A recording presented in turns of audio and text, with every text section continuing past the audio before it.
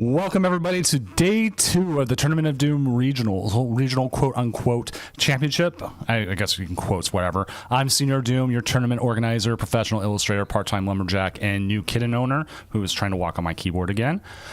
Joining us today will be Eliza Sheetbos and Ryan Ferry to kick off everything as we're going to get day 2 here started very, very shortly.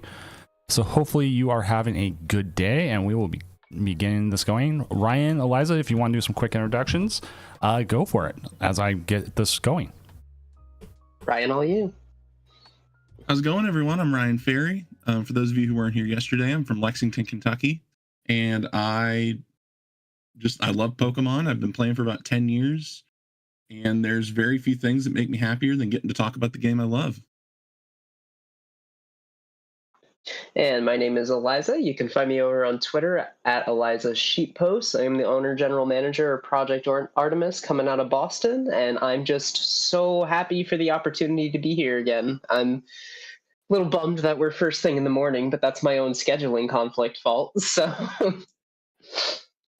I'm so tired, Ryan. That is the upside. The upside of this being on the West Coast. I am pretty tired myself. And also our first matchup will be Darius, I can't say it, it's a Polish name, versus Carl SoCal, which will be Rory Moon versus Charizard Pidgeot.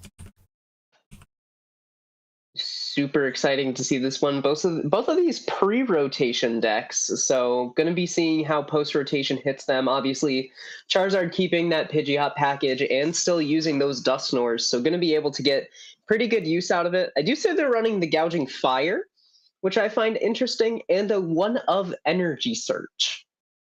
So I can pull this list up real quick on my end. Somebody really didn't want to discard their resources to grab the extra energy. I'm super intrigued by that. I do like the choice of Maximum Belt as an ace spec to kind of swing that math a little bit against the EX decks. And in this Roaring Moon matchup, oftentimes Roaring Moon's best option against a Charizard when they see it is to hit that nuke button. But if they do that, then Dusclops just shows up and knocks it out right back, and Charizard can gain that momentum back. Yeah, and on top of that, like, the Maximum Belt fixes the math perfectly in this matchup. You know, Charizard able to hit 188 right from the start, and then usually needing their opponent to take some prizes, but the Maximum Belt putting them at exactly 230, and unless they find their Ancient Booster Capsule, which they're not playing Arvin, Rory Moon's just in range of a Charizard turn 1 knockout. Which, thank you for saying that, because I realized I had the wrong one up. Because I'm rushing this morning, and like yesterday. So Russian? I thought you were American. No, I'm Dutch actually. But, and I'm lesbian. Oh. But yeah, there we go. Now I got the right list up, and I'll share my screen later times. Like I said, I was just rushing this morning. Mm-hmm. Stupid family things. I can't believe you went across this. I can't believe you left the state to go get breakfast with your family. How dare you? Technically, I could drive about an hour and a half, depending on how long it takes to get through the border to go to Canada for breakfast. Could. I Am Legend loves bacon and loves breakfast and likes bacon. So do I. That's why they're there. But hey, game's going. I'm going to go off to the void. I'm going to go get something to drink, take other stuff. Have fun with this matchup. Sounds good, boss. All right, Ryan, who are you guessing is going to take down this one? Is it going to be the Moon being able to use Frenzy Gouging to KO that Charizard instantly, or is it going to be the Zard using that Maximum Belt turn 1 to take 2 prizes? I mean, of course it always depends on who draws well and who gets their board set up the most, but I'm noticing 2 copies of Peacherunt here, the Peacherunt promo, in Darius's list, along with 4 Carmine. So I think along with that secret box ace spec, there's a distinct possibility there could just be a donk as well. Yeah, it's a very real possibility. I definitely would be scared of it if I was the Charizard player. You see that Pecharunt in the opponent's deck, and you gotta be rushing to fill that bench right away. But we're just gonna start with double mulligans. I do like seeing the Pidgeotto in these Charizard lists now. because the Pidgeotto does free retreat and doesn't absolutely force an immediate rare candy. So you can TM Evo into the Pidgeotto. Which would be super nice if this hand had anything going for it. Yeesh. Gonna get some help off the mulligans. So We've got maybe some mulligans, so there's still a little hope. bit more. Hopefully that little bit more gets the Charizard player over there, because I am guessing that Charizard's going to take this set. I wouldn't be surprised if the Roaring Moon pulled it off, but there's just some interesting card choices in the Zard deck that I think are going to push it over the top. It's very easy to say Zard is favored here, but I'm not entirely sure that that's the case unless their hand just looks like this the entire time. Then the Moon player's favored. We do see they got a Jacques in their hand, so they're going to be able to search out some evolutions, but they are only playing the one of Dusclops, so we could see them grab one Dusclops, one Dusknoir. That gets them 180, which would be enough. It's 10 off on the EX, but it's more than enough on that baby Pecharunt there. Oh, but here's the secret box, like you said. And that's 3 dark energies hitting the bin. I've had hands that look like that playing decks like this before. But I feel like with this deck that's running the Sadas and stuff, you don't mind seeing them hit the bin, right? Oh no, you're 100% cool with it this early. We see the Nest Ball. I have a feeling a Roaring Moon coming down here to make the most of that Sada. We see the jungle. Oh, because you can proc Pecharunt's ability and not poison the Roaring Moon if you have the capsule on it. But I don't think you really need to right now. Just getting those numbers is helpful. But where's the Brute Bonnet? Where's the poison on the... Ooh. No Brute Bonnet there. We do see an emote from SoCal. I have a feeling that SoCal's a little relieved. We see a Jacques to thin the deck. We do see a Charmander come down. We prize the Dusclops, notably. So no grab there. I don't know if I like benching that, considering you can't use it right away, but I guess just trying to get it out of the hands, that way you don't draw into it later, maybe? Yeah, I like waiting a turn to put down the Pheasantipity, but at the same time, there has to be a reason for it, right? Yeah. And the reason for it is 2 prizes. Oh, another pass from that Pecharunt. We're seeing the slow setup of this Gouging Fire, and I think if they find another Fire energy, Gouging Fire just takes the knockout, right? And I feel like at that point, there's no reason not to take the knock. We do see the rare candy Charizard. So both players kind of having a nothing start. Fair to say? Fair to say the starts have been nothing burgers, but we do see a prize card taken here. Leaving that Gouging Fire active is a bit of a bummer, just because your opponent's going to be able to respond with, what is it? Roaring Moon's second attack is 220 if they discard the stadium, right? Yep, 220 if the stadium's discarded, so poison would knock it out. Yeah. Which means Fez couldn't be used. Yep. So perfect math here for the Roaring Moon player, as long as they get the energy. Let's see if they have it. They do. And we see there that. It is. We see that prize lead start. Discarding the stadium, poison takes the knockout. And with 290 here, that Charizard's already swinging for 240. So this is where we need maximum belt, but we don't have a way to draw into it at this point. Pheasantipity is offline. We don't have a Pidgey. Turos doesn't do anything for us. I guess we could Turos up the Duskull so that way we could attract customers, but I don't... You almost don't want to use the Turo right now, do you? Yeah, I don't like this board state. I don't like this situation. Maybe the hope this is rough for Cal. This is rough for SoCal for sure. Yeah, definitely. I mean, maybe the theory is just you shove the Geary, hope they take a knockout, and then you get to use Pheasantipity next turn. But I think the if trainer you're looks that familiar on the supporter they grabbed there. Won't you say, Eliza? Oh, I have no clue who that is. I've never heard of Oh, that character. You've never heard of her? Never before in my life. It's really weird. I feel like I used to know her, but then there was some like professor exclusive promo, and then I've completely forgot who she was. I think her name is Onoi. Onoi? That sounds right. Onai? Oh, I Owini? don't know. Yeah, I don't know either. Subjugating Chains here coming up. Going to be able to get the poison onto the Petra, then the poison onto the Tatsugiri. Knocking out the Tatsu. And turning off Pheasantipity again. So just not having any luck for SoCal here. SoCal is having a rough time at the moment. However, it's not like this game's unwinnable. Definitely not unwinnable. We're seeing that Cleffa just a little bit late into the game here. Definitely not something you want to shove when your opponent's already at 3 prizes, because then they just poison the Cleffa and then they use Frenzy Gouging and then they have game, right? So the Bravery Charm is a nice hit here. Yeah. But who is the Bravery Charm going to go on to? Fez to put it out of KO range? Like, is that the plan? I could see it. We're going to see a Burning Darkness for 270. Now, here's the problem, right? If they pull off this Frenzy Gouging, they'll go down to 1 prize card. Not Ryan. SoCal will go down to 2 prize cards. So they can't really Frenzy Gouging without putting themselves at risk of just a boss knockout from SoCal.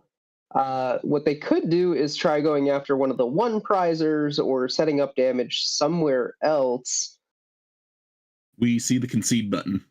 And just the concede right away. SoCal knows their deck better than we do, so no stress there. Just going to be able to scoop it up, move on to the next game, and hope for a better opening hand. Maybe one absolutely. With Cleffa in the active. Cleffa in the active, I would like that, but also I would just like to see SoCal get a little more set up, get a little bit better options. That 99.7% chance of victory calculated, I think we hit the 0.3 there last game. We'll have to see exactly how this plays out. I am excited for Charizard in the next format. I have some locals cooking up some crazy stuff that I'm really excited to see hit Atlanta. Maybe it'll do well, maybe it won't. My money's on maybe it won't, but I want to see it do well. I see Charizard as one of those archetypes that's always going to have people that play it, and it's always going to have options. It's always going to be a viable choice. We see the Peacherunt start again, and but the Bonnet this time. But we see a much better opening hand from SoCal. Yeah, we're going to be able to grab whatever we want here. They're going to be able to sack whatever they want. I would like to see a grab with the Tatsugiri, but they already have 2 Arbin in hand, so never mind. Don't worry about it. 2 Arbin in hand is fine. Putting down Gouging Fire here doesn't feel great. I think it's the best option. Definitely just sit there and pass. I like the one of the 60 HP Charmander in this Roaring Moon matchup if they don't have a capsule on them, because then you can just take the knockout with the single prize Charmander after a Frenzy Gouging. Which is always super nice to get.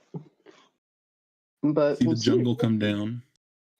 Yeah, big Perilous Jungle fan. Been seeing it a lot this format. Almost every Poison Package deck is running 2 or 3 of them. And it's just a nice card. I'm always a big fan of like Shrine of Punishment style stadiums, Frozen City, that kind of thing. So decently happy with Perilous Jungle.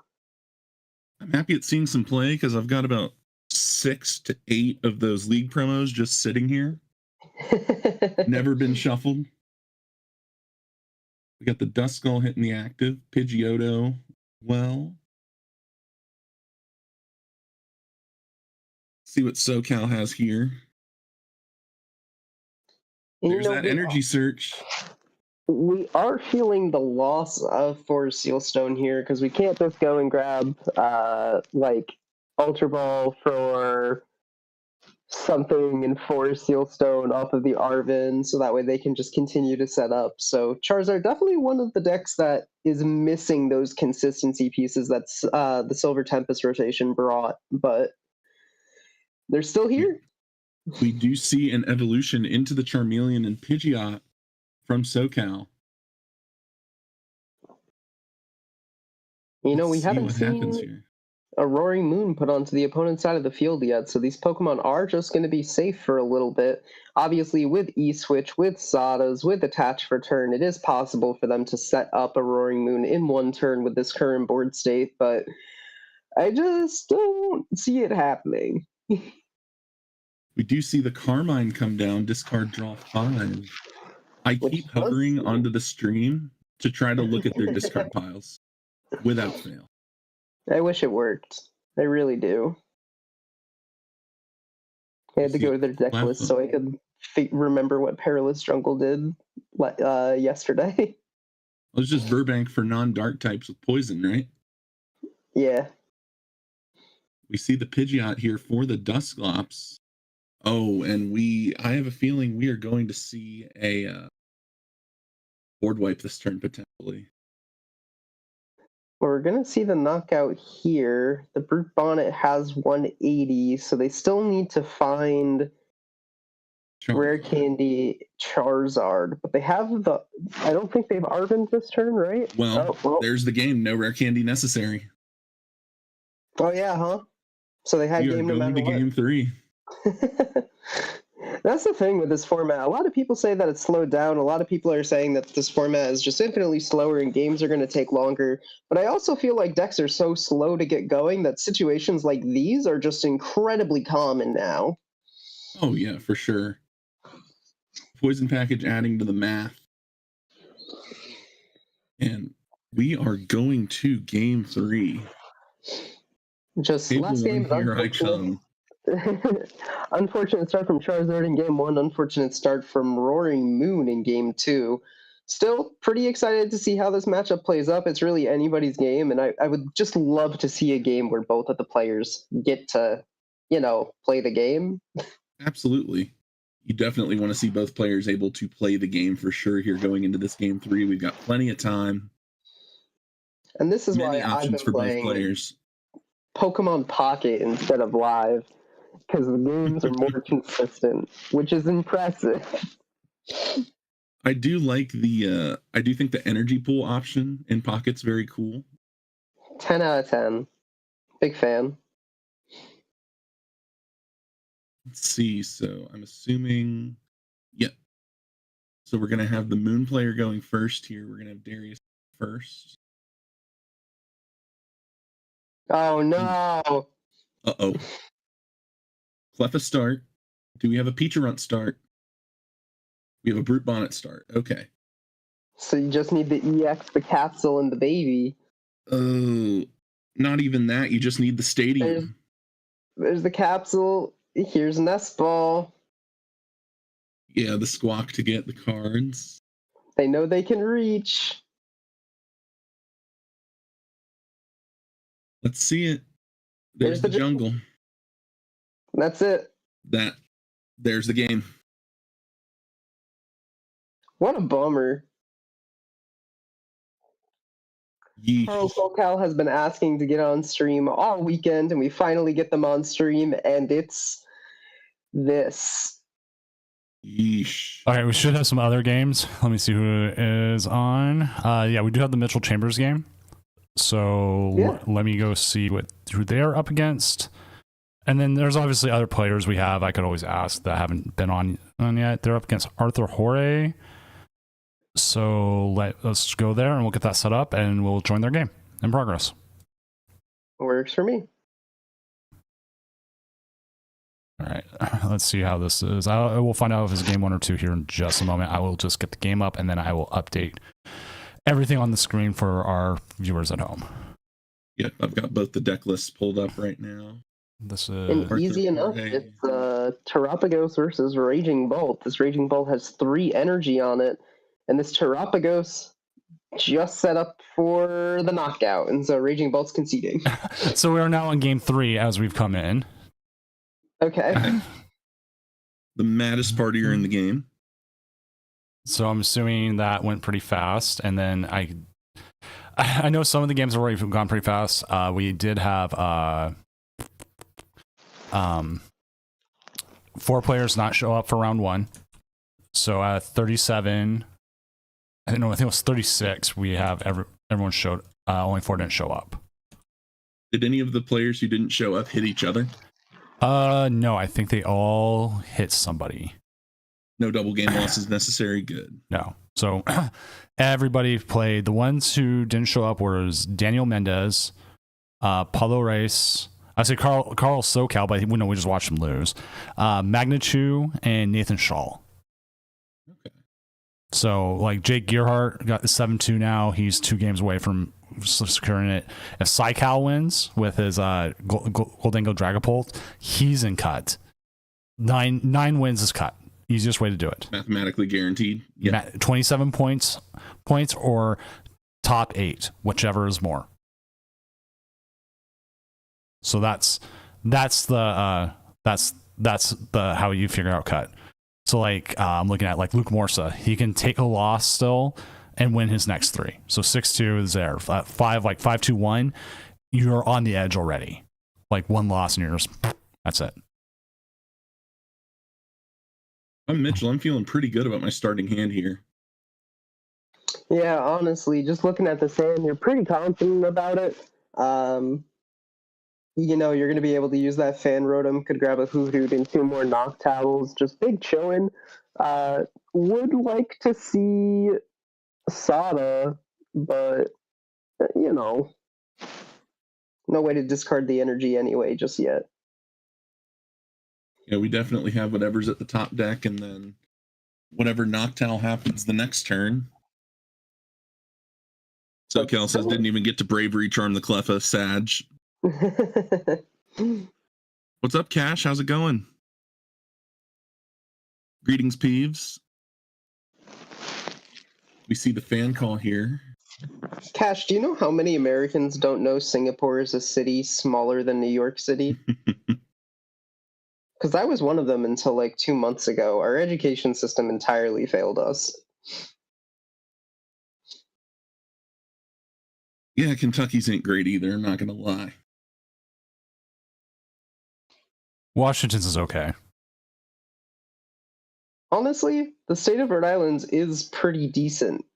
I don't know how they missed the entire like Singapore history, because it's actually like really cool and interesting, and seeing exactly like what they did moving on. Like, Cash, you're overestimating. I think it's closer to like 90% of people don't know. We do see some Hoot Hoots hit the board. Me and my fellow Americans are not intelligent. I always thought Antarctica was in California. Huh? In Antarctica with the penguins.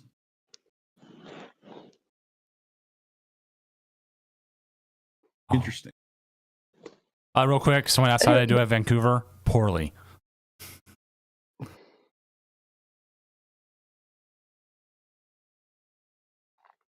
Went 2-4-1 with Pulsar. But looking at the Terapagos player, did not get a Terapagos down, but that's okay. We don't want to, because then we risk giving up 2 free prizes here.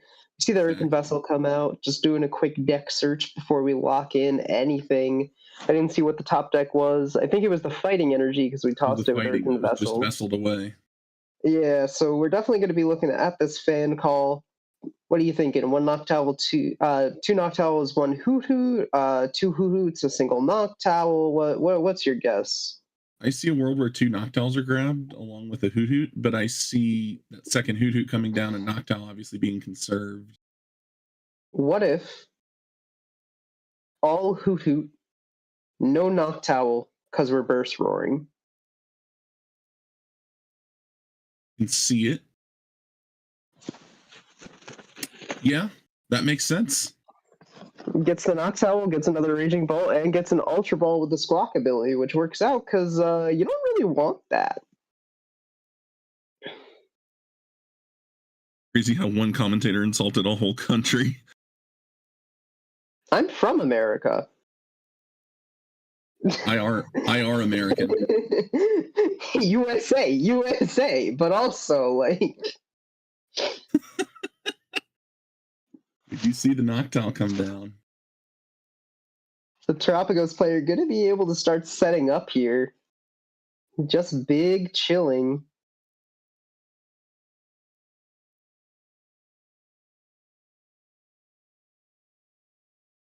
I also appreciate the Ultra Ball art here from the Raging Bolt player.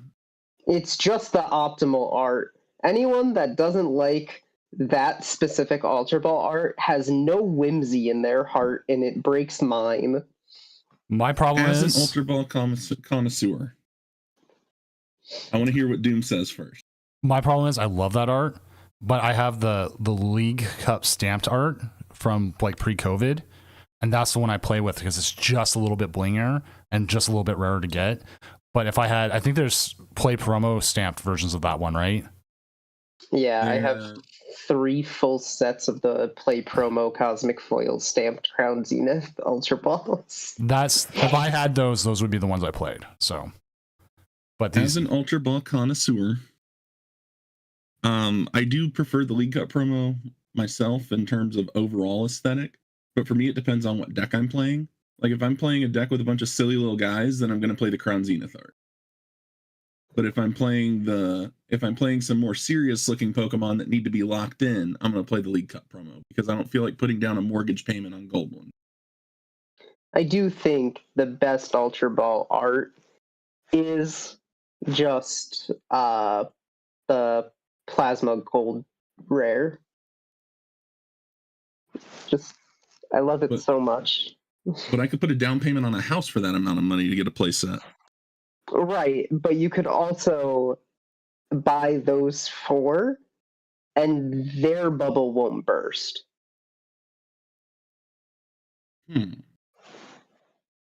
Yeah, Cash is right. They do have the highest rarity Badoo now because they have a tournament promo variant, if I'm not mistaken. That they do. 22 says the best art is Silver Border.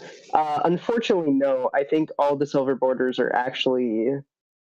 I don't like the Silver Borders. I know so many people do, and it's just nostalgia that has me saying I don't like them, but I don't like them, like, at all. I'm, like, so bummed that, like, we don't get the yellow anymore. Like, the silver looks so boring. It looks clean. I don't like minimalist, like, art direction. I'm a minimalist guy until we get to Pokemon art. Then I need like the most colorful standout arts possible. That way I know where they are in my deck. Like I know which ones are prized and which ones aren't. All right, I need to interject for a second. Psycal, if you happen to be in chat, your opponent's asking where you are for game 2. If you can come in, and we are looking for you. If you are there, please. All right, that was all. I also used the XY era Ultra Balls until the Crown Zenith ones came out, but that's just because I've been in and out of the TCG like since it came out in the States.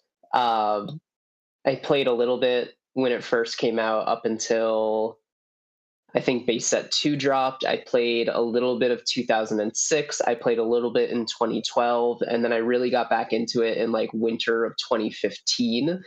So that was X and Y was like when I was like actually starting to buy a bunch of stuff. And so most of my Ultra Balls, it might have been 2014. Hold on. When did Furious Fist come out? Was that 2014? Or was that 2015?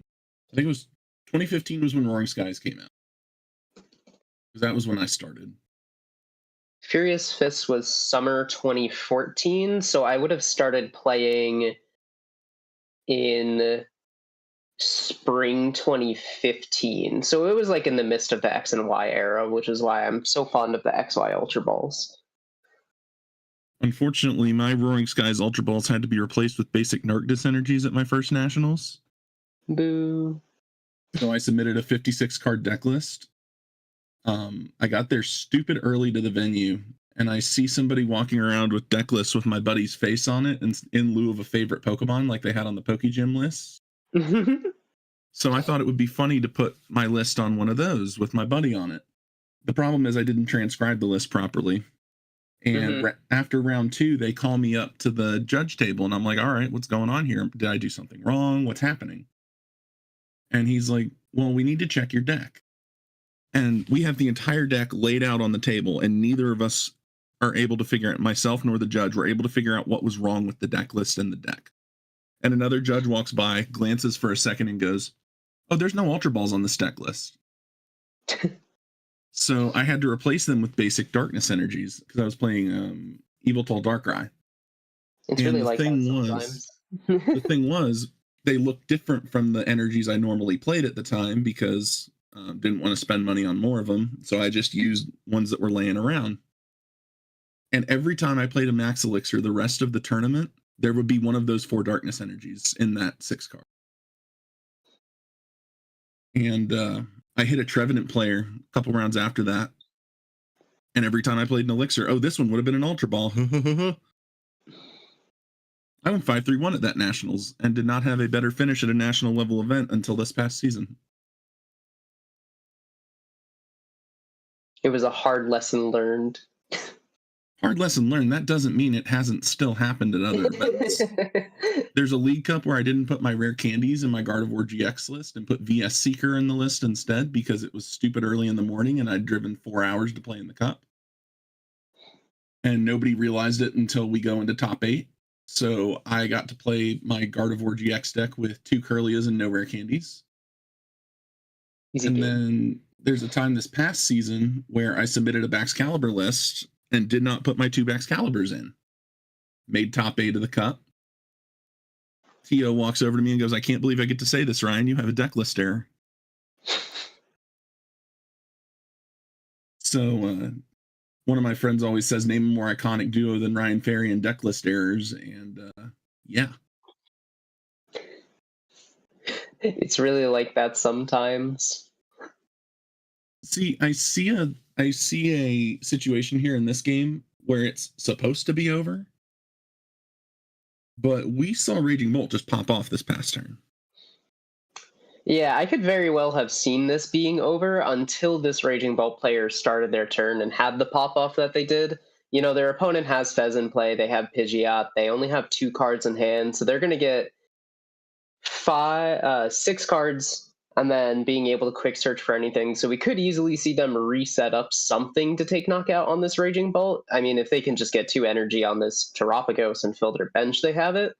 So I think it's going to be super back and forth with the energy retrieval. You know, you'll be able to grab the lightning and then the grass energy, so that way you can continue setting up this Teal Mask. The only bummer is you only have 1 Teal Mask, so you're really relying on this Sada that you have in hand to reach the numbers you need to be able to KO Terapagos. See, this is great. I don't have to do much. Ryan is still the GOAT. I get to tell stories and be like, oh yeah, this one time at band camp, you know. Yeah, honestly. You see a trumpet. Being able to ramble is like one of my favorite things. But we should probably focus on the game. Oh, absolutely. At least a little bit. Nah, overrated. Well, we see the Terapagos get powered up. Is reading overrated? No, what's overrated is TCG Live. I think a lot more of the community would just enjoy Pocket if they got over themselves. I do enjoy Pocket. I prefer my playtesting in person, though, when it comes to the TCG itself. But I definitely see where people enjoy Live. There's a lot of ways to get the pretty cards, at least until this most recent set. No. Pocket. We see the Iona 4. Oh my gosh. Dude. See, you say it's a cash grab, but like, I just have the $10 a month pass, and I have literally every meta deck built. Like, I don't know. I don't spend money on it.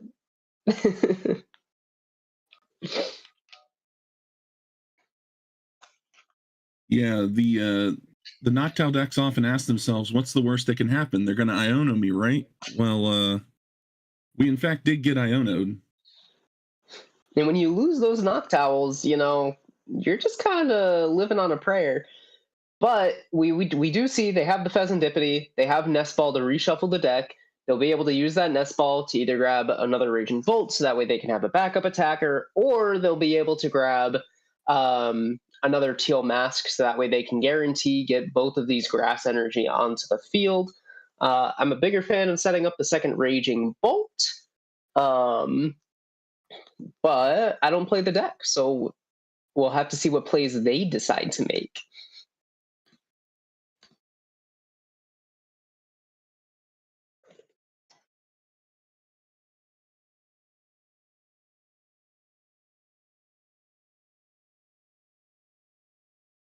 Let's see here.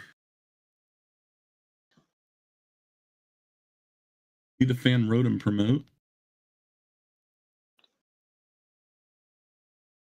Now there is a world where Slitherwing can get powered up here and knock out that Terapagos. True.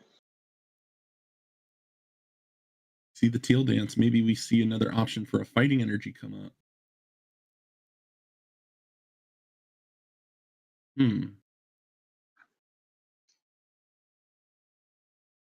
I think going in with Slitherwing may be the best option. Nest Ball to reshuffle the deck. We do see options for the ability to grab Fighting Energies. It looks like we're going to bench and we're going to Sada. Maybe a Lightning onto Raging Bolt and a Fighting onto Slitherwing and see what happens. We see an Energy Retrieval. Is there another Fighting? I don't think so. There is not. Oh no.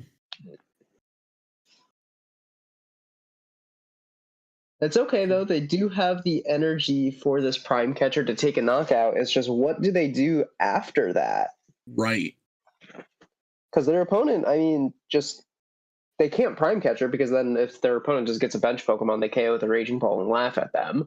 But then this Ursaluna is just going to swing in with the knockout anyway. Yep. Yeah, there we go. Understandable. Definitely understandable.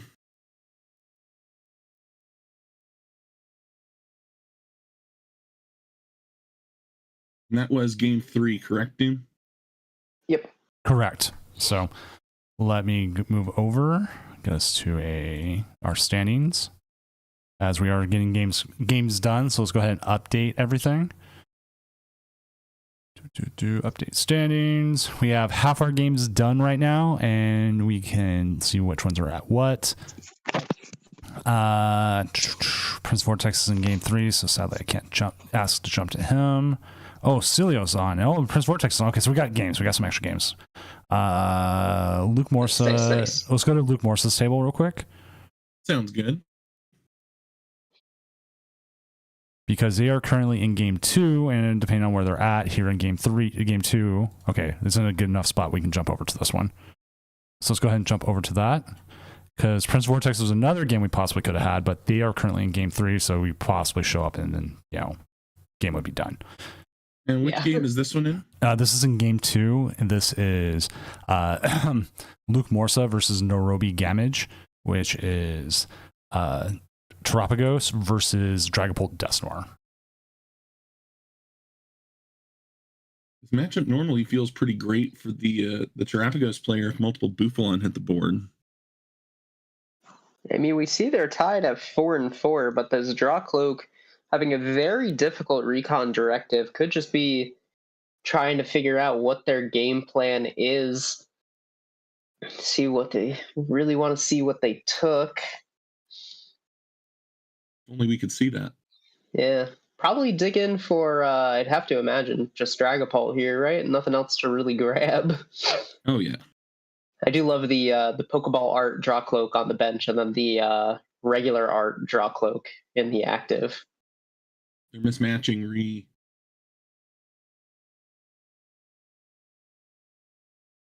Let's see, the 6 counters that are placed, you've got to place them in a way where Monkey Dory doesn't just move counters over. Oh, there's a Dusknoir. And we probably see a KO onto Well, we either put the damage onto Terapagos. Or you No, just pop because a then Bouffalon. that's... Yeah, I think you have to pop the Bouffalon. Is Bouffalon block 60 or... I forget. It's minus 60, yeah. Yeah, so even if you pop the Terapagos, it still survives a Dragapult attack. So Okay, I see a world where popping the monkey makes sense. just scared of the monkey. And the relevant dark energy coming up now. Oh, yes, of Let's course. see if we can get the monkey back. See the Arven come up. Nothing hits better than water. Oh, yeah, 100%.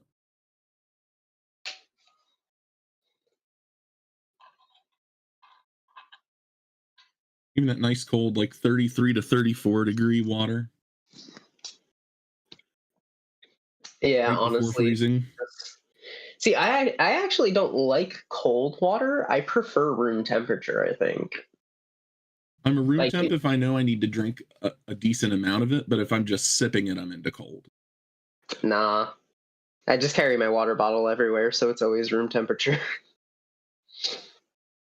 But still, I'm a little surprised they didn't KO the Bouffalon with that Dusknoir. I was expecting... yeah, I was expecting that. Yeah, if they were knocking out the monkey with the Dusknoir, I figured they would have at least used Dusclops to try and KO the Bouffalon. But I guess didn't want to put their opponent down to 2 prizes because then Boss just wins the game on Fez. They don't know they have Boss, but... Of course. You do see a Scoop Up Cyclone in Luke's hand as well. As long this as list they is very intriguing. Yeah, I think as long as they find a way to set up the second Terapagos, then I really think that Scoop Up Cyclone is the better choice, but... Oh, nice Dragapult. I don't see the E-switches, though. See the Trumpet come down. Scoop Up Cyclone Terapagos. Can manual attach on to the Terapagos. Give it its Bravery Charm back.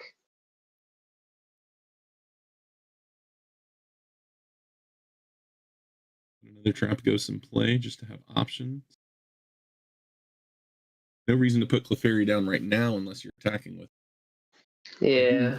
I do hugely agree with taking out Fez here.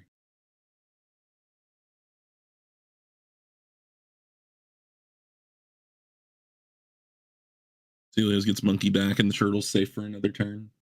Didn't see that option, though. So we see the 210.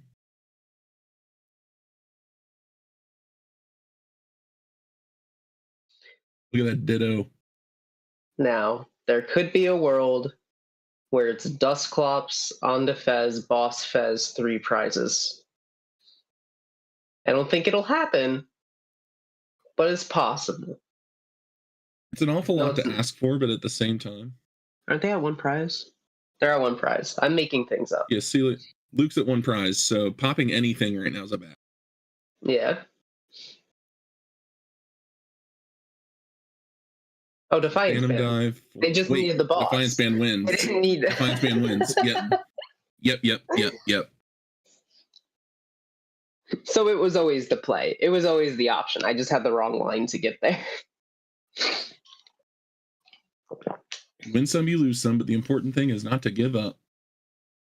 Yeah, I'll be real. I didn't sleep well last night, so like I'm incredibly tired. Felt. I think I went to bed at 1. I had the same sleep schedule that I did Friday night. I went to bed for 1 a.m., woke up at 4, couldn't fall back asleep until 8, and then slept for 3 hours. And then I have this, and then I have a wedding that I'm going to at 4 that I have to get ready for literally as soon as we're done casting. Oh, gosh. Gonna be a busy, busy day. Meanwhile, I'm just here like, I got nothing going on other than this. Probably just going to sit back and watch people play Pokemon most of the day. Honestly, sounds like a good day. We need that extra rest, and we need the extra brain capacity for Atlanta. Wish I was Yeah, going to Atlanta. double monkey start from Luke here. Gonna convince their opponent they're playing Guardy, Monkey, Psychic, Bravery Charm. Double Crispin in the Pult list, which is I did not notice before.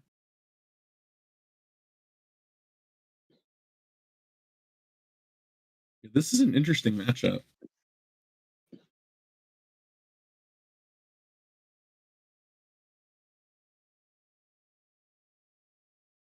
Hey, now no fighting in the chat.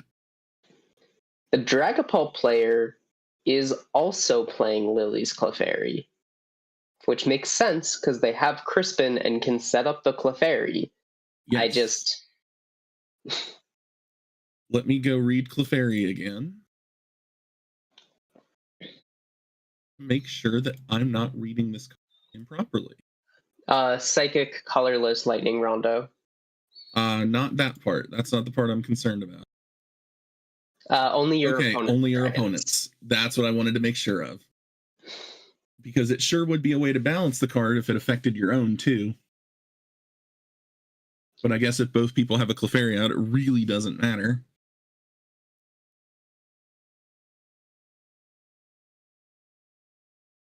And here comes that Ditto that I'm such a huge fan of. Absolutely goated card. I don't think the Terapagos player is playing. I don't think Luke is playing Cleffa, but being able to Ditto for Cleffa to just draw your entire hand just feels so good. Oh, dittoing for the Ogre Pawn and going Crispin Jewel feels real. It sure does. You see a pass here from Luke. Luke's list play energy. It does. So there's an option next turn to go trumpet energy. So we'll have to see what they can set up. This is the all-important game 3.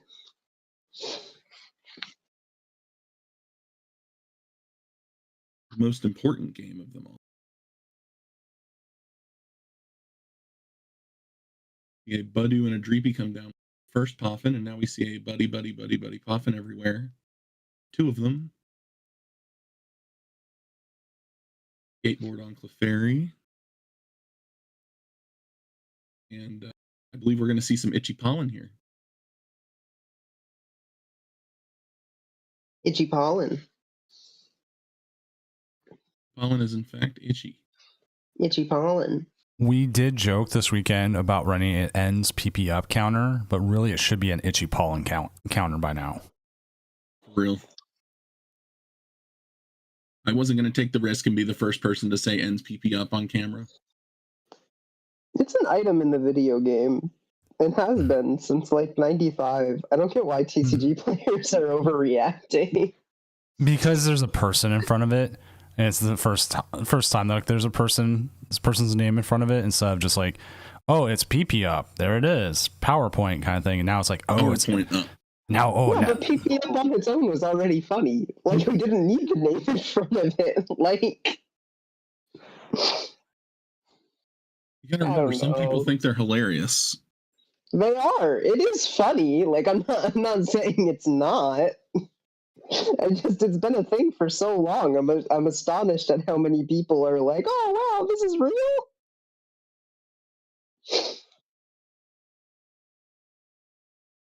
I would wait to put the feds down until I know a Dragapult has already evolved and attacked. But I guess I can understand why Luke's putting it down here. We get the unified beatdown to take the knockout. Feels wrong hitting a kid that hard. After all, the dude's just a baby.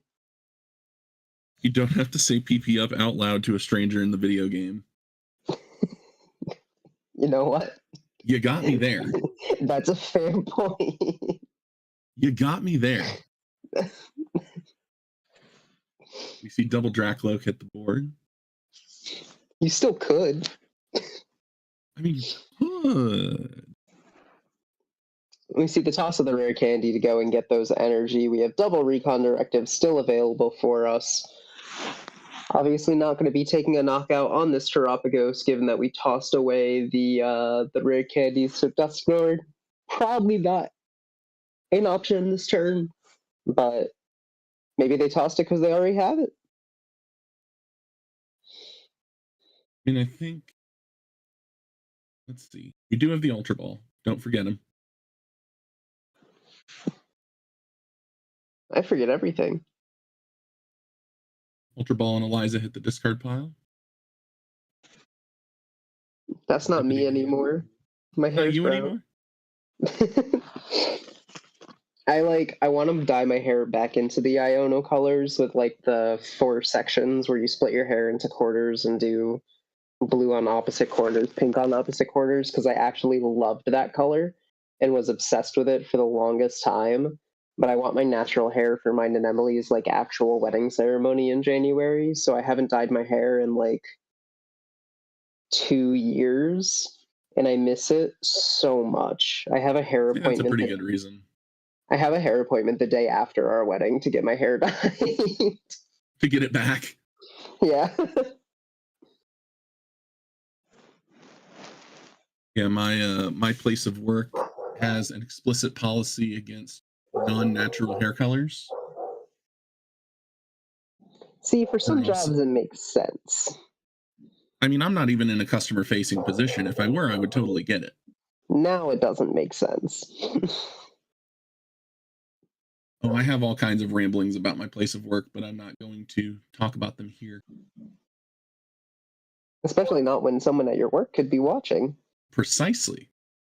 Prince Vortex asks, I don't get the point of Clefairy and the Dusknoir in the Dragapult. I think if you're already going to be running the Dusknoir, the Clefairy might just be a little too much. I wish I could quiet the dog down. I'm so sorry. Hey, the dog's input is relevant too. I think because you're already running the Psychic Energy, you're already running the Crispin, you're already running the Dusknoir, it really is just a one-tech include.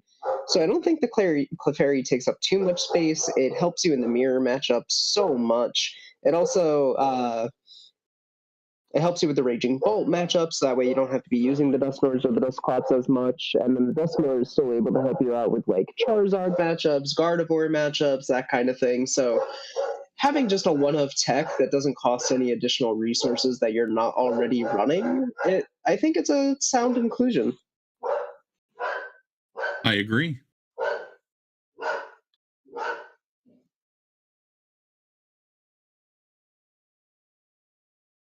Marvin for the unfair stamp defiance ban. Yeah, anybody should be able to dye their hair. Like, a good 3 cups in New England and Eliza's casting an online regional. But they're all pre-rotation. And Matt, I have a wedding today that I have to go to. I'm not even in like Rhode Island. I'm in like northern New Hampshire right now. I couldn't go to any of the cups if I wanted to. My wife said I couldn't. Remember, happy wife, happy life. I love my wife. I would die for my wife. Not my wife yet, but I just think it's too much. It feels like Dragapult plays so slow, and an aggro card like Clefairy seems odd. That's fair. I think being able to just bench a Clefairy, Crispin to it, and then respond KO without needing a million pieces is just really nice. It might be one of those things where it feels nice to have, but isn't necessary to win. But I think in early days of a format, I think those cards are good to have because you'll beat out people that aren't used to just having the necessary stuff. Right. Definitely one of those RKO out of nowhere type of cards that maybe benefits better in a best of one format.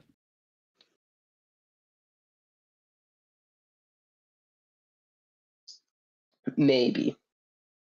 Never dyed your hair? Do it. Oh, my wife's in chat. Don't be rude. I don't know why she's watching. She's supposed to be at church. I mean... Oh! There's a turkey in our backyard. That's why the dog is barking. Huh? Now that's something that happens in my neck of the woods. No, we have turkeys up here all the time. We do see a monkey dory just moving one 3 turkey? counters. It's 4 turkeys. Mr. President, a 4th turkey is in the backyard.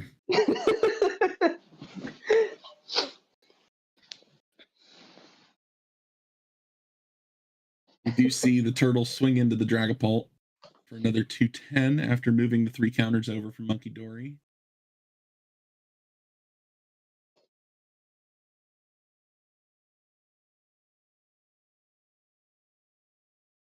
Let's see here. Sorry, I had to get up to take a picture of the turkey. I saw a turkey in a tree in Truro, Massachusetts. Can you put camera footage of the turkey? Yeah, let me get that real quick. Yeah, let's get some Subway Surfers footage in the top right. In Doom, chop chop, where are we? Social media posts I forgot to do first. I'm like sitting here, I'm like, oh wait, I never announced on social media we're live. Oops. Ryan did, you're okay. Yeah, but I'm like, I did announce on my social media, but that doesn't mean it's going to maximize visuals. I'm just like literally putting it up real quick. I'm like, oh god, day 2 is live. Watch now. Is this still round 1? We are still in the. This is in fact round 1. Technically round 9, but. Well, we have. Look, math is hard. The counter on screen says 9 minutes. I didn't reset the counter to the new number of 70 minutes that we played yesterday. So there is actual extra 5 minutes, and every game was informed about 10 minutes ago that there is an extra 5 minutes. Nice. The turkeys are showing support for their Noctowl brethren. Huh? I thought Noctowls were owls. I mean, technically Noctowl's a Pokemon and is a separate type of thing from an animal, right? look, birds in general, all flock of a feather or whatever. Whatever. I love birds. I'll get to my pigeon rant when someone redeems a fun fact. Daycamp, if you're still in stream, I know you had to go to a cup kind of thing. If you're still in stream, drop us some bird facts. He's Mr. Bird around here. I am definitely a penguin guy. I like me some penguins. They're hilarious. My favorite animal is pigeons. That is a favorite animal to have. I actually have a quick pigeon story. Yes. Near Tabletop Village in the International District of Seattle, there's a certain corner. There is like a flock of pigeons live. And like these ones are like not afraid of humans. I swear one day I'm going to pick one up and take it home. But then I don't think they'd like it on the train. So pigeons don't mind trains. They don't mind most things since most of them are just feral. But we'll get to that. So Luke can win the game if he hits an energy. We see the scoop up Cyclone. Luke has the game. I just have to swing with Fan Rotom, right? Yeah, just swing with Fan Rotom. Night Stretcher for the energy in the discard. He's already dead. Stop.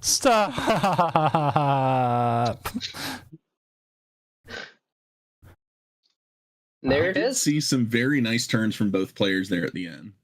I think the games we came into were really good ones here. Oh yeah. Big agree. Scoop up Cycling the energy would have been funnier. 100% agree. Yeah. All right, I want to move us real quick to our little hidey hole. Yep. I like calling like the caster's desk our hidey hole because like only casters can see it. It's fun for me. Oh yeah. It makes the casters also sound kind of like goblins, I guess. Hee. I am a goblin. So I am a math rock goblin. I do like dice. So we have 2 games left going. Psychel 51 Advanced Rocks and King Heracross and Caterpie, which Psychel 51 Advanced Rocks actually have an 8-minute extension on top of the 5-minute extension, so they've got a bit. I suppose that seems like a game we could. No, wait, neither player's streaming, are they? Psychel did stream yesterday. I was hoping they would, but they just started game 3. Scovert's in your hidey hole.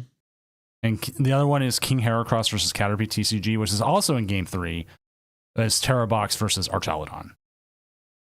Okay. EOC Music, thank you for the follow. But let's go ahead and update our standings and see who is where and who is close to making cuts. So, as it is right now, Joshel, 8-1 with Archaludon. One more win, they're in. Capador Cards, 8-1. One more win, they're in. All Out Blitzel coming in with that bird control, still saying, hey, it's a valuable deck. One more win, and they're in. Let's go. Psycal, if they win their game, will be our first person guaranteed in cut.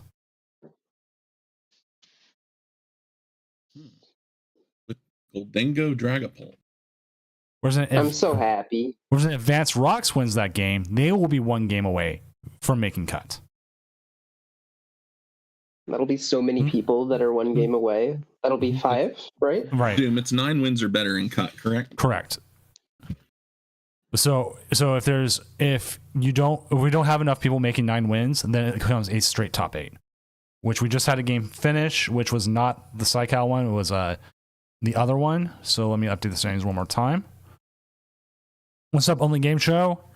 So that one was King Heracross. King Heracross lost to Caterpie. So,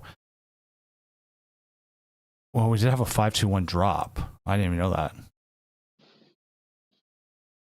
Multiple 5-3 drops. Well, yeah, that was yesterday. This is the overall combined standings. Okay.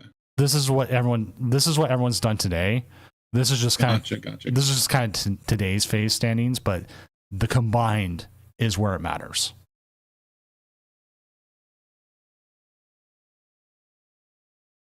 Biggest tournament of the subtype you've had for the regionals? I thought the first regional was bigger.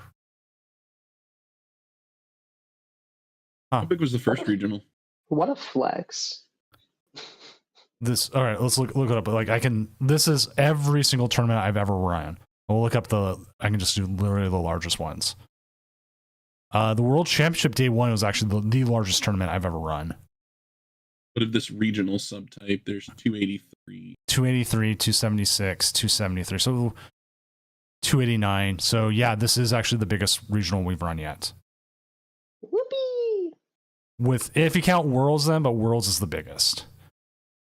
I do find it funny. I do find it funny. My second biggest tournament was a random Friday in January last year.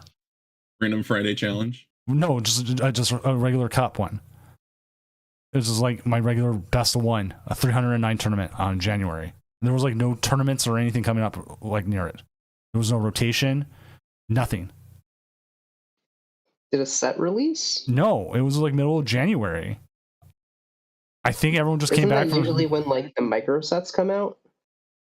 Let's see what was even the set. That was New Genesect, Goldango, Lost Zone, Arceus, Excalibur.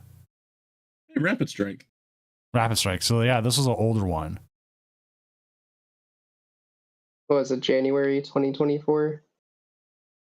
January 12th, 2024. And like we can look at Goldango real quick. So what was even in there? They were playing Worker still. Goldango, Schoolgirl.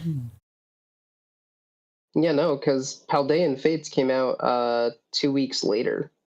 Yeah. Paradox Rift meta. Yeah. So like, was it right before an IC? Like what? No, it was just this random one. Part of me wants to say, I think possibly a Zol played in it, and that might have hyped it up.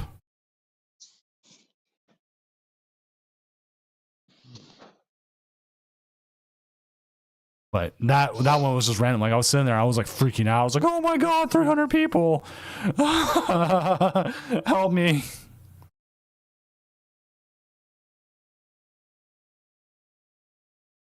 see, so we've got one left. Charlotte was the next weekend. Okay, that kind of makes sense.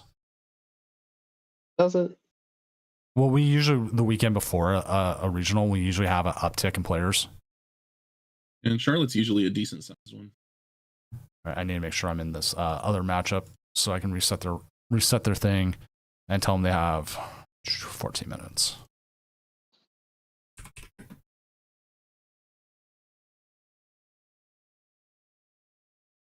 Now is as good time as ever to go on my pigeon rant. Yes. Might be, actually. So, all right, real quick, pigeon rant. So the earliest known use of messenger pigeons was before 3000 BC.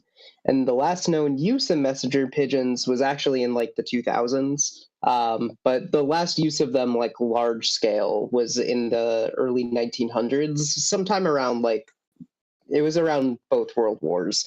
They were still used in World War II, but not like a super lot. So we domesticated pigeons for like 5,000 years. We spent 5,000 years befriending pigeons, loving them, helping them build nests, and doing all this other stuff. And then with the invention of the telephone, we just decided we didn't care about pigeons anymore. And so we kicked them out of their house. For 5,000 years, they were our friend. And that's why there's so many pigeons in like cities and stuff, because it's all just the feral pigeon descendants of the ones we befriended for 5,000 years. And so whenever someone is like, oh, pigeons are like rats, I hate them, that's like if we kicked out dogs today and then in like 2070 we're like, I hate dogs. Dogs are a bane. We should get rid of them. Like, that's so messed up. And it's at the point they still use crosswalks in Boston. They do. They're so funny. But so pigeons are originally a descendant of rock doves, which used to live in cliffs and stuff like that. That's actually why pigeon nests are really bad. It's not because they're dumb. It's because A, we domesticated them, and B, the extent of their nest was literally, I'm going to lay my egg on this cliff. I just need it to not fall off this cliff. Like, they don't need bedding and all that other stuff that other birds do. They don't care about it. They just don't want their eggs to roll away. And that's fantastic. But at this point, pigeons and rock doves have started crossbreeding by so much that there used to be such a distinct difference that you could tell based off of like a white dot that was on their rump. But there's been so much crossbreeding and just all of them getting together that genetically the difference pretty much doesn't exist anymore. You can just tell how recently they were descended from rock doves based off of the white bump. Like, scientists have more or less stopped caring about the difference between rock doves and pigeons and have just started calling all of them rock doves. And that's why I love pigeons, because we treated them poorly and decided that they were the problem. Okay, tell me, So look at this P dove based off pigeon kind of thing. Tell me how that's not friend shaped. Like, I love that, dude. On that note, I am a big fan of the P-Dove evolution line, not just because of the relation to pigeons. The evolution line seems very thoroughly designed, but also with the Pokedex entry that is on screen right now, I relate to very well. This very forgetful Pokemon will wait for a new order from its trainer, even though it already has one. That's just pigeons. There's just something about that I relate to, you know? And then we see the Tranquil, you know, and then what was the last one? Like, I always remember the P dove. Unpheasant. Yeah, I never remember like Unpheasant in the other one because I just like the friend shaped one. There's my Delta powered one, or whatever they were called. Delta evolution. Ancient trait. Oh, ancient, yeah, Delta evolution. Ancient traits, thank you. Dude. See, people remember these, but no one ever remembers the Terra rule up there. Yeah. Like, oh, I remember Articuno takes extra prizes, but oh no, Terra, what's that? Well, that's because the Terra one isn't like in sharp contrast to whatever card it's on. Like, if you pull up like Cornerstone or something like that, it's like, I'm not going to say it blends in incredibly well, but I will say that it's not like that white background there that makes it almost too easy to miss. Whereas you look at the ancient trait ones and they're like a stark different color. Like, Unpheasant is black on white. Like, you can't miss that text box from across the table. There's a text box on, I believe it's a P-Dove that factors in Unpheasant EX that we don't have one yet. Right. That doesn't necessarily mean it's guaranteed that we get one, but it's nice that Pokemon and Pokemon Card Lab are future-proofing their cards in that way. Will we ever get one? Will we ever get one? Maybe. I hope so. I hope so. And again, we are I love pigeons. We are just waiting on the one game. That's the 8-0 versus 7-1. They had an 8-minute extension due to some live issues earlier, and then the 5-minute time fix from the timer being incorrect. Can I give one more fun fact about pigeons? Go for it. Thank you. The way homing pigeons work is just that they always know where their nest is. And so when you needed to send a message, you would go into your aviary, find a pigeon from the city that you were trying to send a letter to, strap it to them, and then release them. They would fly back to that city, and then someone would have to drive that pigeon back to another city so that way it could come back again. And so that's how dove releases at weddings work, is they load all the nests into a van, drive the van near the venue, carry the cages to wherever the release actually is, and then when you release them from their cages, they just fly back to the van. And that is beautiful.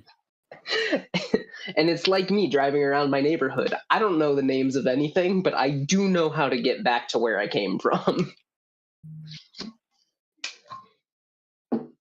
So I would like to know, how is Future Hands 7-2? Because it's a good deck. They hit. They beat Terrabox. They beat Archaludon. They actually lost to the Terrabox they just won. Beat Bolt Thorns. Bunch of others, which I think those are like Zoroarks. That could be anything. Yeah. Well, someone. Oh, let me find the tweet. Someone did tell us what every single other was that made day 2. They beat Luke. They're one of Luke's only losses. Luke's only lost 2 rounds, and one of them was to Future Hands. Was Future Hands, and then Archaludon. Which, you know what, Future Hands I can see, because if you have the Noctowls, those are essentially free 2-prizers. Okay. And then the other loss was the Caterpie. So Alex Padilla found it out. It said there was 3 Roaring Moons, 2 Zoroarks, 1 Terrabox, which is the Prince Vortex deck that has like it's a little different with the Terrabox build. That's why it's under other. And then the Okidogi. Which Okidogi, like the dark one or the fighting one? The dark one, the one we watched yesterday. Okay, yeah, the Loyal 3 deck. Yeah, I don't remember exactly what it. I think it's because it's got the one of Tealmass and the one of Terapagos. I think it's throwing it off and put it into other. It's not Terapagos, but it's not Tealmass. Where is it? What do? Huh? I do appreciate that our Hoot splits are still not quite fully agreed upon. Yes. I think you need the 70s, right? For the... I mean, you can grab the 80 HP ones with Rotom. It's just that they're 2 retreat cost. Yeah, that is the issue. Let's see who else is doing well. Disco Diamond, Whichbagos, Andrew. Oh, after yesterday's final game of the day, now taking another loss, but they're still in it. Could start today. Could still see it. I was trying to find the Okidogi deck. Wasn't Vortex. Wasn't Ponar. Not Josh S. Not Josh S is 6-2-1. Oh, they took 2 losses to end the day yesterday, but did come back today. He probably just was running down at the end of the day, just a little bit tired, not able to focus, and then recollected themselves, got a good sleep, and now they're back. Yeah, sometimes that's all it takes. And we are currently waiting. Let's see, we're at about 6 minutes here to finish out the extension. So we will hopefully get that. So I will just post in the tournament chat too as well. The reason for the Hoot split is to prevent live bugs. Probably. So if you can't grab one version, you grab the other.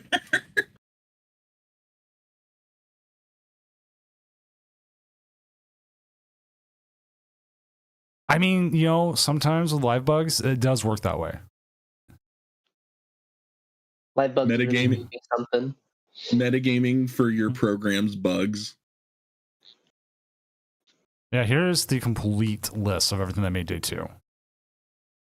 Terrorbox, Dragapult, Dustmore, kind of your 1 and 2s, but oh my god, Terrorbox had a horrible start to the day. Yup. Really rough. 1 and 6. I don't know why I saw the Terapagos icon and I thought it was Dondozo for a second, and I was like, pause, why haven't we talked about this? To be honest, I was kind of hoping a Conkeldurr would show up today, just so I can be like, yeah, here's Conkeldurr. Oh, here we go. Vance Rocks taking the dub. So Psycal is still not in. So we have everyone is 8-1. We have no undefeateds now. Everyone is here. Everything. Yes, Jake, we're just waiting. They had a time extension due to a issue with live. So that is now done, and now we are going to end round, and we're going to keep going. There we go. Next round is up. We have 5 8-1s. So we need to find a game. We do have Perfect Penguin with Psycho finally took a loss. So all these, and they're all going to be playing each other. We could watch Andrew. Who is Andrew up against? Andrew is up against Bob Builder, Terrorbox. We could reach out to Psycal, see if he's willing to get Dragapult Goldango in. 1 8-1 is going to get a down pair, and I'm interested to see who gets we can watch it. He's up against Luke Morsa. Oh, let's go. Let's go. I think there were multiple.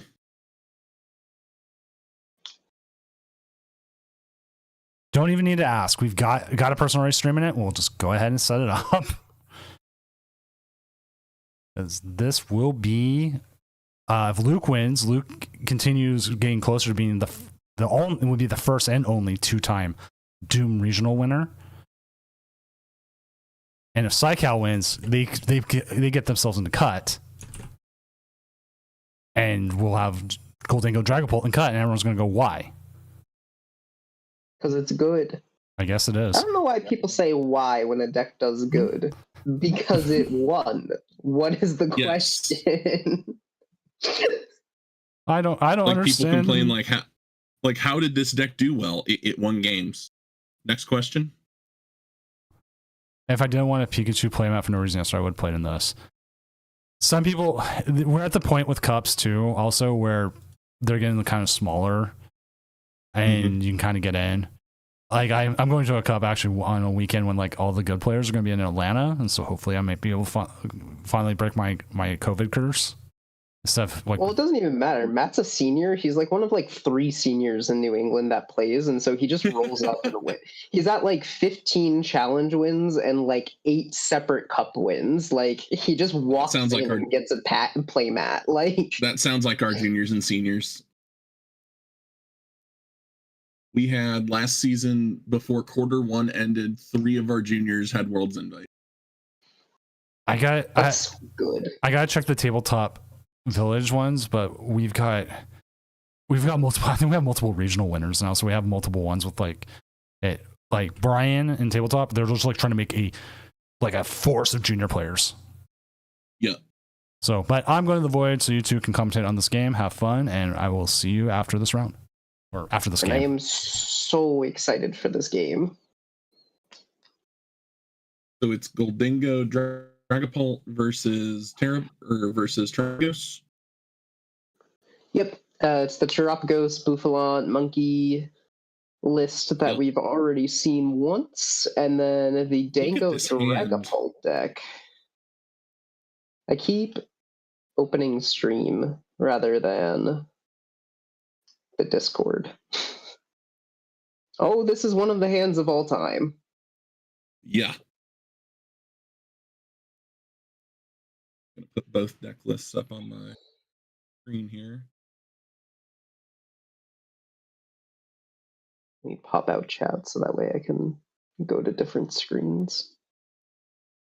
Yeah, I've just got chat on my phone. What I used to do is I have 2 monitors, but like I can't get the other one set up in my room right now for some reason. So I'm working with one when I'm used to working with 2 or 3. Yeah, I'm used to you So like, working what with do I do with all of 2. this? I'm used to working with 2 and my phone as a third screen, but because I'm in New Hampshire, I'm using wifey's laptop, and then I have my phone that I could be using as a screen, but one of the mobile games I play is running an event and it's an auto battler, so every like 10 minutes I just walk over and like press a button on it and let it run. Oh yeah. So there we go. Double hoo-hoo already down. We have a Noctowl in hand.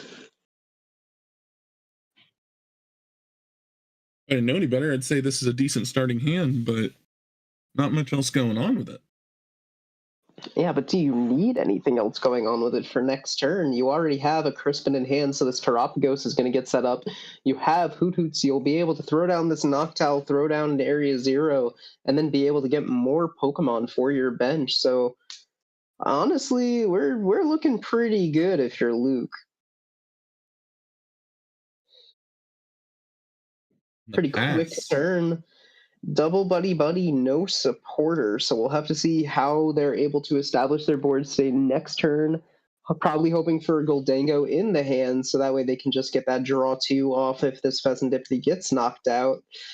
Contemplating the Noctowl. So, like, if you're playing the Noctowl here, you're grabbing Area 0, but what is the second trainer you're grabbing here if you're Luke? And that's the question, because you already have the Crispin in hand, so grabbing a supporter kind of seems like a waste. Nest Ball to grab second Bouffalant, maybe? Could possibly be the play. Here comes the Crispin. Luke keeping track of how many energies are prized potentially. Psychic come down onto Terapagos. Dark onto Terapagos. Here comes the Area 0. Currently at 5 on the bench. This will put us at 6. Gonna need one more for the knockout, probably second Terapagos. Yeah. I like second Terapagos here, Ben. No reason to put anything else down. Just slam 210 and tell your opponent it's their move. And if they do have a Goldango, probably going to promote it, draw the 2. But based on that Dreepy promote, I'm going to assume no Goldango. Probably not a Goldango in hand if that. A Dragon Headbutt for 10 goes hard, though. Dragon Headbutt for 10 does go hard. Notably, the Dragapult Dango deck not playing rare candies, which standard for their archetype, not standard for Dragapult decks. So shoving this Draw Cloak does mean that they most likely just don't have an attacker available. See the Buddy Buddy come down, probably going to be for double Dreepy. Ooh. Let's see, Gimme Ghoul Dreepy. We're going to ignore the Dragapult line this matchup, it looks like. Going to be primarily using it for the Draw Cloak draw engine. Makes sense. The Dragapult line is just a 2/2/2 and the Goldango is a 4/4. So we know who the primary attacker is.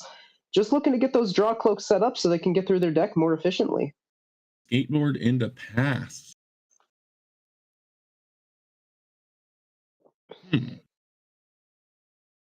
I mean, obviously, you don't want to take an absolute single prize, but at the same time, it might be important to get that Dracloak off the field. Yeah, we'll have to see what exactly they're looking to do here. I mean, if you're Ultra Balling, probably tossing double Iono, since you're... No, that's probably terrible, because your opponent's going to build a hand later, but you don't really need it right now? I could see discarding potentially the Turo. It does go with the double Iono. This is why I shouldn't second guess myself. I'm always right. That's your secret.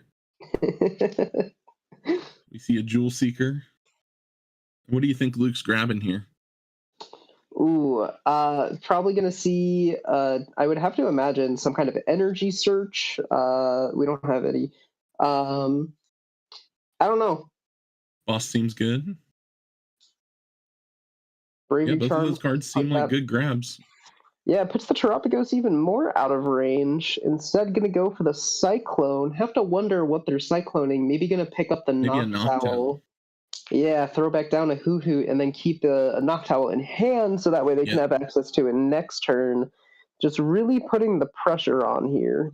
Good call. And then we see Unified beatdown for 210. And still only 3 cards in hand for the Goldango Dragapult player. So really slow start here. We'll have to see how they end up going. There's that Splup Ditto. Well, highest value cards in the game right now, right? I mean, Luke's down to 3 prizes. If they wanted to get cheeky, there is a world where they can get down to 1 prize card and then set up perfect math on a Goldango so that way Splup can take knockout. I mean, that's what we want to see, but there's probably a more linear path somewhere. Probably, but Splup for game goes hard. There is a whoopity scoop. No surprise there. Super slow start coming out from the Dango Pulp player. Luke just able to put on that pressure so early on and able to just keep swinging.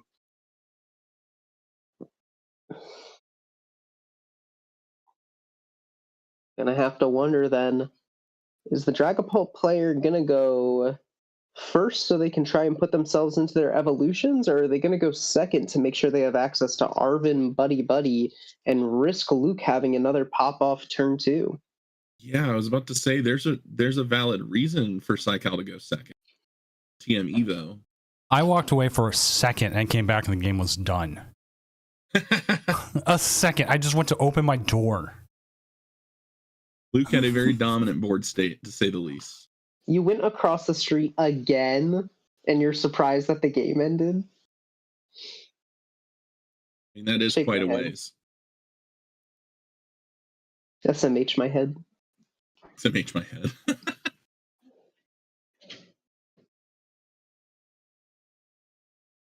See what Psychal opts to go with here.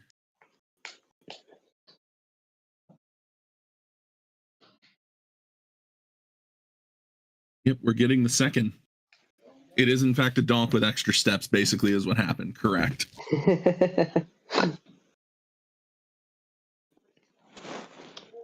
Just going to try and make sure we have access to that Arven Buddy this turn for the Dango player. Because if you can Arven Buddy TM Evo, that's pretty much your entire game plan, so it makes sense that they wouldn't want to give that up. See, this start looks great for Luke, too. Yeah, no, it does. You're right. We'll have to see them get a Terapagos down at some point to make full use out of that Noctowl. I think I see what's going to happen to get the Terapagos down. And you're seeing just a retreat with the Fan Rotom? Yeah, I see a retreat with Rotom into Ditto. Ditto for Terapagos. Turtle. I like turtles. That's a throwback.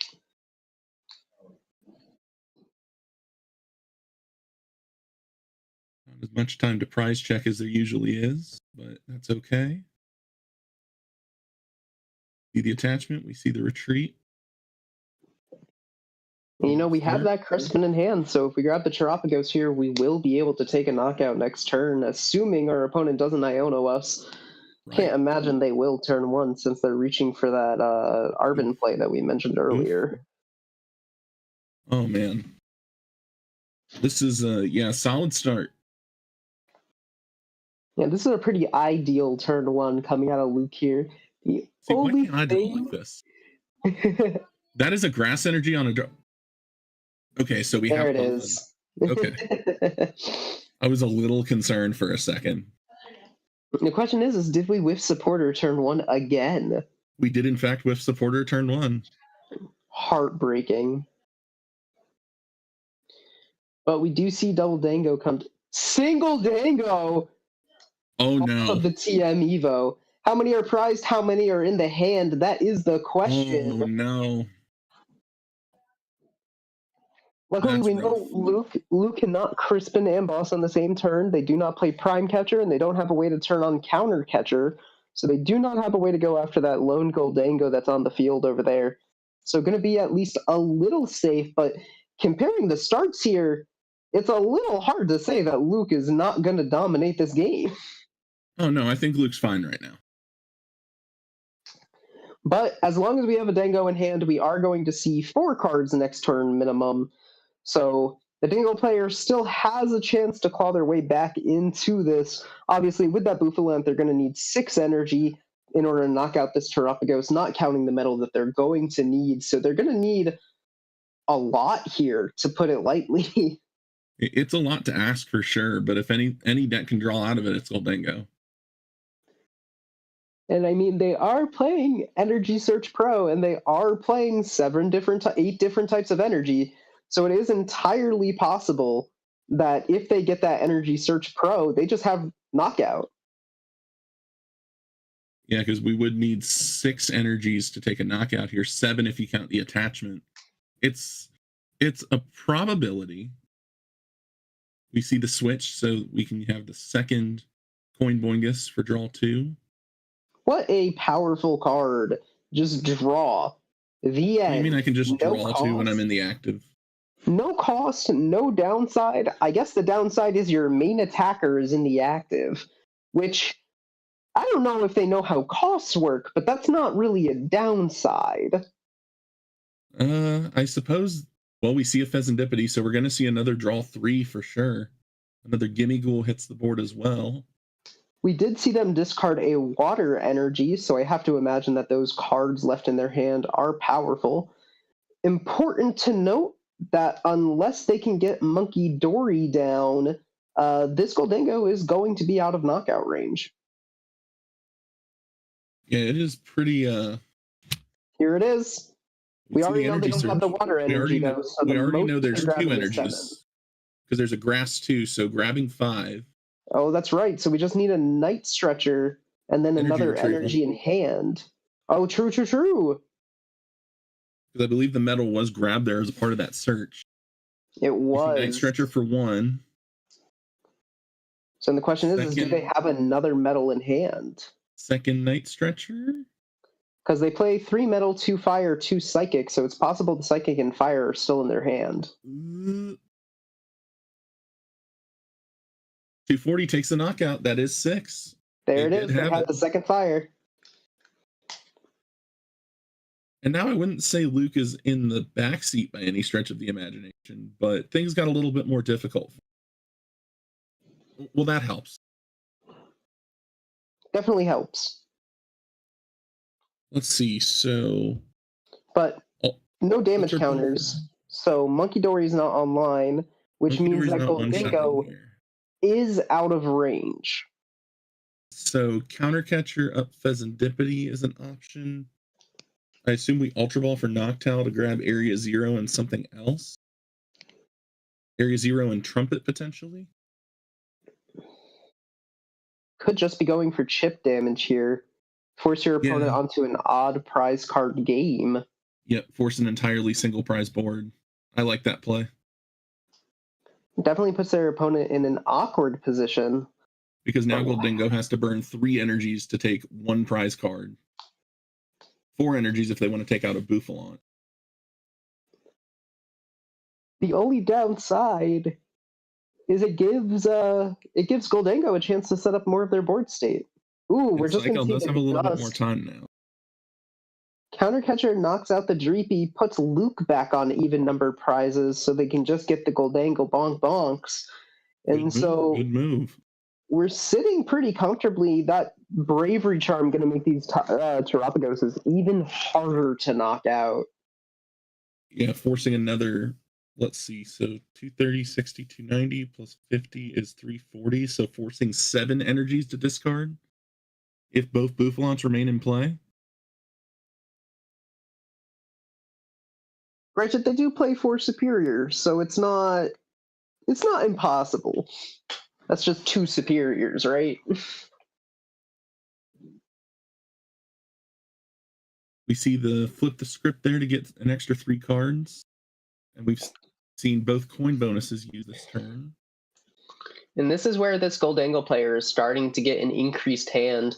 We saw Luke toss away 2 Iono early on, or was that last game? I forget. I believe it was last game that both Ionos were tossed. All right, that's good to know. That's important. The game just ended so fast, I lost track.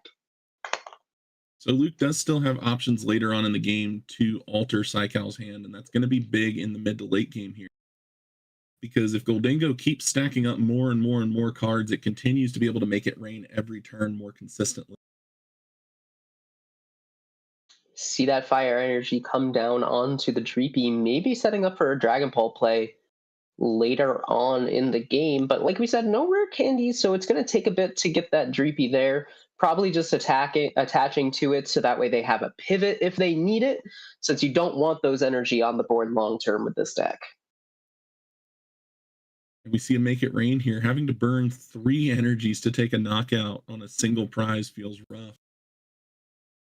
Sometimes you got to do what you got to do.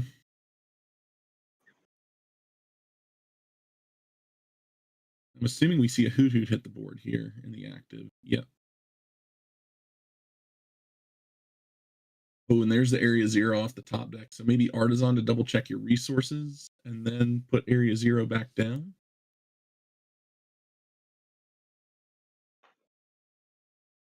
Let's see. So in order for Luke to knock out on a Golding, he would need Monkey Dory damage, which he doesn't have right now. But he could boss up the Pheasant Dippity. Take 2 from there. But you really don't want to lose any of these cards if you don't have to. Yeah, it's just it's such an awkward hand. It's a rough spot. Really have to see what Luke ends up going with here. My thought is the Monkey Dory, but because you can't toss the boss, you can't toss the Tapos, and you can't toss the Underdepths. Like, all of those are so necessary. You can at least recover the monkey if you need to, and you play a second. Is Clefairy the pick over Noctowl? Fairy the pick?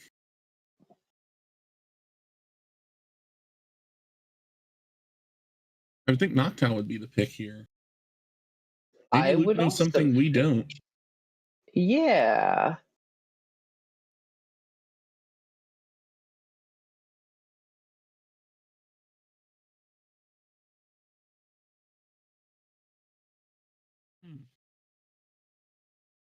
And what are we bossing here?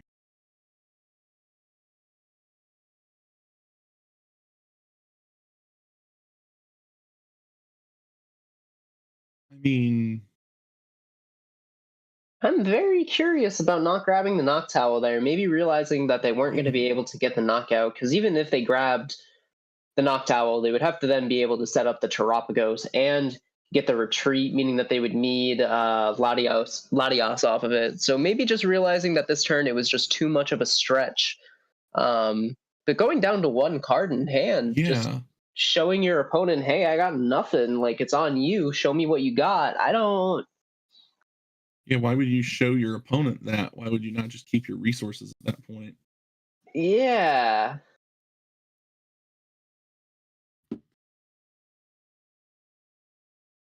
The thoughts were after Noctowl potentially.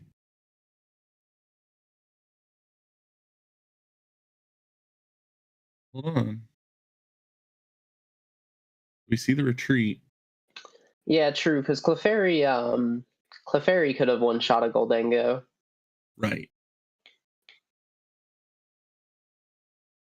See the superior. Hey, it happens to all of us.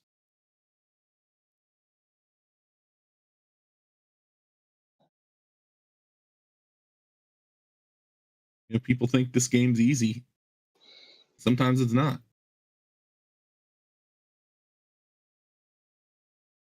See another attachment here building up the Goldango. Are we going to see Luke hit the concede button? We are going to see a game 3. Was a pretty commanding presence from Luke in the early game, but absolutely. I'm not going to sit here and say, oh, well, that loss was only because of that one mistake. But sometimes those things do happen. However, I don't see a world where Luke has many problems setting up game 3 if we see the same momentum that we did the first 2 games.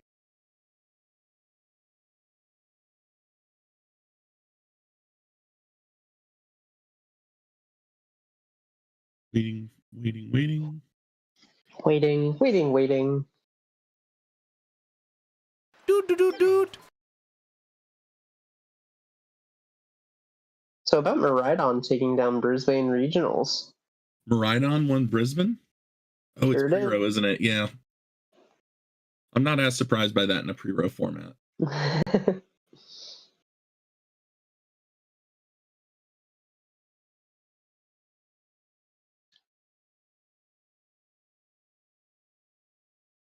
Yeah. So these have been two good games back to back. Pretty consistent.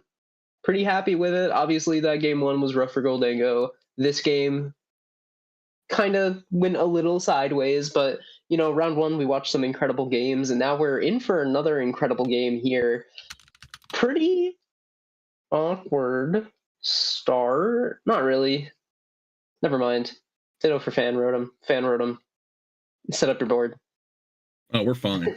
Yeah. Starting Ditto reminds me a lot of starting a Rangaroo V in the Terrapagos cloth deck, where it almost feels like a war crime. Yep. I do love that Ditto. Just getting to do what you want on that first turn feels so good. This board is all you could ask for if you're in Luke's. Maybe we see both boofs hit the field. Although I see a world where putting only one down is fine, freeing up that bench space. But the second one just feels better in case there's some sort of momentum that's brought up. Maybe you get Iono'd, something like that. Yeah. I do think putting it down just for the insurance is safe, especially since your opponent's going to be going for that TM Evo situation like they did last game. So not too worried about the Iono. They're only going to be Ionoing if they don't have a good setup themselves. So might as well. I can tell you which Pokemon I would not want to use to TM Evo this turn. I would not want to use it with Pheasantipity. Well, I wouldn't want to Crispin the Pheasantipity either, but here we are. Yeesh. We see the lightning hit the Pheasantipity. We see an Ultra Ball. Maybe there's a TM Evo already in hand. Oh, that hand's full of energy. Gimmighoul hits the board. Do we see a second Gimmighoul hit the board? We do see the TM Evo with the Pheasantipity. So Goldango is going to hit the board. Yikes. And it is a Goldango we cannot knock out without anything at this point, actually. Right, but still a really good board state from Luke here. Yeah, really powerful board state. Not at all like a bad situation for Luke to be in. And hey, although it's free two prizer. Although it's going to be all about how he navigates this first Noctowl here. See what he grabs off the Jewel Seeker.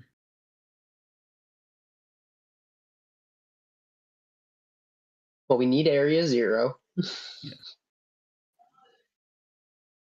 Luke taking a check, seeing what his options are for this game. Area 0 grab and scoop up Cyclone grab. So that way you can access Noctowl again. Yep. Do you want to see me do it again?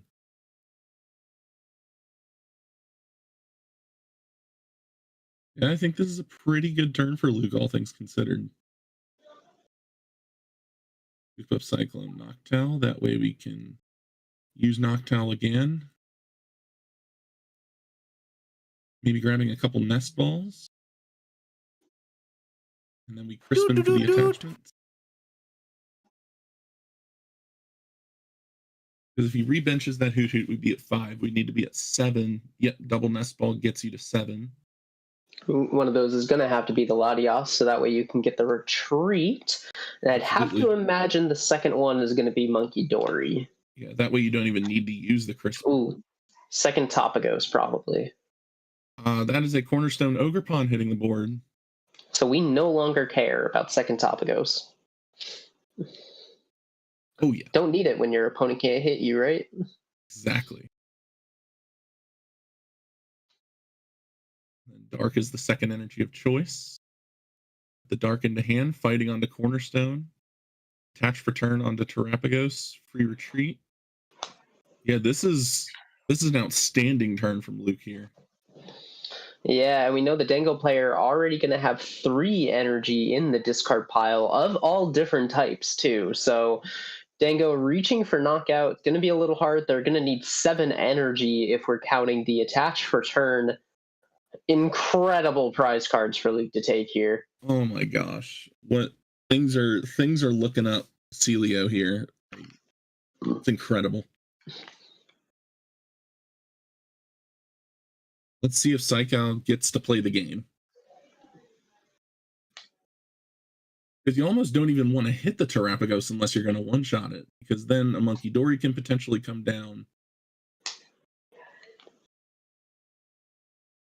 Yeah, I feel like passing here is just for the best, unless you can hit that one shot, but I don't see that happening. That would still require 6 energy cards, and we see 5 in hand. Yeah. If they swing here, Luke just wins. I mean, obviously Psychal doesn't know everything that we know. We saw the monkey and darkness energies in previous games, so we can assume that that is an option. And even not knowing what's in Luke's hand, I feel like knowing that that's an option, you just pass. The pass makes perfect sense here. And then at that point, do you want to start swinging with Cornerstone to force them to have boss and a combination of energies? Or do you think swinging with Terapagos is safe here, Eliza? What's your thought? I think you swing with Terapagos, even though Cornerstone wouldn't take any damage, just because Terapagos' damage is so much higher that you're able to put additional pressure onto this Goldango. It just puts the Goldango player in such a weird spot, especially since then they're at risk of a monkey KO even if they retreat. I like your line better. I feel like this is one of those things where you're in such a winning position and you know your opponent is not in a good position that you push that advantage as much as you can. But the Cornerstone play is safer, and so that's probably what Luke is grabbing this energy for. Do you see the Psychic getting accelerated to Cornerstone here with Crispin, then the other Dark hitting the hand? We see a Dark on the Cornerstone. But do we see the retreat? We see the retreat. We don't want to bench Hoot Hoot because maybe we do use Hoot Hoot anyways. Because benching down that Monkey Dory doesn't really matter because you're 2-shotting with Demolish anyways. See what Psycal got. We have a Buddy Buddy Poffin. The game is not over. However, still a very scary position. Yeah, it's still a not very good board state. Now, if you see only one Dreepy hit that board, okay, if a second Dreepy hits the board, none of this is relevant. Okay, Monkey Dory hits the board. So 110, that means Goldango is now a 3-shot with Demolish. But at that point, if only one Dreepy hits the board, wouldn't you want to just KO the one Dreepy? So I would say no, exclusively because Luke's already at 4 prizes, and going into an odd number prize race adds additional turns that they need. And I do think the longer the game goes on, the better the Goldango deck gets. So I don't necessarily Goldango. I don't think Luke is on a timer, but I do think you want to optimize taking the knockouts as quickly as you can. Because we know they have 3 energy in hand to knock out the single Notably, dude here. They didn't use the Monkey Dory. So we do just have knockout on Goldango. Because they don't have Dark. Yeah. So we're actually in a still very okay, fine position. Yeah, extremely winnable position here. And Nestball for another Hoot Hoot. Actually, don't think there is. Is there access to a Hoot Hoot? There is access to a 4th Hoot Hoot. Yeah, Nestball for Hoot Hoot. Just make it like nothing happened. And then we see the Demolish for 140.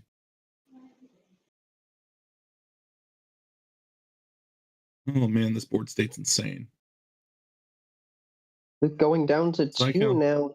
doesn't really have a care in the world. Extremely uphill battle here. We see a Goldango come down, so we know coin bonus gets 2 more.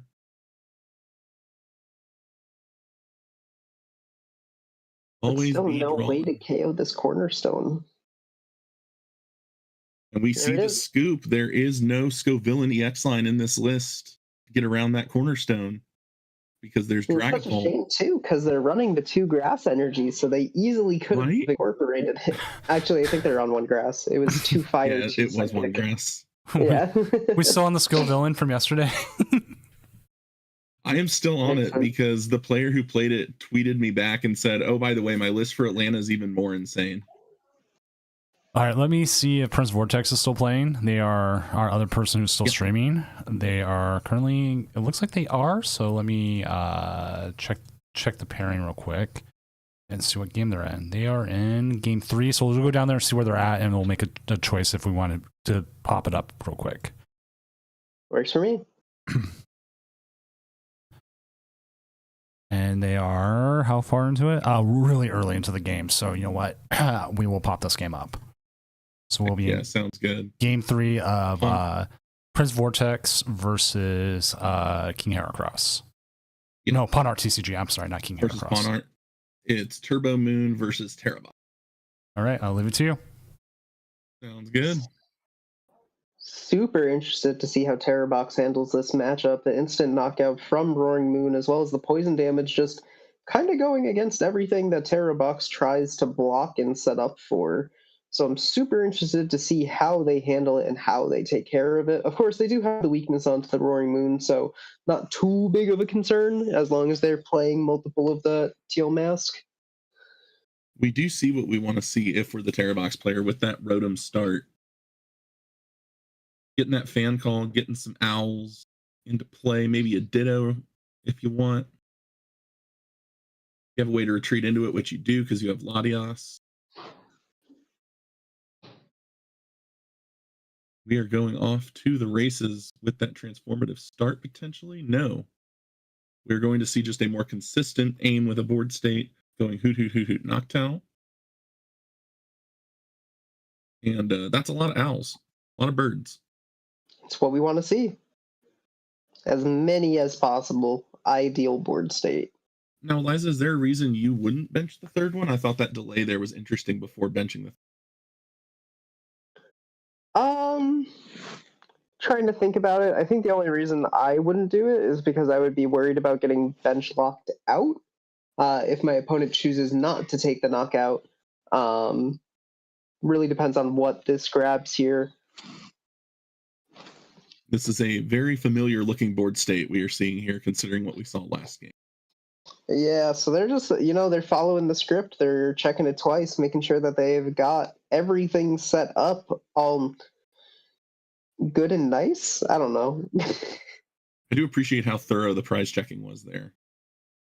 Very in-depth. If I had their deck list up, I would already know what was in their prizes, but I just was 1 minute too late getting that deck list. If I had one. Here's where I put my deck list. Terrapagos. Do we attach the water here, or do we force them poison themselves? Yep, we see the pass. We want them to take the single prize first. That way we can take the double prize next turn. We'll have to see exactly what the opponent does here. Earthen Vessel discarding a dark. 2 more darks. I'm a little worried about putting down this Latios here, just because it's so prone. I think that's just fine. What they started.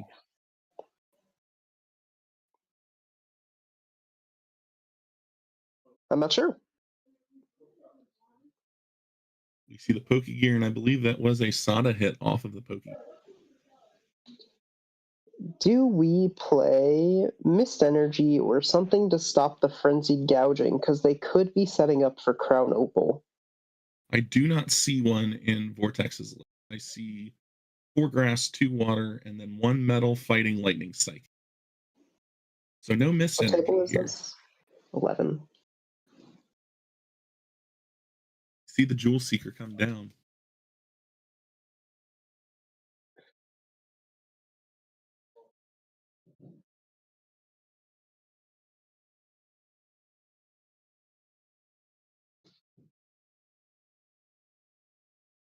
So we see the Jewel Seeker for the boss and the Earthen Vessel. We could potentially see a Crown Opal, but without the miss synergy, as you said, there's just as easily an option of, oh, I can just nuke this 2-prizer now. Well, it does force them to use Frenzied Gouging if you decide to go that route. So you can knock out the Squawkabilly here.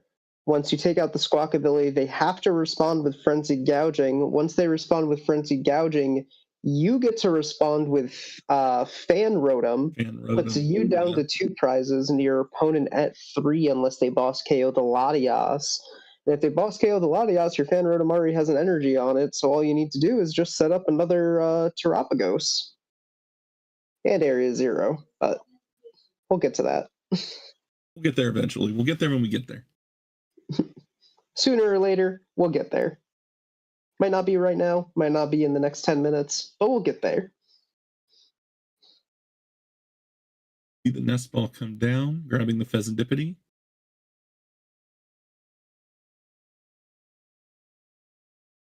See a dark hit the moon.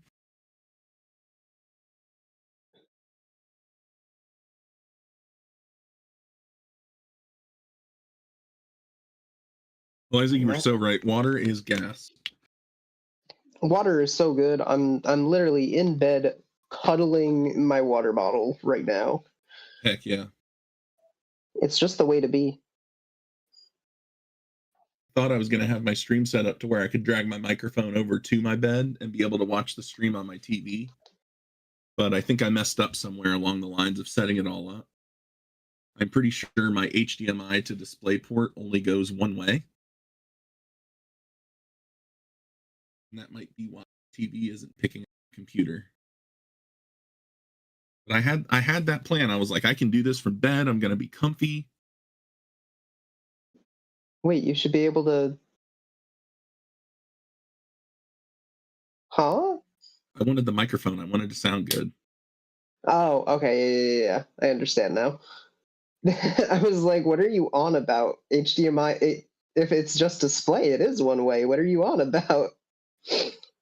All right, well, we see the 200 damage coming down with the Frenzy Gouging. The capsule puts it out of range of that Fan Rotom here. But notably, if we're able to set up a Wellspring Ogerpon, I don't think it's very likely. Take more prize cards. Yeah.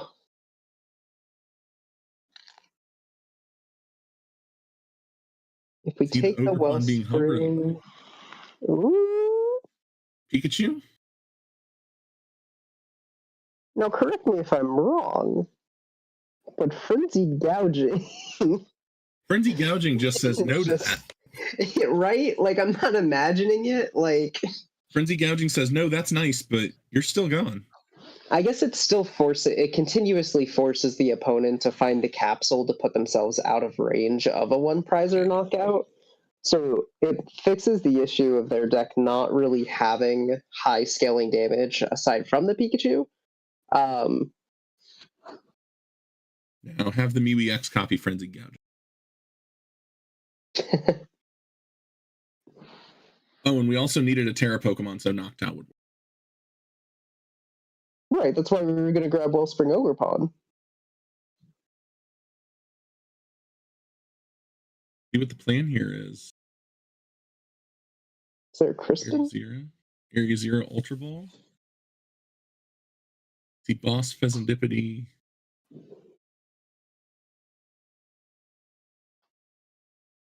Pheasantipity can still be used to draw before we Ultra Ball.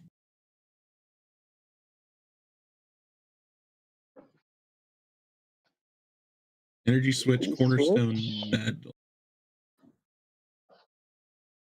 I guess we feel about this. Technically still have access to another Noctowl with that Ultra Ball. Yes, but do we want to sacrifice those cards to do it? Yeah. Most of your Pokemon are discarding them anyway, so you don't really need Energy Switch. At least in this matchup, specifically.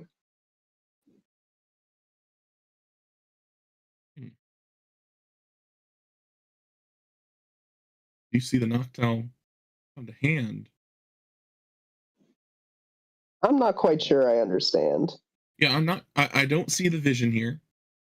That doesn't mean that they're wrong or anything like that. Yeah, just they have different lines in mind than we do, and that's Yes, okay. exactly.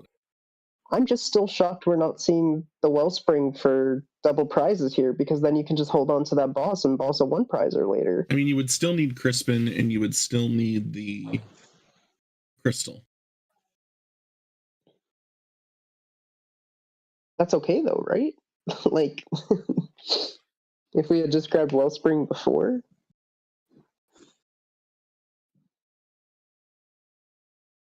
I'm really curious to see how this line pays off. Let him cook. And this is why I love casting, exclusively because there are players who have been putting the time onto these decks. They've been putting in the effort, they've been putting in the work on the deck building, the matchups, and everything. So they know lines that, frankly, we just aren't privy to. Absolutely. And so being able to see them come out with these kind of lines that you and me aren't seeing, but they obviously have in mind, just it elevates us and it elevates the viewers. Absolutely, 100%. See the Psychic Energy hit the Clefairy. Okay. So there is something that gets to attack this. Did we want it to be a two prizer? Probably not. But you technically still have taken the first two prizes. So there's still a chance. I mean, you even could have set up Pheasantipity. No, you couldn't have. Never mind. See the Turo. There's Nest Ball. If we have access to a fourth Hoothoot, it's a little too late for it. Not sure what the game plan is here, because now we can use Ye Olden Calamity Storm. If there's an attachment involved. Then Clefairy goes down, then what? We play Bear. We play Ursaluna.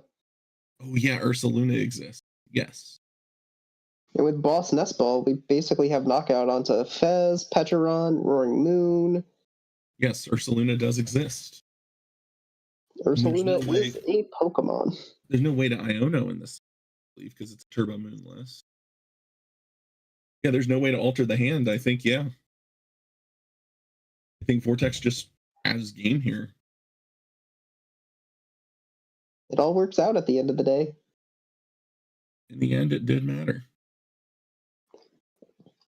So swinging with Clefairy instead of Wellspring, putting down Pikachu instead of another Terra, it all works out at the end of the day. This is called Terra Box after all. Out.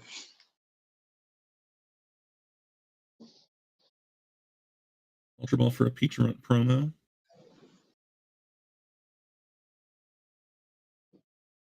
We do see the capsule come down as well. Now, notably, at least, they do not need to use Frenzied Gouging here. Right. Calamity Storm is definitely what's taking the knockout. Taking out Pheasantipity, I think, makes a lot of sense.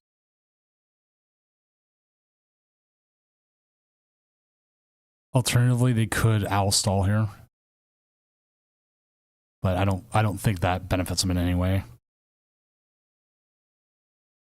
Oh, because the Poison Chain prevents retreating. How are we getting energy on it?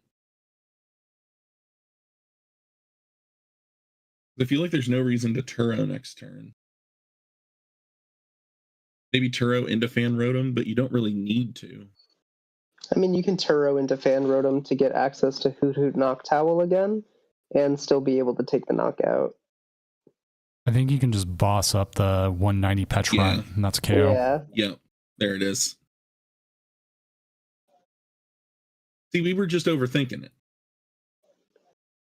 I don't know why I thought they couldn't retreat. It's the attack. Never mind. Yeah, the attack says that. Yeah. Okay. I understand. And that was game 3. It's like you don't have enough air in your Drifloon. So let me go ahead and move us to our goblin hole, I guess, again. Yes. Maybe I'll rename it from Caster Hangout to Caster Goblin Hole. I don't know. All right, let's go ahead and update. Goblin Caster Hole? Yeah. All right, so I got the updated standings here. We are 12 of 17 games done, and we do not have a 9 anyone in guaranteed cut yet. This is incredible. We do have Psycal's 100% opponent's winning percentage. He has lost both games today. But Vance Rocks and Capador cards and All Out Blitzel and Joshel, the winners of unless they tie, will be moving on. Both of them, one will be moving on to cut. Which actually, I'm going to go jump to YouTube real quick and see how Blitzel's game is going, and maybe we'll stream that on here for a bit. I don't want to watch a Dancing Triangle. It's not Dancing Triangle today. I mean, we could put Dancing Triangle on there, but we're not doing that. All right, here we go. We need Subway Surfers. I need to be stimulated. I need this. Yeah, this just isn't doing it for me. The reserve ticket. X3, as long as you can get to 9, that's all that matters, Prince Vortex. If you can get to 9 wins is all that matters. That's all that matters. It's just 9 wins. What are top cut time rules if it goes over time? If it's tied 1-1, highest seed moves on. If it's 1-0, the 1-0 moves. Whoever won the first game moves on. So standard Pokemon rules.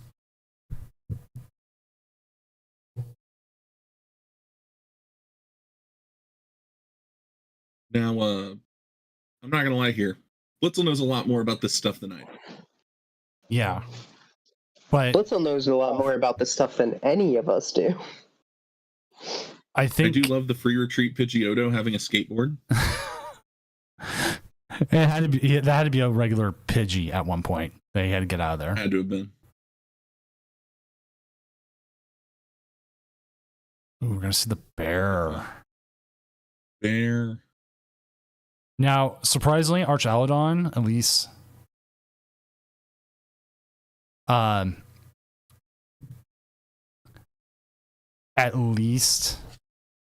has a pretty good matchup against most controls. So, boss's orders here would have been great, but we obviously didn't see it. Hey, Doom, is that normal? That's how we've handled it since it's come up. And the only reason we've ever had it come up is because of stuff like what's the word I'm looking here for? Double Stellax getting into it. A lot of times. Oh, did we just see the Relicanth? Uh-oh. Raging Hammer for KO with enough. Oh, that is game. That is game right just there. Enough.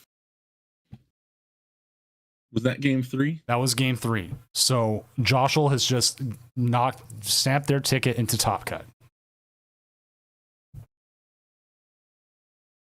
Joshel is our first guarantee into Top Cut. Like, if I remember right in the rule book, the Pokemon rule book, that's how it says, is it goes by, if you're tied 1-1, it go, and there's, actually I think it is by prizes.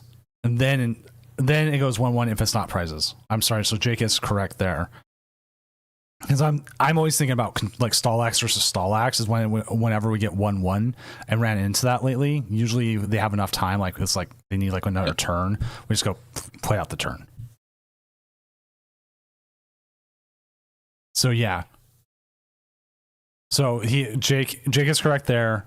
The last like 4 months we've only had that issue ever come up with like double Stellax.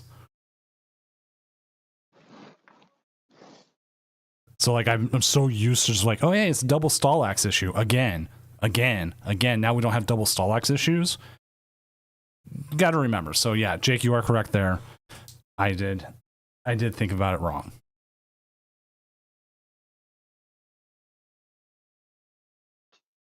But as it's standing, Joshua is our first one in cut. And we still have a lot. And it's with Bridge. Now, Right. which version of Bridge is this again? Let's pop it open. Let's see what it is. It's the Dunsparce version. Right. No poison. Double black belt. Maximum belt. This is a Bridge that wants to punch. I love the one of the Dunsparce EX. Ready? Do you know what it's for, Ryan? Oh, it's for Cornerstone, right? There it is. Yeah. I don't remember who someone tweeted that yesterday, like, or Blue Sky, I don't remember which one. It said, if a card looks weird in a deck, it's for Cornerstone. That was like right after we talked about it. I was like, Always. That's just Ryan's quote. I know. I was like, they Always. stole it from Ryan. So let's see, we are waiting on 3 matches now, and one of them will have another 9-1 unless they tie. Koopa says he's here. Cool. If Koopa wants to come in and join us, he is more than welcome to. It would give me the opportunity to head out early so I can get ready for the wedding. That's fine. Actually, if we want to do that, that is 100% what we can do. I am perfectly okay doing that. And Ryan, you can stay What in I'm it. really going to do is nap, but no, I have to take a shower and do my hair and my makeup and throw on a pretty dress and all that fun stuff. So one Koopa's in. So Liza, why don't you go ahead, do your last minute promotion, and then Koopa, after they're done, go ahead and introduce yourself to everyone in our nice stream here. Cool. all right, y'all. Thanks for having me. Once again, it's Eliza from Eliza Sheeppost. You can follow me over on Twitter using the exact same name. You can also find me on Blue Sky under the same name. I'll send a message in chat so that way everyone has the username. And make sure to follow and support Project Artemis because we have big things in big things in store over the next couple of weeks. So thanks for having me, Doom. Always a pleasure. Ryan, super fun casting with you. Yes, it's been fantastic, Eliza. And I will see you all next time. See you, Liza. And Koopa? Hi, Eliza. Super- Hi, guys. It's me. My name is Kyle, or Koopa, however you may know me on the internet. I am a commentator with several fortnights of experience, like 70 of them. But yeah, happy to be here. Fortnite Battle Pass? Yeah, Fortnite Battle Pass. I'm drinking my Mountain Dew gaming juice right now, so. Hey, Sub-Zero was really cool in the newest Battle Pass. I cannot wait to play as my favorite video game character, Sabrina Carpenter. Oh my No, God. Shohei Ohtani is the goated video game character. I said this That yesterday. guy stinks. I said this yesterday, but I killed a Shohei Ohtani player with the baseball bat with a home run swing, and I just audibly laughed for like 5 minutes. I was playing as the Japanese Harley Quinn they have in there. I was like, ha, ha, ha, Harley Quinn got Shohei, as John Wick was like watching. None of those words are in the Bible, but Like that being said, yeah, yeah, literally happy to be here though. Very excited to commentate some Pokemon today. So Ryan is not here, your joiner, but he's here yapping until we get to the next round, which is in about 15 minutes. Absolutely. And you're like, oh, I'm here. Chillin'. You're here early. I'm like, that's cool. You know, Eliza's got a wedding to go to and stuff today. So I'm like, let's just bring Koopa in. He can come yap with us. Eliza's going to a wedding, and I'm eating a chicken sandwich right now. So we're two very different lives today. Look at us. Look at what we're doing. Yeah. I ate breakfast with my family, and then I ate a bag of Flamin' Hot Cheetos.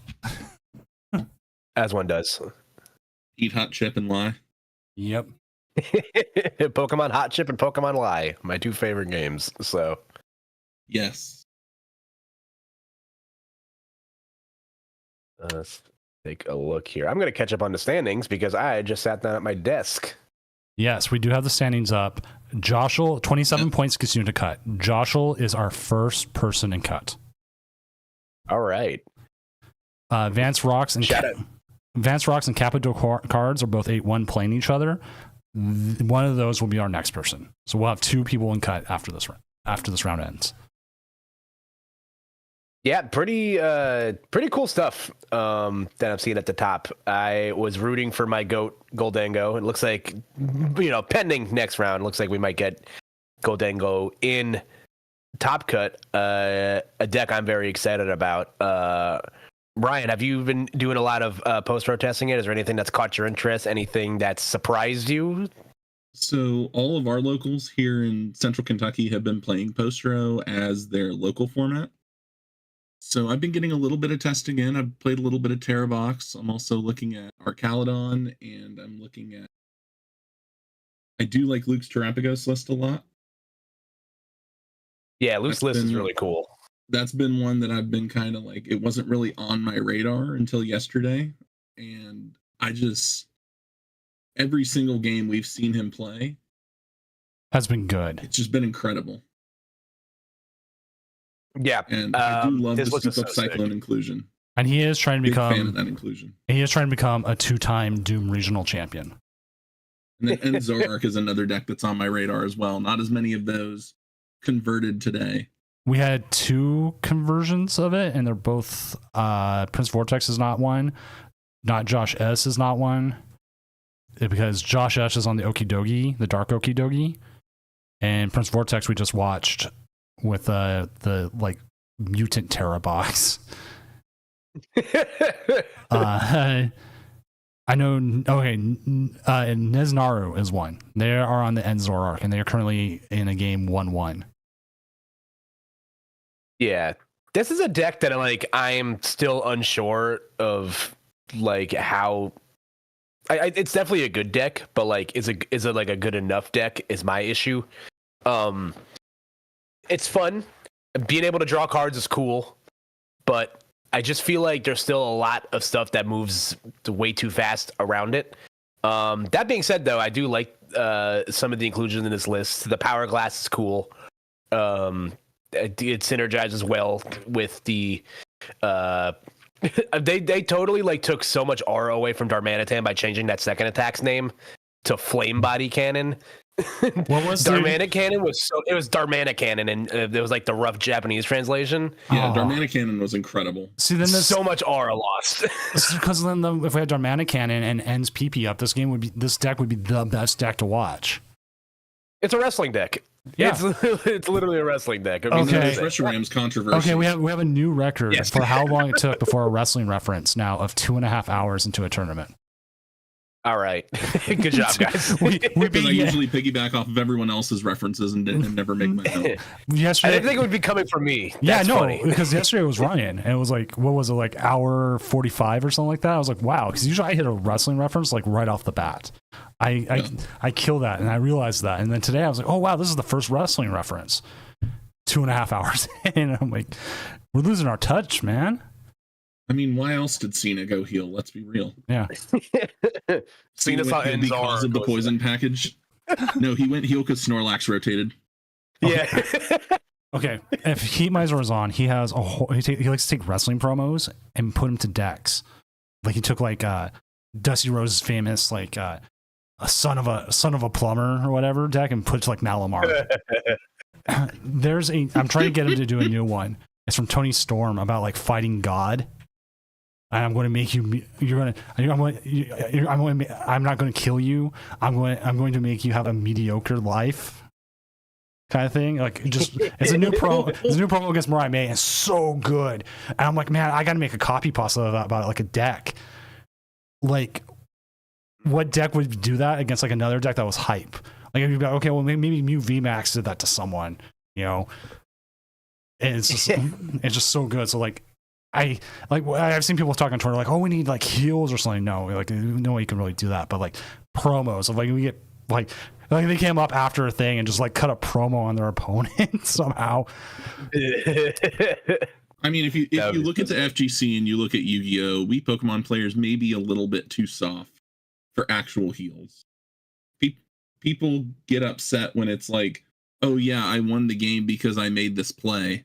Because then there's the implication of, oh, you think you're better than me. Yeah, might not be the environment for true heel behavior. No, and now it'd be entertaining to watch. And now we have Mellowcrit joining the app. What's up, Mellowcrit? Oh yeah, Want to give yourself a little introduction?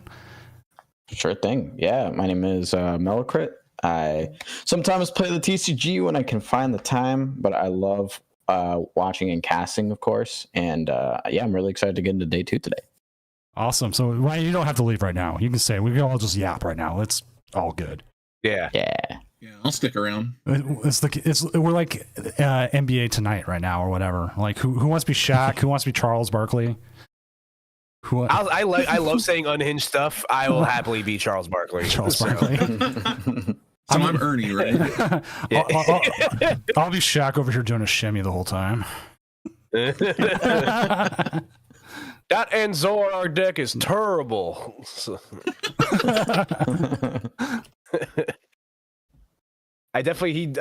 Charles Barkley definitely had influence on the amount of food I tried to find in San Antonio when I went a few months ago. So did you find any churros? I did find one churro. It was pretty good. So hey. Shout out to churros. Melocrit, I got the other. Is there any decks that you've been liking so far, post row? Anything that's caught you by surprise? Anything that's fun for you right now? Man, I'm not gonna lie. That deck we got to see at the end of yesterday was ridiculously fun to watch. Was the Frostlass deck with the just like item lock spam and the Monkey Dories. That's wild. That's, I think, too much math for me to want to play it, but watching that deck in action was really cool, especially with how much like Dragapult is in the meta. The damage spread is all over the place, which is it's pretty cool to see. I think definitely requires a lot of forethought. So I'm excited to see so much Dragapult, and not in an oppressive way, but in a way that's being built and used in a lot of different clever ways. So that's what I'm looking forward to the most in this format.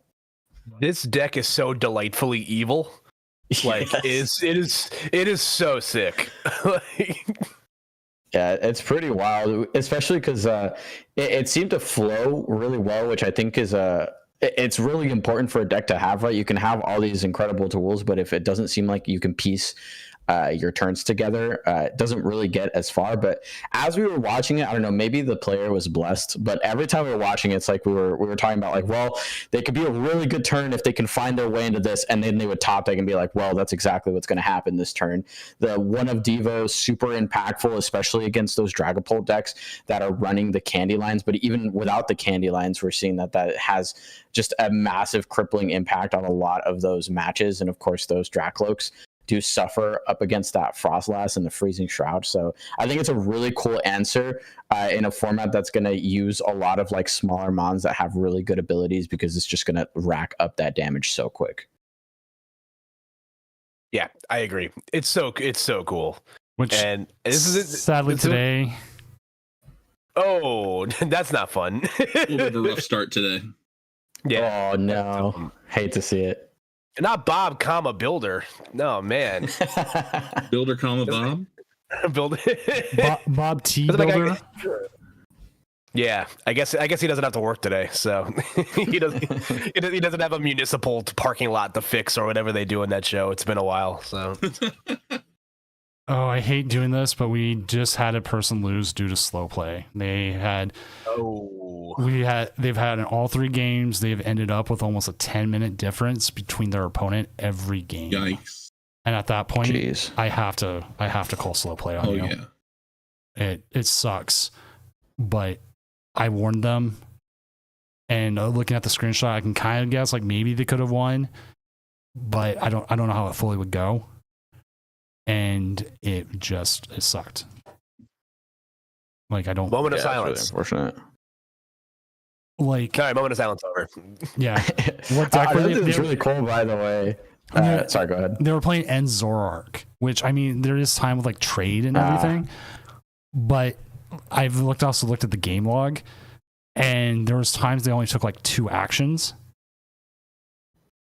and and they were playing against like a Terra box, and like it wasn't like 10 minutes. Like, it was like their opponent had 17 minutes, and they were down to 6. Jeez.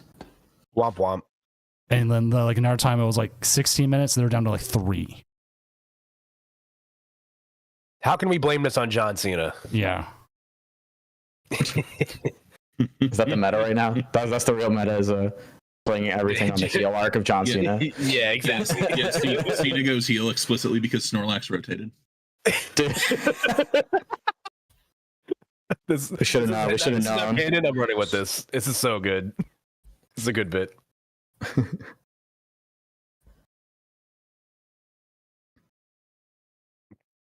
Well, Hey, what is pretty cool is we're seeing an Okie Dokie deck on 2-0 on day 2. It's pretty fun. Yeah, that's kind of nuts. Deck is sick.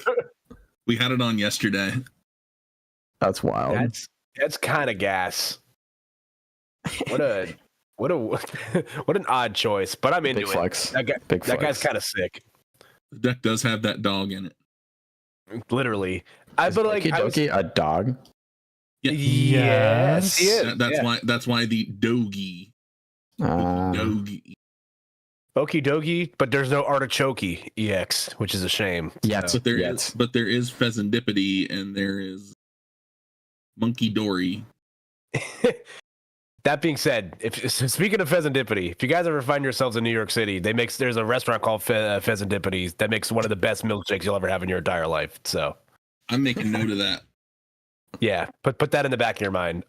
This deck is sick though. I think one of my things that I'm looking towards in like the next few months that we have this set is can your deck beat the walls and like Cornerstone Ogerpon in general. So I think you're gonna see people like, especially early on while things are still kind of like free range and weird, you're gonna see people try to find like different interesting answers to that. And Okie Dokie makes a lot of sense to that. He does not have an ability, so he is not stopped by Cornerstone Mask Ogerpon, and Chain Craze go crazy. That deck does a lot of damage. So now, Koopa Melocrit, my favorite bit of yesterday was we had a round where there was a Goldango deck playing against a Guardy deck. And we were scrolling through the Goldango deck, and we realized that the Goldango decks normally don't have any outs to Cornerstone. You want to know what this deck decided to play as their out? A Crispin and a 1/1 Scovillain EX line. Okay, calm down. That's so spicy. That's literally the spice. So Vance Rocks and Capador cards did not finish their game. Really? So they are now both 8/1/1. Still not in cut, but if we update the standings, I think you're fine. So the unintentional draw. Gotta say, the natural draw is actually causing a ruckus in the pairings every single time, or in the standings. Love to see it. So I'm updating the standings. We do have an issue with one of the games came up, one of the ones that did go into tie. So I'm trying to find out what's going on before we do it. So we do not want to tie. Okay. I'm still losing my brain over that 1/1 Scovillain line. That's fire. me and Eliza were losing it. That was the same round that the stream that we stumbled upon to get footage to commentate over. There was on one corner of the screen was the game. There was a hand blocker that was a gif of a dancing triangle. And then on the bottom right corner of the deck list was there. And on the right side in the middle, there was a League of Legends stream. And then we decided we weren't stimulated enough, so Doom injected a YouTube video of Subway Surfers in there too. Bro. All we needed was some brains. All we needed was some Reddit stories, and it would have been perfect. Yeah, or that one video of the guy that gives you like financial advice, like. Oh yeah, you mean to tell me you spend how much on Pokemon cards? Farming simulator. Oh man, that's that's gas. Wow, it was incredible. That's put that in the Louvre, man. That's intense work. That and our Cornerstone bit where, oh man, Eliza, what's that card for? Ryan, it's for Cornerstone. Eliza goes, Ryan, what's this card for? Eliza, it's for Cornerstone. That's a great bit. Every time there was a question as to what the card was for, it was always for Cornerstone. It's like the Office like coffee filter like meme. It's just like, does this card go through Cornerstone? Yes. Yes. Corporate says in the same picture.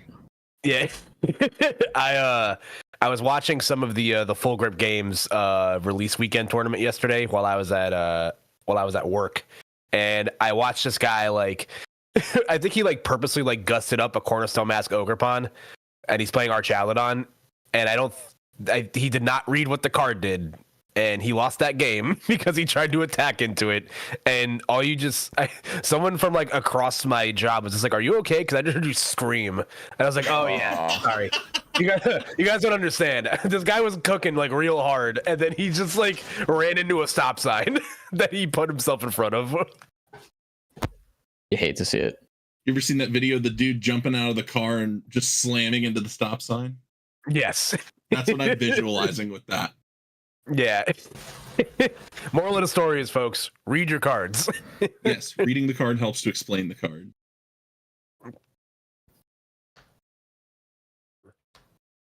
All right. Speaking of, just finishing up this last one. They were very close to finishing, and they had a gentleman's they set before, and they were trying to figure out because they both were like tied in prizes still, and they both didn't really have board state, so they set a confusion flip and used that as a coin flip, and then they decided off that. So that is done. That is done, and next round will be up now. Perfect. So Ryan, any last minute stuff you want to say before we go directly to Mellowcrit and Koopa as we find our next match? I just want to say, Doom, thank you so much for this amazing opportunity. I've had a wonderful time this weekend. And if you all want to go follow what I have to say, go on the app formerly known as Twitter and go to @E5Tweets. That's where you'll find me. Might be making a blue sky here soon, just seems like a good idea. But if y'all want to hear yapping about Pokemon and Survivor and baseball, that's where you go. And until next time, keep on splashing. All right, so for Koopa here in Mellowcrit, we could do Jake Gearhart versus BHP Luna. That's Dragapult Dusknoir versus Goldango, and the winner of that will be in cut. Yeah, let's do it. Goldango. I want to, yeah. All right, send that up, and we will have that matchup, and then I'll hand it off to both of you, and we should be fine. Yeah. Excellent. Thank you. Ironically enough, this is actually the one of the Goldango lists I was just looking at myself, because this is a deck that I've really been enjoying post rotation. It's a deck that like I feel like was always kind of like fringe good, and then kind of picked up some steam at the end of this past format, and now everyone's kind of looking at Goldango maybe as like, now that some of these V stars are starting to rotate out, that kind of power crept it a little bit. I think this deck really does have the legs to stand on its own, and it's got some new friends to play with. I'm a huge believer in Big Worm EX. I don't know about you, Mellowcrit, but this list is looking pretty nice. Yeah, I mean, we could jump on the bit that we just got shown from our previous caster. What is the Dunsparce EX there for, Koopa? For Cornerstone. For Cornerstone, yeah, that Destructive Drill does 150, and it isn't affected by block. Goes right through that Cornerstone block. That's exactly what you want to see. And I like how I'm also a big fan of the fact that it's full commit, right? It is a Goldango list so much so that it even has the one prizer Goldango in the stack, which is also super sick. And obviously we lost Radiant Greninja, so we're replacing a lot of our draw engine with the other Dunsparces using that runaway draw. Yeah, there's a lot of things that make sense here. I still think that Strike at Rich Goldango is sucks, but you do need an answer to Mimikyu, and sometimes you can mess up your own prize trade with Goldango if you attack into a single prizer. So I think utilizing that as a one energy single prizer is pretty good. There's a lot of stuff here that I enjoy. The Vengeful Punch is cute. It just allows you to put some extra damage counters on the board. So, that obviously does not hurt at all. And I'm excited to see how this matchup pans out here as we got Jake Gearhart rocking what I also expect to be very popular moving forward, the Dragapult with Dusknoir, featuring, again, some other interesting casting characters that we haven't seen before. Yeah, the Klefki is a really cool answer. Can really slow a lot of decks down right now, especially those that are really reliant on those big basic Pokemon. And the Holucha there to fix up your math, since so many of the basic sort of setup. Low HP Pokemons like the Dreepy will be 70 HP, so the Hawlucha allows you to get over that with that Phantom Dive plus the damage counters from the Hawlucha. Excellent way to start really clearing out boards, and I'm sure you're expecting a lot of mirror Dragapult matches, so that's one way that you can really get sort of ahead in those games if you're able to dismantle your opponent's board. All right, we see a pretty good start here for Jake. It looks like they are going, Jake's going first. Love to see the Buddy popping in the hand, and a pretty stacked hand as well. Gonna give, looks like debating, putting the Artisan down. You know, Goldengo's a deck that really kind of relies on a strong turn one pop-off, which is why I don't think the blind second is bad here. Jake debating whether or not to give his opponent the Artisan, but it's thinking about it. Yeah, and it's come up a couple times whether you really want to go second, right? But so many decks are running that Badoo with the Itchy Pawn, which it almost feels like it never hurts too bad to start that item lock going second. So I think that going second is still a really strong option. But as you said, starting off that Buddy Pop and going first, it's hard to see anything better than that. In this case, we've actually got down 3 Dreepies and a Duskull to kick things off for Jake Gearhart. Yeah, and Jake really debated on giving his opponent that Artisan there. Obviously, you know, again, Goldengo, a deck that really depends on a strong turn one, and immediately going to hit the Artisan here, thin a card out of the deck. Most likely going to be a Gimme Ghoul. You can't get the Goldengo without the Gimme Ghoul, so that's an important start to have here.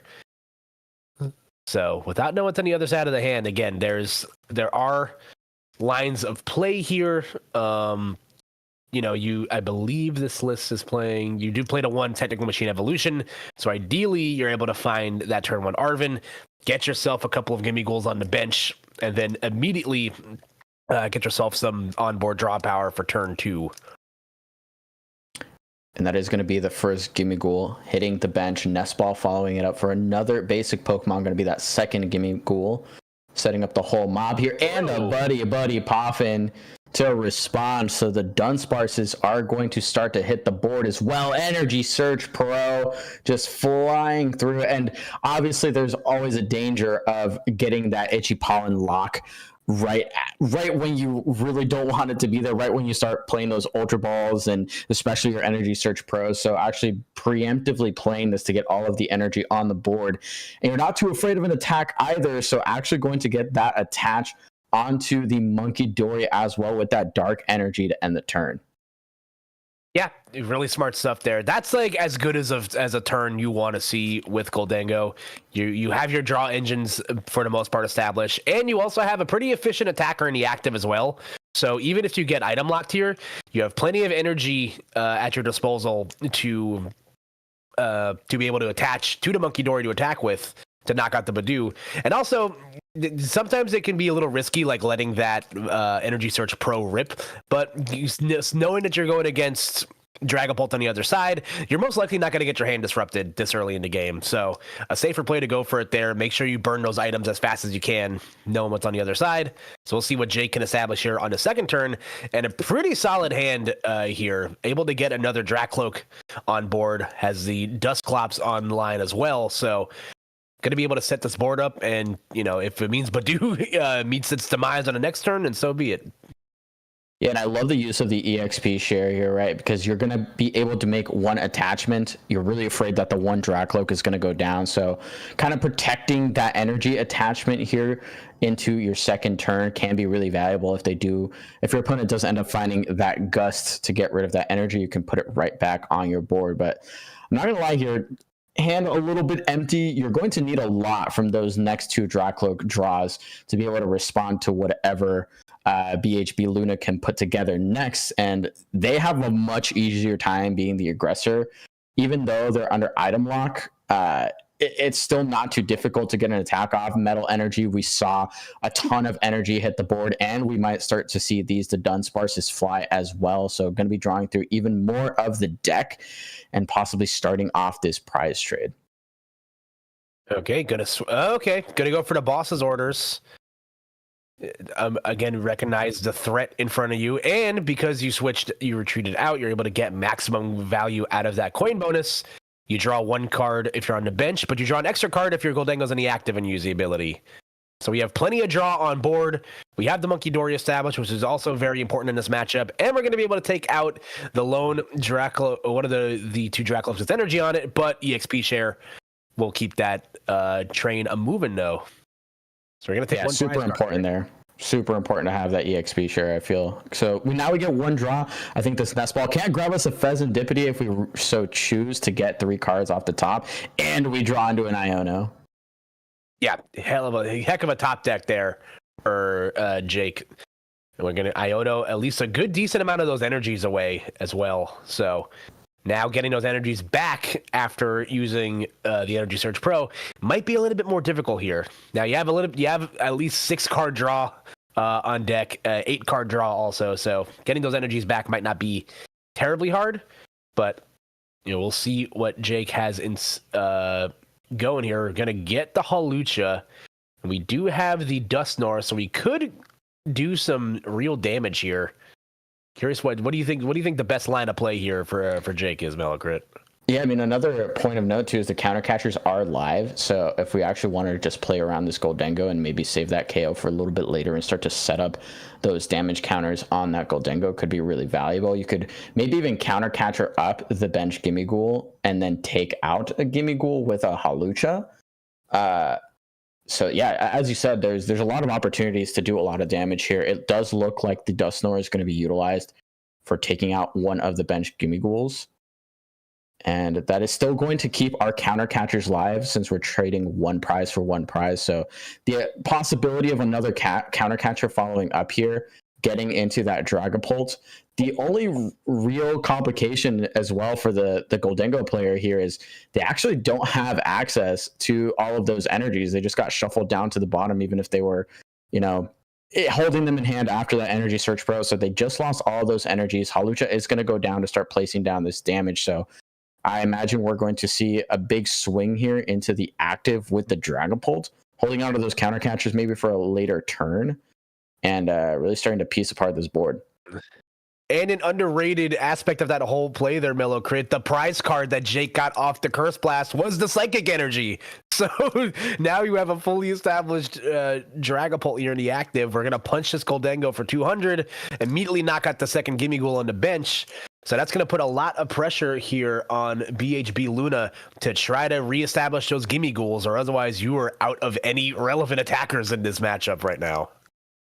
Yeah, sometimes you need that top player privilege and draw better than your opponent, right? So getting that little extra energy, that's actually something I completely missed, was that we weren't even in a position to attack quite yet, which might have informed the decision to pop that benched Pokemon there and make this play work. Because, yeah, honestly, we were a little ways away from making that happen. Now the situation does get a little bit dicey for Jake Gerhardt, because there is a chance this gets knocked out this turn. And if you want to have a back-to-back Dragapult attack, it's going to have to be through a rare candy. Yeah, things could get a little tricky here. But like we mentioned, a lot of those energies did get shuffled to the bottom, per the Iono. So and I believe most Goldengo lists, I think Luna's only playing one Earthen Vessel. So getting those energies back might be a little bit more difficult. And then we're also going to see why the Dunsparce engine is so good in this deck. You can use the runaway draw 3 and shuffle yourself back in, and then you can immediately reestablish yourself with the Artizone. So being able to chain your draw engine together is really, really cool. But we'll see what the response is going to be here from Luna, getting all the card draw access here. It's going to take 7 big ones to knock out this Dragapult EX without the assistance of a Monkey Dory. We'll see if we can get there. And Cypher Maniac's Codebreaker will help us get there. At least 2 out of the 3 cards we're going to be able to draw here. I was going to say, it could have been an option maybe to dig for that boss's order as well, and maybe just take out that Pheasantipede for fewer damage if we didn't quite get there. But it looks like we might not quite need it. We're going to use our second to Dunsparce there to pick up the top 2 cards that were actually put on top from that supporter use. And there's the one of Earthen Vessel we were talking about, actually in hand, probably grabbed from that Cypher Maniac's code breaking. So they're piecing this turn together pretty well. We'll see if they actually got there. Yeah, we see the Monkey Dory hit the bench as well again. So with the Monkey Dory addition to this deck is really, really interesting, because that does correct relevant math. We're going to see the Darkness Energy immediately come back in the hand, and we can throw that on to attach to Monkey Dory. So now that 7 energy knockout you need now becomes a 6 energy knockout, which is a little bit more manageable to get sometimes. So we're going to immediately see the Adrenabrain, move the 3 damage counters, most likely onto the active. Oh, no. Oh, okay. We're just going to take the knockout on the Badoo as well. I would have maybe I would have saved that, but if you have enough energy to secure the knockout, I guess it doesn't matter. So. Yeah, and I think a huge detail as well is the fact that getting that Adrenabrain off is going to prevent that Dragapult EX from being able to KO this Goldengo while it's on the bench, since it is now quite a bit healthier. 30 HP or 30 damage counters removed, is going to put it out of range. That is going to be the full KO onto that Dragapult EX. So again, if we want to have that follow-up attack, we're going to need Candy plus Crisp in play to set that up. And I have a feeling, at least the way the hand's looking right now, we might be well out of range of that, at least currently. And I think from that peek in the deck, I think the Crispin might be prized. So this is kind of an awkward spot here for Jake. We could just see an Iono down to 1, but this deck has so much draw on board. Now, something that is an interesting angle we could take here, Mellow Crit, is that late game item lock against Goldengo is actually crippling. So we could potentially see a line here for Jake where he could go Iono to 1, draw through some more cards here, Badoo to item lock, and hope that, that it's enough to stick for a turn and get you reestablished here. I think the danger, though, is that Goldengo is actually still sitting on 170 HP. So if we don't see the removal of that, I think we just win with Adrenabrain, right?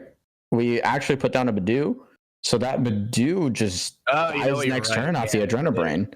I didn't even think about that. So yeah, unfortunately, and we see the Candy plus Dragapult, but we did already evolve into the Dracloak to get that extra draw. So I'm not really sure what we could do here. There was maybe some consideration for putting down a Klefki and pushing that up to the active that would have prevented that Adrenabrain, because I think if we don't find a way to prevent that this turn, I think it's already just lost. Yeah, I think this might just not be. Yeah, with the Adrenabrain on board, this is completely unwinnable. Yeah, I think you just kind of realize that now. So. Yeah, I think unfortunately, it had to be the Klefki there. I think we had to put down the Klefki to prevent the Adrenabrain from proccing. So Countercatcher to stick something in the active, Iono to 1, Klefki down in the active to just prevent that from happening. But even then, what do we need 2 turns before we can get 2 manual attaches to because we're missing the Crispin? Yeah, it was, I think, just a tough proposition there for Jake Gearhart. Yeah, the Crispin being prized there definitely made things a little bit more difficult. And taking a 3 prize turn there was actually, very smart on Luna's end as well, because going down to 1 prize there prevents you from getting Dust Clops or Dusknoir popped. So. Yeah, pretty handedly victorious there. I'm not gonna lie, that looked pretty strong. I think in a lot of situations where you could just piece together that 3 prize turn where you get a KO on the lone Dragapult, can really put this deck up against the ropes. All right, Jake's going to get a mulligan, opting to go second here. Obviously, you're going to have access to Arven. You're also going to have access to Itchy Pollen. Again, very good at being able to slow your opponent down. So it's going to depend on whether Luna can have a strong turn 1 here. And it's the name of the game of Goldengo. If you're going first, your deck that doesn't mind going first because you're obviously a stage 1 attacking deck. But sometimes these opening hands can be kind of disastrous. Oh no. Could this be? Oh no! This is so bad.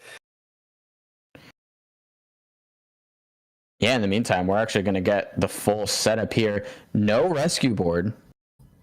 I think that they were kind of hoping to see that here, because unfortunately, that might be probably one of the worst starters that you would want up against you said, the stage 1 attacking deck in front of you. It was an incredibly slow start, but we did get a gimme goal. A gimme goal is on the board, and it has an energy attached to it. You'd be surprised how far a Goldango deck can really go with a start like this. So yeah, that Pheasantipity being stuck in the active, you got to wonder if you maybe have to commit your energy attachment on that first turn to get it out of the active, or maybe finding a way into your one of switch. But I didn't quite pay enough attention to all those options in that prize check, and yeah, it does look like it's going to be the attach retreat for the turn. Yeah, the switch is in there, but like now I think it's okay to go for this. That first turn was that was like DEFCON 5, like whatever the bad DEFCON is. Like that's what that start was for Luna. You're gonna have to now. You're strictly in top deck mode. You need to top deck a Goldango, and you need to top deck a second energy off of a draw. I was gonna say, you gotta hope maybe it's the Iono specifically as well, because Arvin here isn't really gonna help you with that one of item. Yep, that one of Iono, definitely a fringe choice in these Goldango decks. A lot of them are kind of straying away from the from hand disruption. But that being said, able to survive the DEFCON scary scenario does Luna. You have the Goldango, you have the one energy. So now the ball's back in Jake's court. You're going to get 3 cards off of this Fez. So now we see where prizing that rescue board really does hurt Mellowcrit. You were forced to burn an energy attach to get that Pheasantipity out of the active, and now you might be a second prize card behind here. So yeah, I wonder what they're going to end up grabbing with this Ultra Ball. You got to imagine it's the Dracloak to start drawing through your deck. I don't know if the second Badu was in that stack somewhere as well, because that would certainly be a consideration. Because if you aren't able to slow this down, you could still maybe even grab it off the Artisan if you really wanted to. I think considering maybe an Ultra Ball for the second Dracloak. But the likelihood that your Dreepy is going down, even when your opponent has a 1 Pokemon board, isn't too far out of the realm of possibility, and that is going to be the Badu benched. I'm going to follow up with a third Dreepy, or a second Dreepy, I guess, now that we've evolved our Dracloak. It's going to be attach for turn, retreat, and item lock once again. Might just be the slow roll here, hoping that your opponent continues to miss on what they need to play the game. Yep, Itchy Pollen going to do no damage due to grass resistance, because that's a relevant thing in this matchup, but you were still item locked. So that being said, it's the lone Goldango against the world. Do you have the energy a second time? But you do have access to an Artisan, so you are able to reestablish a second Gimme Ghoul. A much slower start here for Luna, but an 11 card hand, you play 11 energies, and there's 9 energies in the deck. Okay, yeah, there's the Make It Rain. So hey, so worst case, we might just be chaining these Goldango 50 HP attacks back to back, even if this Goldango goes down, which, again, we would need quite a lot to get there. In fact, we haven't established any part of our Dusknoir line, so that's really not even on the table here. At the very least, if we really need to, we can guarantee that Dragapult, and we're able to draw off the Pheasantipity since we did get a KO, or one of our opponent KO'd in the previous turn, flip the script, and that's going to get us an Arvin. I think we might be digging for that Crispin still to try and get this attack off. And off of this first Recon Directive, not going to be what we find. Yeah, we're going to not get it there. Instead, we're going to get that one of Duskull. And now the pressure is back in Jake's court. Like we mentioned, not having those Dusknoirs established already does make things a little bit more tricky here. That Goldango will live to see the next turn. And that's even scarier because you're able to take 2 knockouts without having to use your Energy Search Pro. And you're already back on even prize cards. So this next KO could be detrimental here. So we're going to see what Jake's going to be able to play out of here. Once again, going to go for the Artisan to establish another Pokemon. It looks like it's going to be the second Duskull. We do have Unfair Stamp, and we still have Crispin in the deck still. So could be an Arvin for the Unfair Stamp and hope that maybe you're able to stick this guy here. Yeah, I think now that we've used the Arvin, and attack is out of the question. Super Rod are going to get us back our energy as well. Cycle that back in. I think at this point, you just have to get the Dragapult on board. Otherwise, you're just going to be giving away effectively a free knockout here. So Dragapult going to be face checking the attacks now from this Goldango EX. Considering where we want to stick this EXP share, if we want to at all. We can actually get a knockout. We could have gotten a knockout here with the Jet Headbutt, but they understand that there's a risk we might be getting KO'd the next turn. So unfair stamp down to 2 cards. It's going to be absolutely savage after that counter catcher as well, because that Gimme Ghoul does have 2 retreat. Yeah, dang shame they haven't given us a 1 retreat. Well, they haven't given us a 70 HP 1 retreat Gimme Ghoul yet, because that extra 2 HP does make a difference. A lot of coin in that suit, and a lot of coin in that in that briefcase. But like we said, definitely not smart to take a KO here. So the unfair stamp to 2. We're gonna get at least another card out of this with the coin bonus on the bench. But this could have been exactly what Jake needed here, Mellowcrit. A turn to kind of reestablish things and now have the opportunity to get the game back in his court and see where things go. Ooh, the Arven. Okay. So we could still be playing the game here. There could be just enough in this Arven. There's actually a ton of options now. Is it enough to get the KO? I think that's possibly the bigger question. Certainly, there's no Ultra Ball in hand. I was about to say, if we have that much, I think we're still probably not getting that KO, right? Yep. And I was going to say potentially an evolution play here to guarantee 2 big lads on the bench, because at this point with 2 Duskulls on the board, Jay Gearhart was threatening a pretty dangerous board wipe turn on his next turn. But it looks like that won't quite be the case. It's going to be the metal attach and the 1 prizer Goldango coming through. Oh, strike it rich, baby. 120.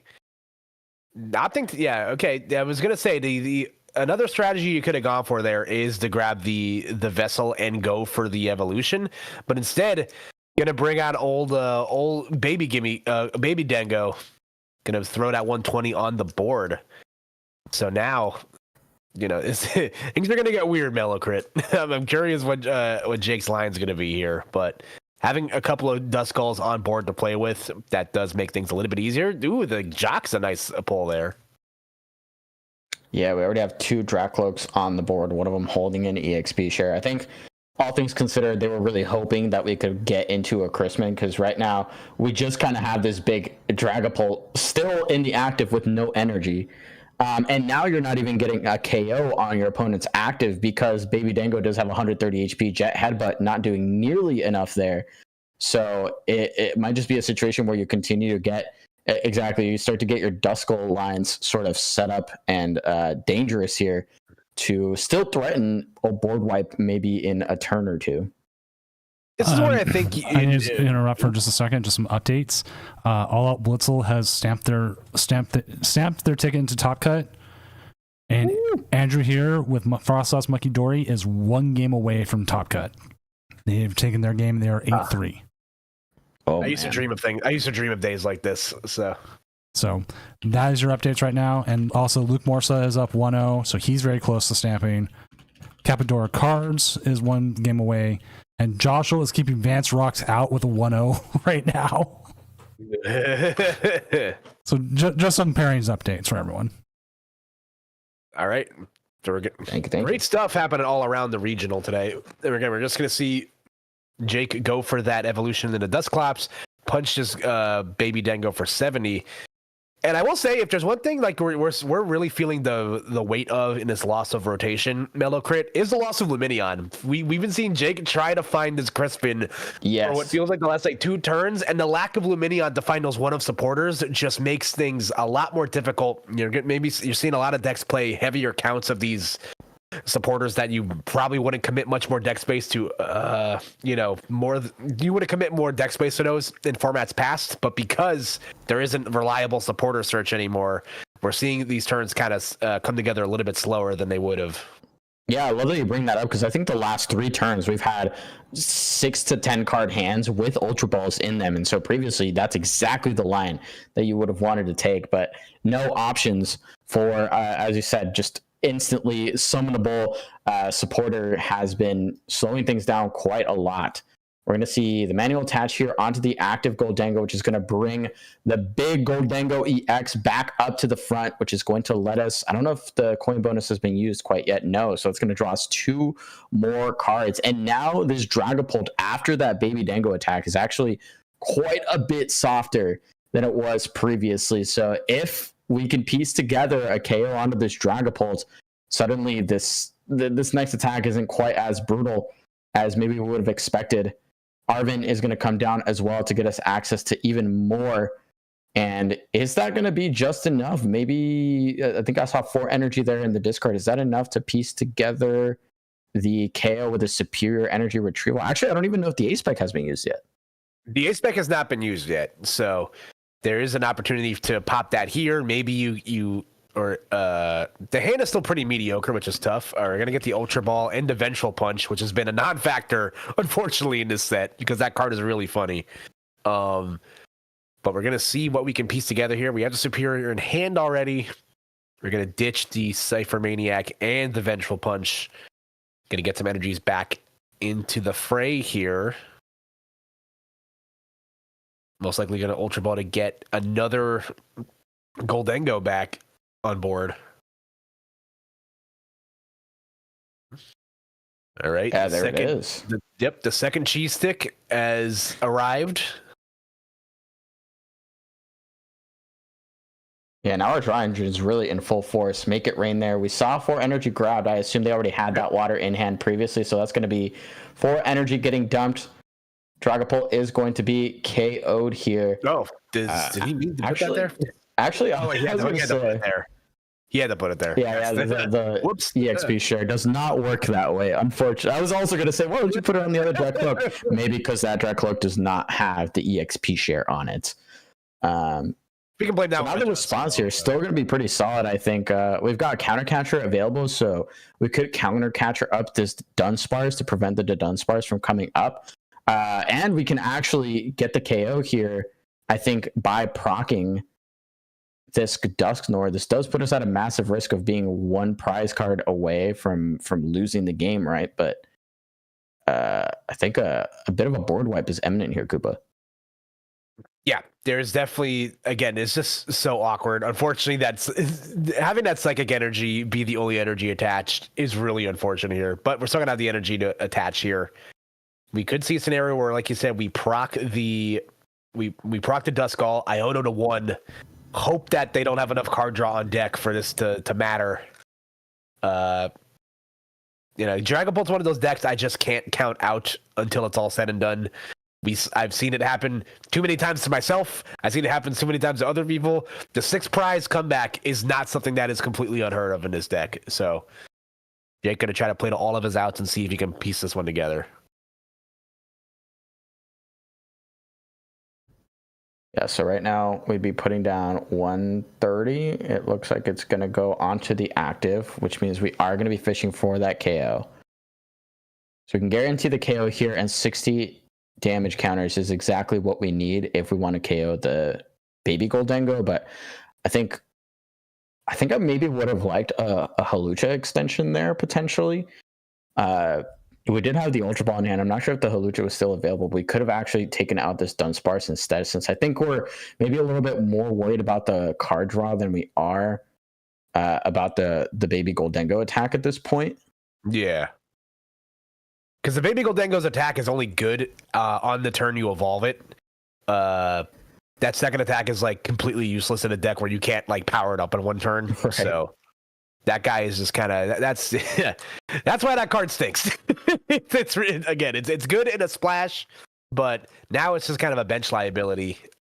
But gonna just continue to thin out. Take a look what we have to play with here. Nobody else home. We're just gonna let this one rip. Yeah, we had no Halucha available there. I just saw there that it wasn't in the deck. So we can't proc this anymore.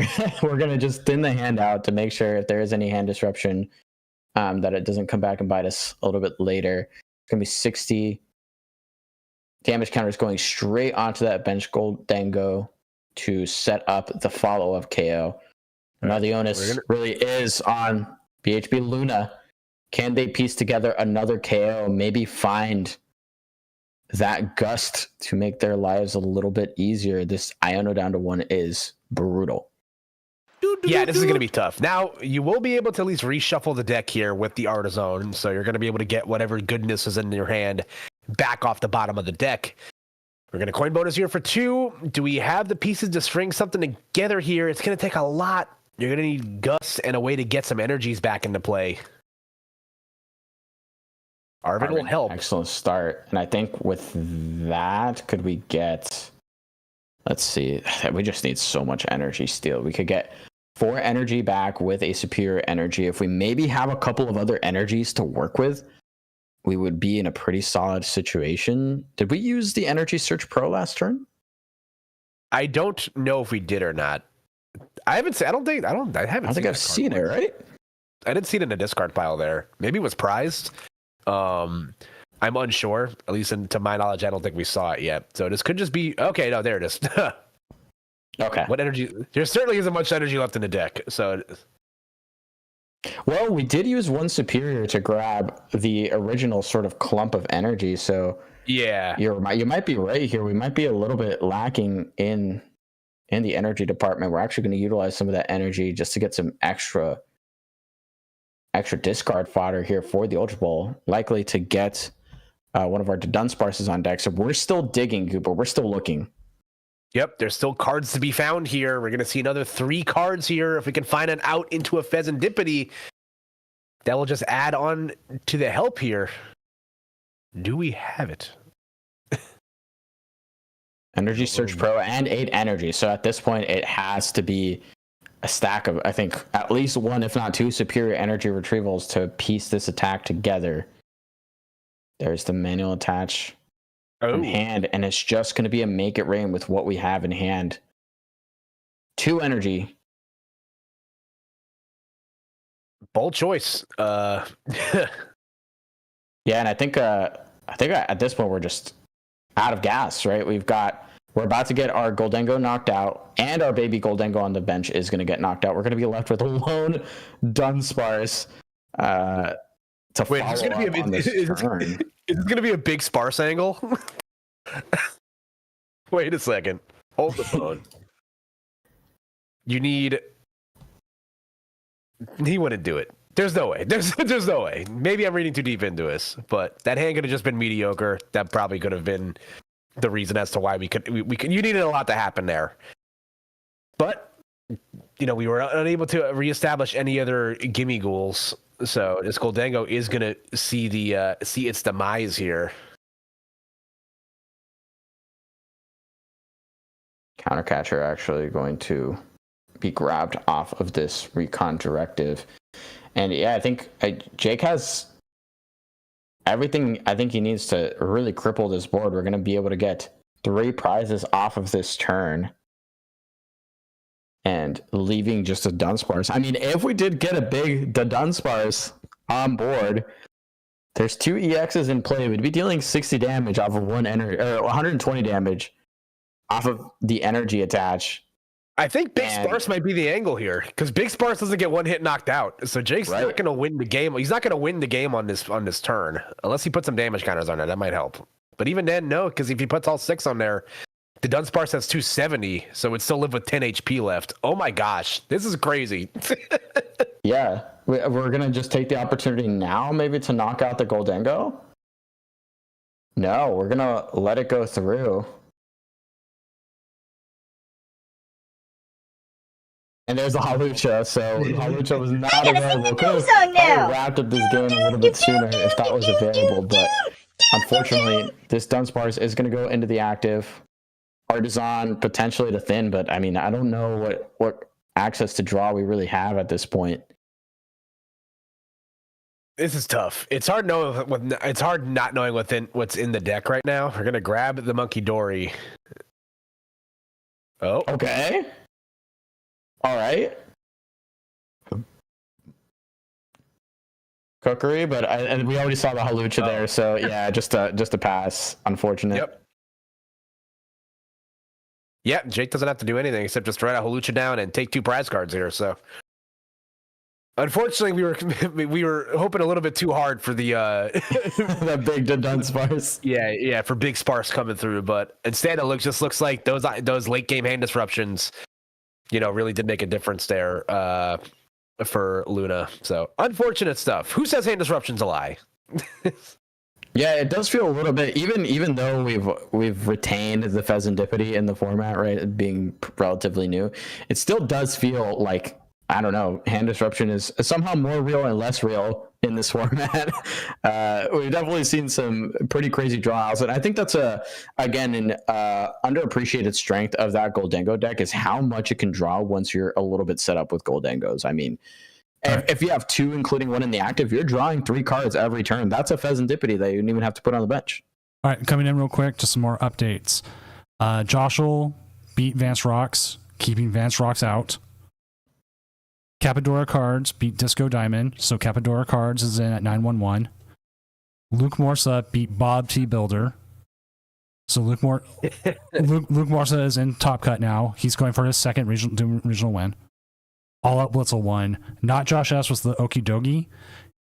Also won, and they have a possibility of getting in. So that is our update. Wow. Well, all right, that's then. thick. All right, Cooper, we're treated to a game 3 off the rip, and we got 31 minutes to do it. So honestly, these rounds kind of flew by. They were playing pretty efficiently, getting through these turns, and I think both of the wins were pretty convincing. The slower start there from BHB Luna definitely made the game a little bit less close than we would have liked, but we'll see what they can respond with in game 3. All right, we're gonna go double Dunsparce here off the rip. Oh, okay, I was gonna say if they're gonna go double Dunsparce, it probably leads me to believe that they have a second Buddy Poffin in the hand. So you've gotten through the hardest hurdle with Goldango sometimes. You have the means to establish a board. So the rest is gravy at this point. Hopefully, we'll see what the rest of the hand looks like, but at least we're gonna get like a semi-competitive game here, Mellow Crit. All right, looking through the prizes, we've got access to the Halucha, and we'll get to see in a second if the Crispin is available as well. Crispin is in there, I think both rare candies, so a lot of the tools that you're going to want readily available. Love to see the pink card in there. Pretty great sight to behold. You hate to see it missing. That's the one thing that you kind of always want to be in there, right? So got one Dreepy down. We're going to have another Dreepy in the hand, and if we want even more here, we can choose to rip this Ultra Ball, but what do we really want to get rid of here? I think that's what Jake Gerhardt is potentially contemplating, because you'd almost want to set up that item lock, and you can Ultra Ball your way into the Itchy Pollen there. But it looks like they're actually just going to play the Jog. I didn't realize that we hadn't hit a supporter yet. And the only supporter in the hand is the Jog, so grabbing those Dracloaks ahead of time, knowing that your opponent really only plays a 1 of hand disrupt, is a pretty great way to go here. Yeah, not a bad call here. But again, having Ultra Ball as your only other search option in the deck is pretty mid. So it's one of those things where you're banking on, okay, maybe we take a little bit of a slower start here. End of turn, your opponent would only be taking 1 prize card anyway. So not the end of the world. But, again, we'll see what the rest of the hand looks like here. For Luna, Goldango EX on board. Coin bonus can allow us to draw 2 cards. So we're going to hopefully be able to chain some stuff together here. Maybe chase down that Dreepy with the energy on it. Third Gimme Ghoul coming down as well. We got the full treasure chest armada getting ready to go. Metal energy attached to get this attack off. And yeah, easy enough. We're going to be able to find this first KO, which I think might feel like a huge sigh of relief here for Jake Gerhardt. Didn't find anything like the boss's orders or anything like that. And we top deck the Unfair Stamp. Don't even have to dig any further. This is before the recon directives. Counter Catcher already on deck as well. So we're going to be able to start taking apart this Gimme Ghoul ridden board. Unfair Stamp 5, Ooh. Up against 2 cards here. Big reset early on in the game. Yeah, and we do have some lines of play here also. Jake can either go for the Dragon Headbutt knockout on the lone Gimme Ghoul in the active, or you can retreat out to the Badu for item lock. So there's still a lot of play to be had here. Yeah, we're still digging. I'm sure part of him feels he wants to find that Dragapult to be able to just start popping down that big damage. Buddy Poffin too, gonna grab that Badu, which still opens up that option. So Koopa, I think the board is completely opened up here for Jake. Yep, we're going to grab another Dracloak and a Dragapult EX with the Jacques. Again, this deck is certainly feeling the effects of Lance not being in format anymore. Jacques, I think Dragapult's going to be experiencing what Lugia experienced when Professor Burnett rotated. Is that like, yeah, you have something that can help you find what you need. It's just not nearly as good, but still able to get the job done here. We're going to establish the item lock, and we're going to see if Luna can draw their way out of it. Yeah, and just the patience that Jake has displayed every time he's been on stream is a massive learning opportunity, I think, for anyone watching, because there's no reason to go crazy with the aggression, right? We weren't able to set up that Dragapult attack to start ripping apart this board. And I think more importantly, we're just kind of keeping the board stagnant on the opponent's side. And it's keeping all of our powerful cards still active as well, including that counter catcher, so much so that we could actually just wait it out until we can take out that Goldingo with something like a Cursed Blast plus an attack. So this is just a great lines of play there, making sure that his board is as solid as possible, as formidable as possible. And this is exactly what you want. Double Dracloak. We've got an energy attached as well. Your opponent just has a single prizer that does nothing, kind of stuck in the active. This is exactly where you want to be. Used to pray for times like these. So now again, we're just going to be able to establish the board as strongly as we can here. We have a Dracloak. We could go for the Dusclops here. And depending on how froggy Jake is feeling right now, you could pop the Clops and take two knockouts here on two Gimme Ghouls. Looks like we're setting up the board to potentially do so. Yep, we're going to draw into that Dragapult. Most likely doing that to be able to get an attack off here. But do it serve its purpose. We're going to move into the active spot here. Oh, or we could do it this way too. Yeah, we can just counter catcher up one of the 70 HP ones if need be. Oh. So many options. I'm a little bit not convinced on this one, but I guess we still retain the option of a Cursed Blast, giving your opponent some card draw plus items. Maybe you're just not scared of it at this point. You feel like you have everything you need in your setup to get rolling, and the prize card deficit isn't that crazy. In fact, we're even on prizes right now, which isn't a bad place to be if you're Dragapult with this board sort of set up the way we have it now. So still threatening a lot. If we can gust around this and then use our Curse Blast a little bit later, that's actually potentially to the full detriment of BHB Luna. So this response here is going to have to be pretty massive, but I think frankly all we can really piece together is a follow-up attack, right? Taking out this Dragapult EX is the name of the game. Yeah, it looks like that's all we can do here. We're going to grab the Artizone. Going to grab another non-rule box Pokemon out of the deck. Looks like Monkey Dory will be coming to the fray here. We have the Dunsparce. Going to be able to draw through here with Runaway Draw. Draw 3, shuffle yourself back in. But we still need a lot of pieces here. Second Goldingo going down, certainly going to help. So now the coin bonuses can start rolling. Should be holding on to that 2-card coin bonus. I don't know if it's been used quite yet. I don't see the arrow, so we're still holding on to that. Now, this is very significant. The fact that we're able to put a Monkey Dory on the board with the Dark Energy means that now we're not getting KO'd by just a straight up Dragapult attack here. We can move 30 off of the active Goldingo. We've actually already seen this happen in the previous games. Cypher Maniac code breaking also means we guarantee 2 cards off of this 2-card coin bonus. So we'll see if they can grab precisely what they need. I can only imagine it's going to be something like an Energy Search Pro, but maybe it's not in the deck, or maybe we're trying to look for a different route to get there. I hope for their sake it's in the deck, because this deck becomes a lot worse without that ace spec available to you. So.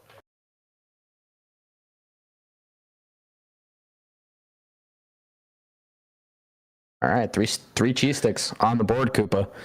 Can we get the KO is the big question. Yeah, I'm curious. I mean, if that Energy Search Pro is in the deck, you definitely would have slammed that down. I guess if we're gonna take taking the knockout on the on the Badu with Adrenabrain is kind of telling here. It makes, maybe in my case, that means that they don't have it. If all 7 of those cards are in, okay, never mind. There we go. All right. We're being slow there a little bit. I'm sure we were all kind of thinking the same, but just one thing at a time, right? Sequencing, making sure you're maximizing your chances to get what you need to get yourself fully established. And we're even going to get the Vengeful Punch on deck to add insult to injury. That's wonderful. So we're pretty much guaranteed the KO here. 350 damage going down. Big knockout here. The EXP share is going to help us out on the follow-up. So a little bit easier to piece together that next Dragapult. But that was a very important, very big turn for BHB Luna. Yeah, again, kind of a little scary there for a hot second because I maybe would have let the Energy Surge Pro rip before I use my last few coin bonuses because you're thinning a lot of cards out of the deck. So you raise your chances of drawing into things that aren't energy cards, but able to get the job done regardless. We're gonna go down to 2 prize cards here. So we're gonna see what the response is from Jake Gearhart. Gonna grab that buddy poffin. Still not a whole lot going on here. Maybe if we can get into Fez, that'll obviously help. We obviously have access to Iono also.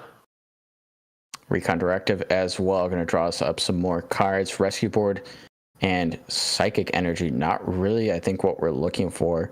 Still not in range of this Dragapult quite yet. But it looks like we may be just attaching and hoping we see it off of this Iono. Klefki could be an interesting idea here to buy yourself a turn. And Countercatcher means that I think we very well may be barreling straight into a bit of a stall play. We can still hit the Dragapult here, and that would be huge because we can get this attack off. We still have that Curse Blast online for one more KO. And it looks like we got into the Ultra Ball, so the option is there. All right, we're going to Artizone once again, get some guys out of the... Okay, nope, no Rulebox Pokemon left, only the Hawlucha, and not going to be able to get the effect of the attack, or the ability. If you Artizon for it, I guess just kind of doing a quick deck search, see what we can do here.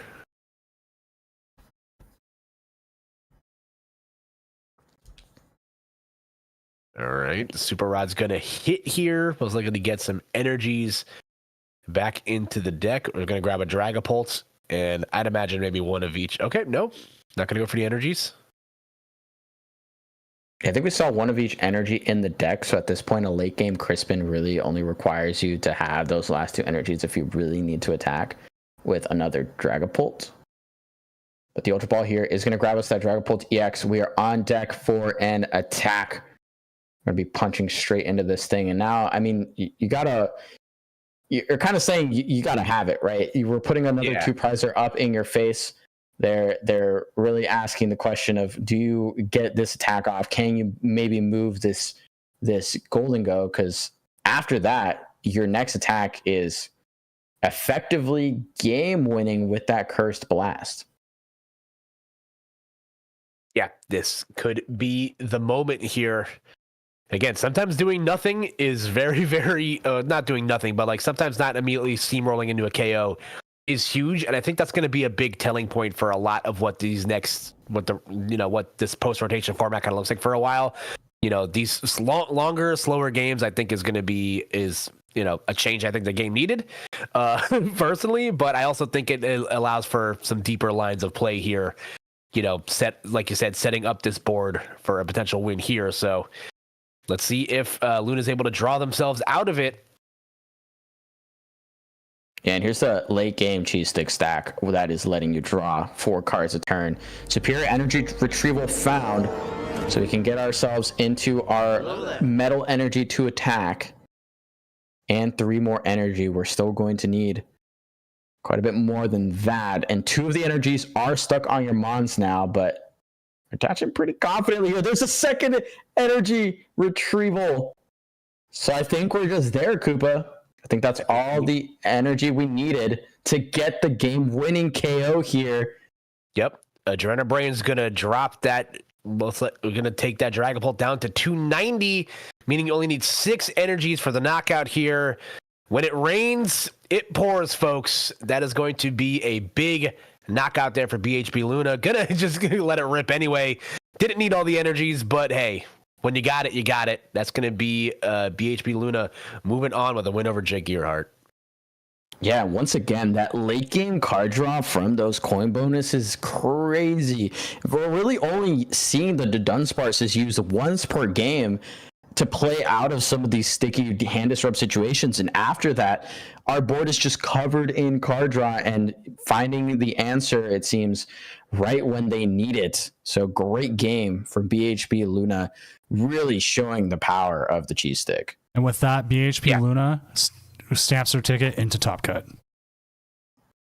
Yeah, great stuff there for Luna. Congratulations to her. Awesome stuff. Again, I'm a big Goldengo believer.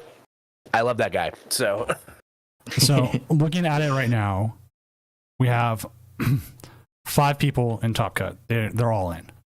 27 points, you're in. We have 1, 2, 3, 4, 5, 6, 7, 8, 9, 10, 11 people looking outside. Oof. So we could have an 11 person cut. Heck yeah. Love that. So that we will have a top 16 possibly. And look at the spread of decks up at the top. I mean, that's just lovely to see. Our Chowdon right now at 10-1. Dragapult, Dusknoir, we got the cheese stick. We've got Blitzel with that control, still representing format to format the real cornerstone of control. And we got Luke Morsa rounding out that top 5 with a Terapagos box. So that's just so sick. Yeah, again, we're going to see a lot of variety here. I think the lack of Terra box right now is pretty, at least at the top 5 is interesting. But, a lot of these decks I expected to be pretty good. Pidgeot Control obviously come out of nowhere. This card lost a lot of stuff. But if anyone was going to crack it, it was going to be Control God himself. All out Blitzel with some absolute shenanigans in here. This is really funny stuff. I love the corner Knackley. Really funny to retreat lock your opponent. I think it has the Lily's Clefairy here as well, so you do have attacking options in this deck. It's really cool. I want to move us real quick so then I can share my screen with you guys. Yeah. There we go. All right, sharing screen. So then you're seeing what I'm seeing, and you don't have to worry about looking at the stream. There you go. My goat. Excellent. Thank you. Yeah, this is really cool. We've even got the redeemable ticket there, or sort of reshuffle prize card replacement. We talked about all the cool stuff.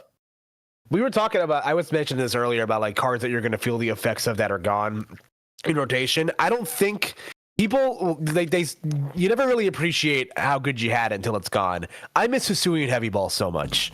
Redeemable Ticket just does not hit quite nearly the same as Heavy Ball did.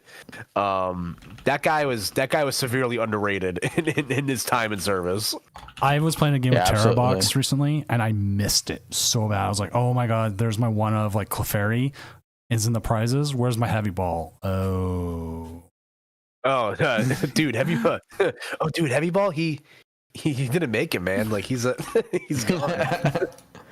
Like trying to explain to your kids like what happened, like why the pet's not around anymore. It's quite sad stuff, honestly. Do you know all the cards with the yellow border? Yeah, they didn't make it. but Ultra Ball's still here. It got a silver border. Hey, at least we got Wish Peonia. Okay, you can only get so much. Yeah, Kirkland Peonia. So Kirkland Peonia is crazy. Yeah, it does feel weird. It's on the yellow and silver borders thing. It feels so weird, like playing a deck with cards that still have yellow borders now because they reprinted so many of them without them, and it I was playing with I forget what deck I built, but I had to use like a yellow border judge, and I'm like, oh, this just feels so wrong. I will probably in the future. Once like most of your standard item cards are almost always yellow bordered, that was probably what I'm going to go with. So like Ultra Balls will stay yellow border, switch, certain item cards, just so I can like pick them out quicker. Yeah, I'm definitely on the opposite side of the aisle. I've low key always, this might calling myself out self-reporting. I've kind of always disliked the yellow border. Once we got the silvers, the gray borders just look really clean. Oh, they do. But I do understand the sentiment of being able to get having like one set of items that you're like, I know these are yellow border real quick in that deck search, kind of the strat. Yeah, it's using different arts. Like my Terras are almost always full arts. Almost always. Some full arts are a little bit more expensive. I can't afford it, but that's always helped me. And it's helped me remember when my opponent tries to like hit him on the bench. Terra type. Sorry, your Greninja doesn't work. Actually, so. Actually, sir. Now, pushes up glasses. Yeah. Okay, so also me and Mellowcrit watched this yesterday. The Frostloss Monkey Dory has had multiple chances today to snap their ticket. They did win. They are one away. The other sad one here is Psycal 51. Perfect day one and has lost every round today. They've just needed truly a Greek tragedy. Yeah, they have just needed one win all day, and they just haven't been able to find it. Which are one respect. And our last match just finished, so we're going to get the next round going. We are not going to wait. Yeah, those have been some tough matches. I'm not going to lie, though. If you're getting into a tournament, you're like, okay, I'm going to play some people that mostly play online, and then you hit Luke Morsa and all-out Blitzel. That's like... harsh. It's got to be like a nightmare. So... yeah, that's so sad. So we'll look at our pairings real quick. We know we can reach out to Andrew versus Disco Diamond. Duprada, Luke Morsa is playing against not Josh S, who needs to play to cut in. That's with the Okie Dokie. We could watch Jake versus Bob T Builder. I could also reach out to Psychow. I see if they do it against Logan B. That would be Goldingo Dragapult versus Terrabox. Oh, I'm kind of interested in that one. What about you, Cooper? I am too. That's a matchup that I think Goldingo might have to. That's a tougher matchup for Goldingo. So that's a fun one to talk about. So also, closing up the Psychow story, since we got to watch that right at the end of yesterday, would be cool. I don't know if they're streaming today though. They haven't been yet, but we know there's a possibility. So I'm asking them. Logan B says they can't, but I'm asking. I just asked in general. And I'm just seeing. It's always so sad when like someone has like a really good run and then you just kind of run into a buzzsaw of like insanely good players like back to back. That happened to my buddy at EUIC. He starts 4-0. He's really feeling good about himself. And then in back-to-back rounds, he hits former regional champion Lucas Mazakirsk. He won the Gdansk regionals a couple of years ago. Runs into him, loses, and then next round he has Jesper Eriksson. Oh my goodness! It's like, yeah, you just hit like back to back like buzzsaws. That's just quite unfortunate. Well, it's like one of my regional runs started off right against multi-regional winner Piper Lapine. I don't know, Lapine, and it is still my funniest Gardevoir matchup where we finished 3 Gardevoir games in like less than 10 minutes. Dang. Oh gosh. It was I don't remember who prized double Gardevoir. I don't remember who prized double Gardevoir first game, but one of us did and scooped. Then the second game, it happened to the other player, so they scooped. And the last game was a rush to see who could find their rare candy Gardevoir for a game. Bruh. It was just so fast. But it looks like Psychow is set, so we'll go ahead and go down there and we'll get this going. Hey. Yayo. All right, I'll make sure to get them up and we'll get it going. And hopefully they will be able to get their win here and they will be able to play off that really strong start yesterday. Which, I mean, if you have that really strong start and win those 8 games, it did give you a lot more leeway today. But they've used all that leeway. They have to win now. Yep, pressure makes diamonds. Can you rise to the occasion? And there we go. And I will be off in the abyss. And I'll leave it here to the capable hands of Koopa and Mellowcrit. Thank you. All right. Yep. So the more popular, I'd say, Goldango variant going into rotation on a lot of people's minds is this one, Mellow Crit, the Goldango with Dragapult EX. I don't know if you have any like overall thoughts on how you think this deck works, and how good you actually think it is. I mean, I'm not gonna lie. It feels like a lot of the splashable Dragapult lists remind me a lot of when people started splashing the Charizard lines into everything. In the way that the end game Dragapult is so threatening, 320 HP, and you're just sending damage counters left and right. I think it's a really threatening end game option. And I think balancing how much you commit to setting up a Dragapult line versus how aggressive you go with your gimme goals really just speaks to knowing your matchups. I think in some matchups, we've even seen that the Dragapult just never makes an appearance. So I think it's a cool set of options. But speaking of options, I mean, look at all the cool things that this Terra box can do at any point in the game. Yeah, Terra Box, one of those decks that's going to be very popular, rightfully so. If you're going to Atlanta, it's a deck you're going to have to tech to beat.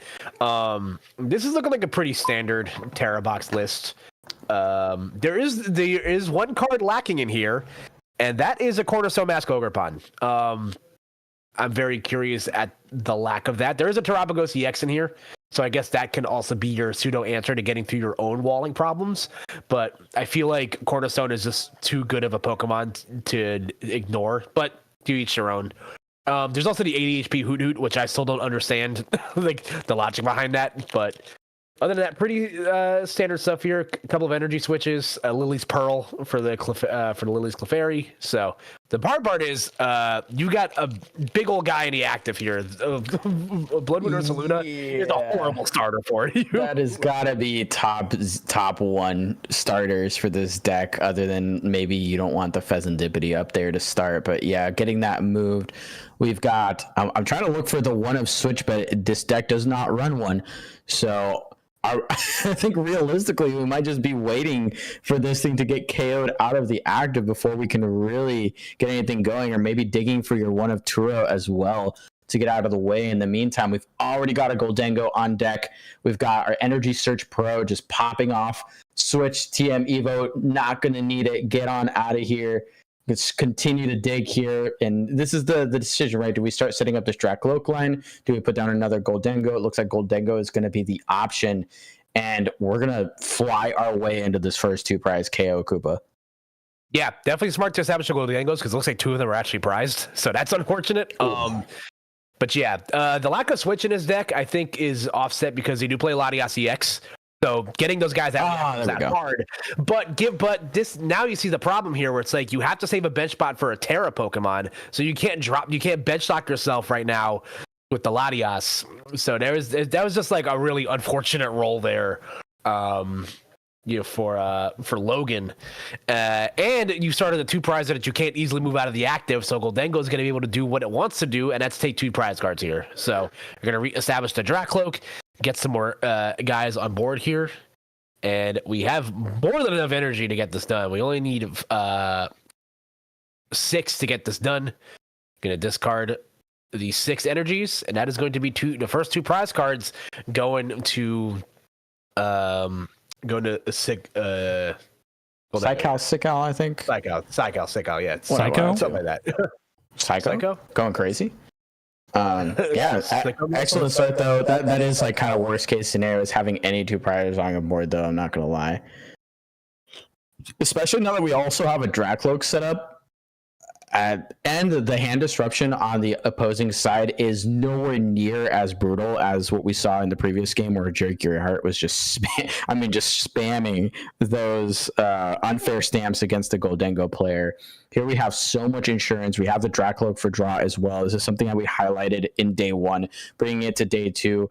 Even though we only have 3 Mons on deck, this is a pretty terrifying board to be staring down.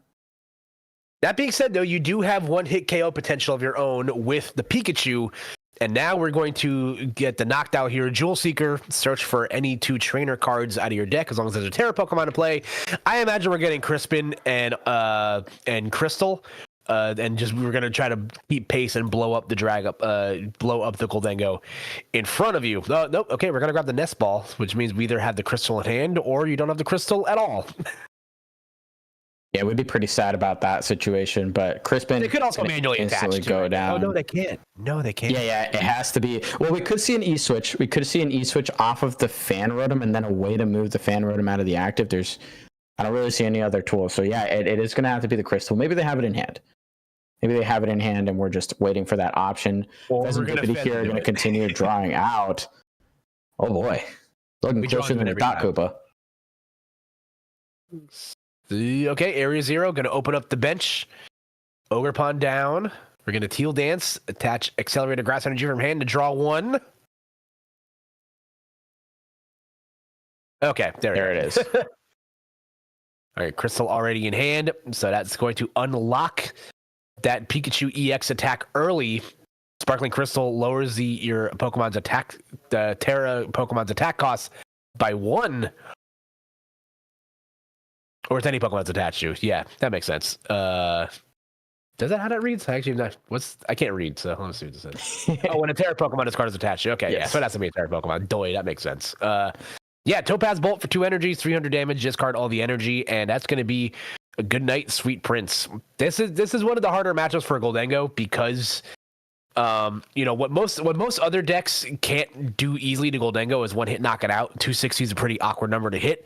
But Pikachu EX lasts at your 260 HP. So that is going to bring Logan right back into the game here after what was a pretty disastrous start. Now, can we keep pace? That's the next question. And I think it's important to note we do actually have the Crispin in hand. So part of me wonders if we maybe should have gotten this Monkey Dory on the board, used the Crispin to attach the metal energy that was in the deck, and then move energy onto the Pikachu EX. We don't have any damage on our side of the board, unfortunately, so that actually isn't an option. I'm now realizing, once you read the card, you realize the damage has to be there. As we've said before, it's important to read your cards. But we do get into the Dragapult here. So if we do have the 1 energy we need to attach onto it, yes, we do see that Psychic Energy was left in the deck, adding the metal energy to our hand and attaching that Psychic. So even though this won't be a KO because of the Resolute Heart, we're going to be able to put up a big 320 HP beast to try and survive a turn. Yeah, that's exactly what we can do here. Again, dropping a Monkey Dory is kind of useless now at this point. Again, you just kind of hope that they're not able to chain it together again.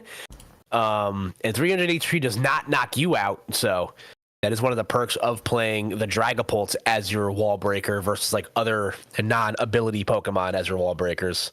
So just going to spread some damage around, it looks like. Hit that Phantom Dive, most likely going to drop. I'd imagine 1 and 1 on the Ogre Pond and the Pheasantipity, and maybe just throw the other 4 somewhere else. Looks like we're eyeing up that. Oh, nope. Drop 1 there. Yep. I guess you probably just drop 1 on the other 70 HP Pokemon to set up some Dragapult math. Yeah, I think they're trying to figure out realistically how many Hoothoot knockouts they intend to grab before we end up with them just becoming knocked owls, right? Because then they're out of range anyway. Resolute Heart there, going to prevent that KO, of course, but that softened up Pikachu is pretty scary. Now, we do have other options. It doesn't have to be, as you mentioned, the Pikachu here not quite getting the knockout, but maybe we could see the Lily's Clefairy now come into play. That would be an interesting way to respond to this with a return knockout if we can get that established, since both players now have close to full boards and the boards are extended. So actually about halfway full, but that's still 4 Pokemon for the side of Psycal, which is pretty wild. So Ultra Ball here going to grab us probably another knockdown to grab whatever supporters we might need to get this follow-up attack set up. Yeah, there are lines of play here, like you mentioned. The Lily's Clefairy could be a viable option here. We're going to see that second Jewel Seeker come to fruition here. We're going to see what Logan's going to search out here. A lot of nest balls used already, so there's only one nest ball left in the deck. Still plenty of Ultra Balls left. Oh, we're going to grab that last nest ball and a Crispin. That leads me to believe that we could be seeing the Clefairy in hand. Do we nest ball to get the Latias to get Pikachu out of the active? That's what I would imagine we're going to do. There we go. That Skyliner ability will give all your basic Pokemon free retreat.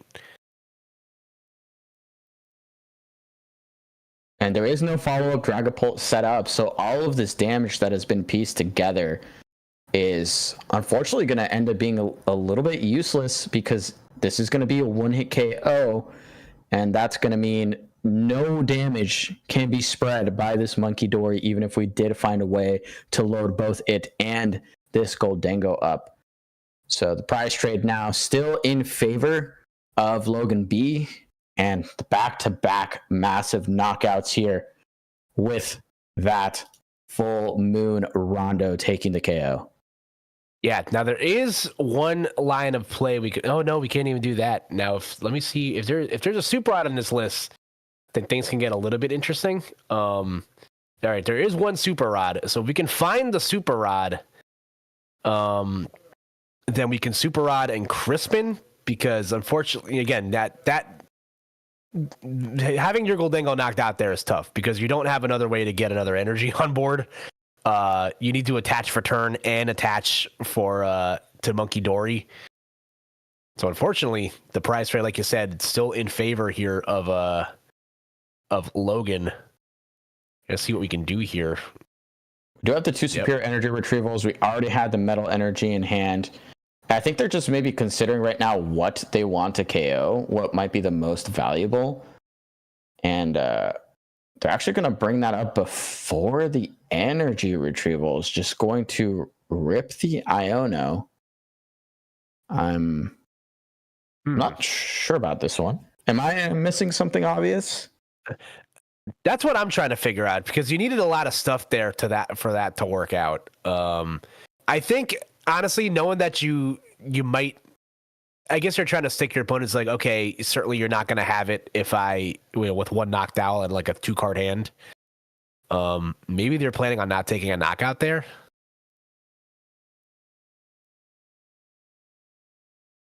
Are they hoping to establish another Dragapult is what I'm wondering. Because if we get to establish another Dragapult, we could blow up we could get the KO here the next turn, right? But you've already brought up a retreatable Mon. Already has 2 energy on it. Clefairy can just attack again. And we're not going to attack with the Cheese Stick. Yeah, this is kind of an awkward spot to be put in here. You're maybe anticipating that your opponent has a lot of energy like committed on deck to that like Clefairy already and the Ogerpon.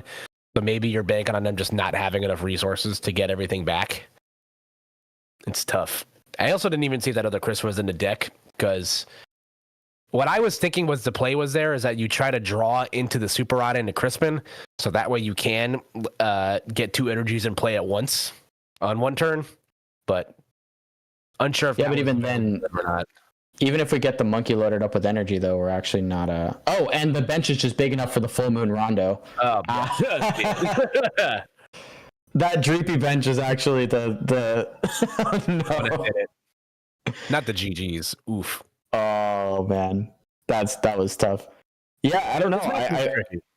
I feel like the more straightforward approach is just to get the KO there with the Goldengo. I think that's one important thing to know, right? That's something that's an interaction that's new that people aren't accounting for. The fact that the Clefairy does actually just start to hit for a ton of damage as soon as your bench has been sort of well established with that area 0 underdepth. So I don't know. Part of me feels like maybe taking that KO and hoping your opponent doesn't have the follow up there, because they would have had to find quite a bit, right? So it had to be that 3rd Crispin. Of course, having that other Hoot available on the bench meant they're never too far off, right? An Ultra Ball, it pretty much gets you there every single time. So I don't know. Interesting line of play that they opted for, but unfortunately, the math there was not on their side. Yeah, like I mentioned up top, if your deck is able to beat Terra Box and the walling decks, I think you have a good shot at anything. This matchup can get really hairy for Goldengo. You definitely have ways around to get there. So we'll see if this works out. Top deck of a lifetime. I've never been happier to see Bright in my life. That's crazy. That would have been nuts. Like having Ultra Ball as your only search. Good night. Distinct lack of Dreepy in that search. I think we had one as a starter. I'm not sure if we had one in hand already as well. But having it up front is kind of not where you want it, especially when Fan Rotom does 70 damage for one colorless energy. As long as there's a stadium in play. So, otherwise he does absolutely nothing. True. This is true.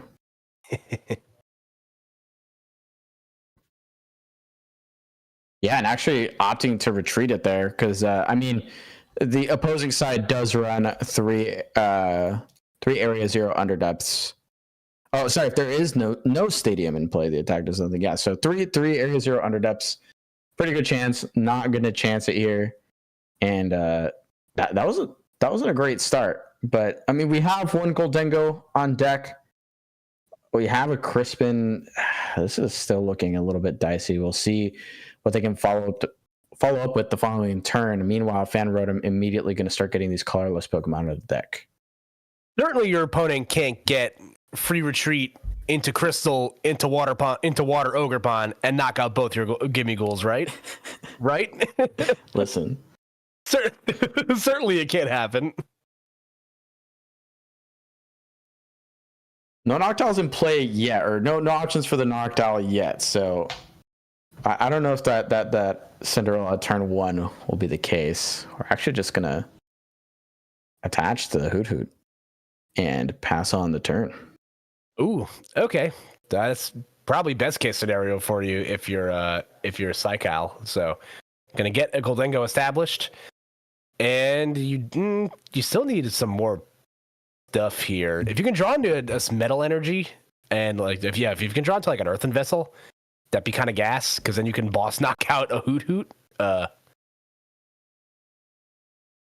least we get the Arvin, and we're gonna get a Dracloak off the top. Beautiful draw there off of that coin bonus. So Arvin opening up an item and a tool card for us, so we can start attacking.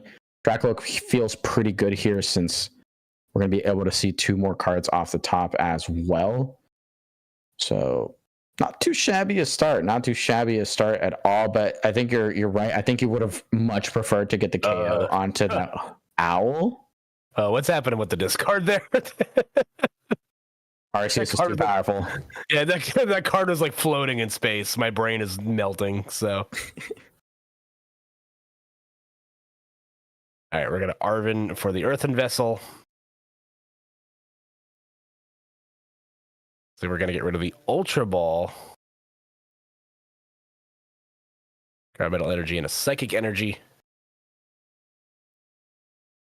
Do we see a TM Evo play here, possibly? Go straight. That's what I'm thinking. That's what I think we're going to see here.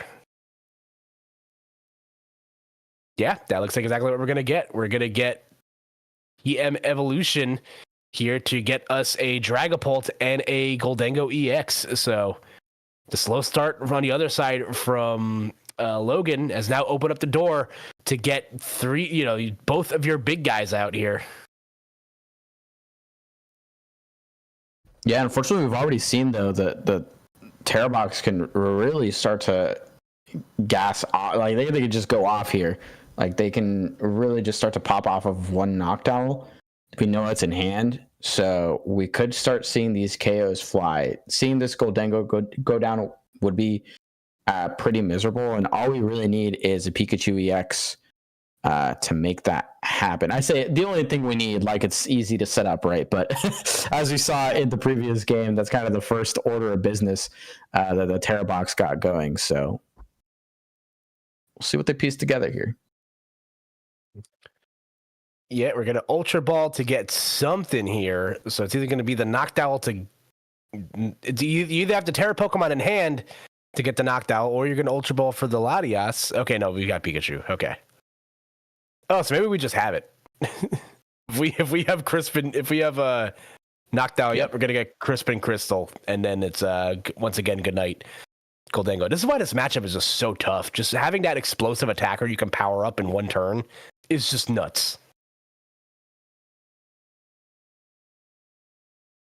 Yeah, and it's so dangerous, right? Because even if you opt to go second and just go for like a TM Evo play, leaving a one prizer in the active, there's so many ways that your opponent can punish you, right? You could keep your bench small and hope that they don't get an Ogre Pawn play off, a Water Ogre Pawn play off. But otherwise, if you stick a two prizer up in front, Pikachu's going to come through and run it over. Crispin going to send that energy on over to our Pikachu EX. Crystal going to go on as well, and Topaz Bolt is going to start off the prize race once again. It's a bit of a deja vu here, Cooper. We're seeing pretty much the exact same line being played, and I think the likely response is Dragapult, but we saw what happened last time. Dragapult just kind of got blown up by the Clefairy as well. Yeah, the lines of play in this matchup are quite difficult. Again, just Goldango's high HP and Dragapult's high HP are just kind of non-factors in this matchup because you have Pikachu that can just steamroll your Goldango, and you have Liz Clefairy that can steamroll your Dragapults. So, kind of a tough draw here. So we'll see what. Unless we're just going to get the singular fire energy back. We're going to go for the Crispin. Going to grab the fire energy and probably another metal energy. No, okay, we're going to go for the darkness energy instead. We're going to put that into your hand, accelerate the fire energy. Yeah, I'm trying to do the math actually on whether we can keep our bench small enough to prevent the Clefairy KO. And doing the math real quick, we do 20 damage for each bench Pokemon on both sides. So unfortunately, Logan B can on their own get enough Pokemon on their own bench by extending it using Area 0 Underdepths. Which is a bit unfortunate here because I think that's maybe the approach that they're trying here. I think after getting punished by the by the Clefairy math last time, they're kind of trying to play around it pretty aggressively here because now there is no response, right? Now the Pikachu EX doesn't just get to run over this Dragapult. We're not doing enough damage. And the Clefairy here is going to require there be at least 6 benched Pokemon, or at least 8 benched Pokemon on both sides with the weakness there, then we are getting into KO territory. And that seems like a lot to ask of the deck, even with a Hoot Hoot available. All right, so we have some damage lined up here. Gonna Nest Ball. Most likely to establish possibly the Clefairy.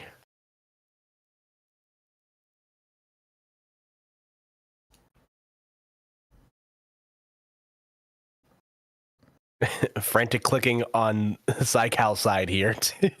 Yeah. They're kind of wondering what the response could be. They can't get a Pheasantipity online reminder that we actually didn't get a KO there, which is, I think, another really cool lane that this deck is now taking. So understanding how they lost game 1 and trying to play and adapt immediately, really, really cool. Because I don't know if they know all of these lines, right? So Lily's Clefairy going to come down. It's the response that we expect. And now it's about seeing if we can get 8 benched Pokemon on board. Turo actually going to remove the damage as well. So does that mean we don't get an attack without Lily's Pearl? Oh, we actually picked up the Noctowl. Okay, yep, smart stuff. That'll allow you to reuse that Jewel Seeker to get whatever it is you might need here.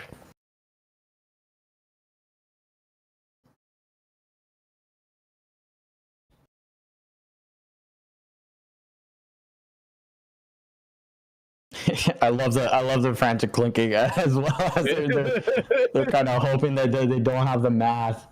It would be a shame if everything is prized. Smile. Right. Yeah, because we still, I mean, 5-card hand with a Noctowl, we still kind of need quite a bit, right? If we're not going to use Crispin to load up this Lily's Clefairy, it has to be that Lily's Pearl. Yeah. Oh wait, no, Lily's Pearl doesn't let you attack for less. I'm thinking counter gain. What am I talking about? No. We get the energy switch though, so okay. I'm gonna Vessel, get some more energies out of here. A double grass. Okay, so we have an Ogerpon in the hand, maybe, I'd imagine. Okay, we're gonna Ultra Ball to get an Ogerpon. Oh, I see. Okay. Yeah.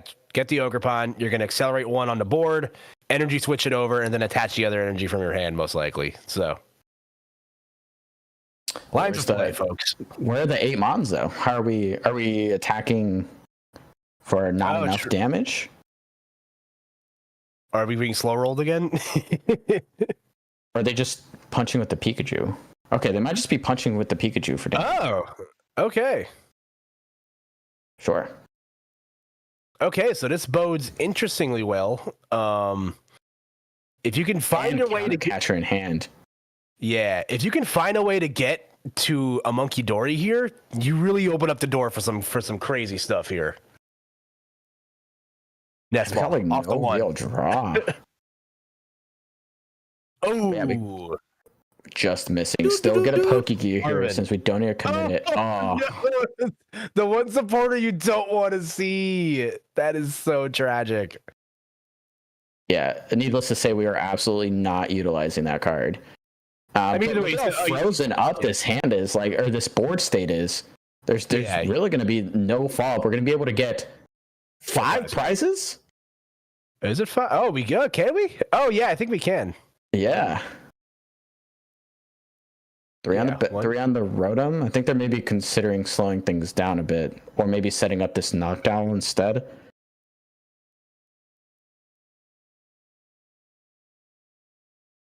They're really thinking about this. Oh, okay. No, they're just really afraid of the Iono, I guess. Rightfully so. A late game Iono here would be kind of crippling. All right, 4 big ones. Oof. Oh, and we get the Energy Surge Pro off of that as well. So without a hand disrupt here, Koopa, I mean, they're also kind of out of search.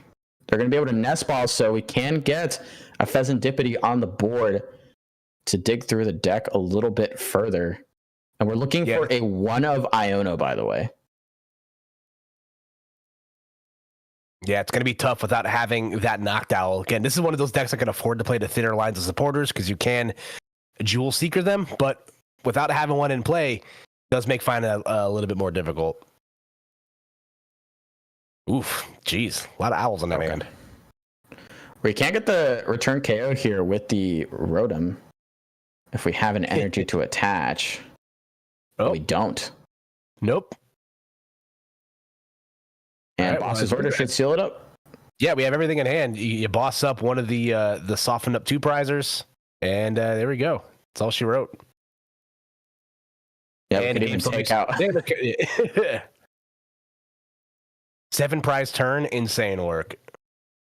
Yeah, and I mean, I absolutely love that. The instant game-to-game adjustment there was really cool. They kept their board extremely tiny, making the Clefairy knockout completely out of reach. And the fact that they had to commit a different supporter as well. I didn't realize we actually had no real way to load up that Clefairy other than like an E-switch play. But even they recognized that, and I guess that might have been why we saw the pivot to the Pikachu EX, but it was not quite enough, and we're able to get the follow-up attacks there. No hand disrupt to be seen either. Just a quick update on matches. Nobody ID'd. Everyone's trying to stay out of the asymmetric cut. So they are playing. And nobody has won their set yet, but the closest one we have outside of this is Frostlost Monkey Dory versus, I don't remember what Disco Diamond's playing, but they are at 1-1. Oh, Terrapagos. So they are both trying to get into cut, and Jake Gearhart is up 1-0 over Bob T. Builder. Alrighty. So things are moving, but I think everyone's playing it slow and trying to get there going. And hopefully we'll start seeing some wins and we'll have cut a little bit more set. But I hand it back off to you two. Glad someone's taking their time with their games because we have 38 minutes left going into game 3. Yeah, these guys are cruising right now. Flying. Alrighty, so let's see what game 3 has in store for us here, Mellow Crit. A lot of marbles on the line here. Not all of them, but a lot of them. Ultra Ball here. Gonna start to grab our first couple of mons for this game. It's gonna be the Fan Rotom, which absolutely crucial to get this deck rolling. We're gonna be able to grab those colorless Pokemon Of course, the Owls are going to start to find their way into the game and into the hand. So pretty good stuff here. Pretty good stuff so far. And that's kind of what we need to get our follow-ups established. So now this is going to be, I was about to say, it's one of those situations where that water pond going first can be pretty terrifying. And the Sob setup potentially could start to find its way in here. Okay, so this is where things get interesting now. We have search, we have ways to get guys in play. You're gonna have to commit. Yeah, you're gonna have to get 2 gold. Okay, well, one of the the dream pieces prize. So that's to make things easier, but that also makes things more difficult because you're gonna need that Dragapult to attack at some point. I'd imagine Dragapult's been very effective in this matchup, but now you have an Ogerpon looming in the active. We're going to be able to get a torrential pump off the next turn. You have to establish his board strongly enough to where you can at least attack with a Goldango the next turn. Yeah, and now it begs the question, right? What are we working with here? Are we committing the Energy Surge Pro and risking the one of Iono coming through and disrupting our whole hand? I think we would have loved to see a TM Evo, right? Evo the 2 Mons on the bench and prevent that wipe from the torrential pump. But I think now there's sort of going into damage control mode where they know that a lot of Mons might be going down, and actually preemptively popping down a Pheasantipity is going to be the option, attaching to the active and saying, you don't got it.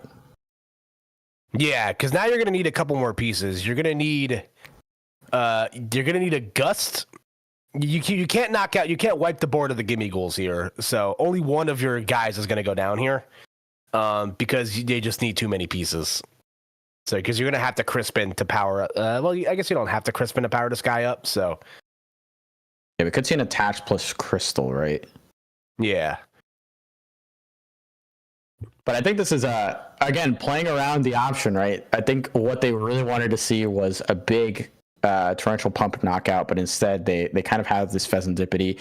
But to be fair, it's kind of a Pheasantipity that's been given out to face check the Wolves in a sense, because now it's not too hard to get 210 damage on the board for the Terra Box player, right? We could just go the Pikachu route here. We could just saw block this thing and make it really hard for our opponent to do anything as we continue to get established. So I think the threat is still there. That's what I was just going to mention. Like, what if they just go like rogue and they're just like, all right, Sob, now you just can't get out of the active. No, and instead, it looks like it is going to be the Crispin in hand already. Going to get some energies in play. Grab a grass energy to the hand and accelerate the lightning energy from deck. Does that still work? Let me read the card. That's one Don't thing. You need the water energy to do the attack? It costs 1 energy less. The energy can be of any type. Okay, cool. I also thought it was a colorless. I'm not gonna lie, but yeah, I was like, wait a second. That's counter gain. I'm losing my mind here. Neither of us can read. So yeah, I was gonna say I was also confusing the pro with counter gain earlier. So that's our running bit for this, is that neither of us know how to read it. So I mean, it's still not too bad though, because you soften up this Pheasantipity, you're gonna take out one of the gimme ghouls, and now this Pheasantipity is in the active, which is actually terrible because you can't attach retreat and then still be able to attack without Crispin, and your 2-prizer is now softened up. In fact, we could actually just hold this for another turn and torrential pump again.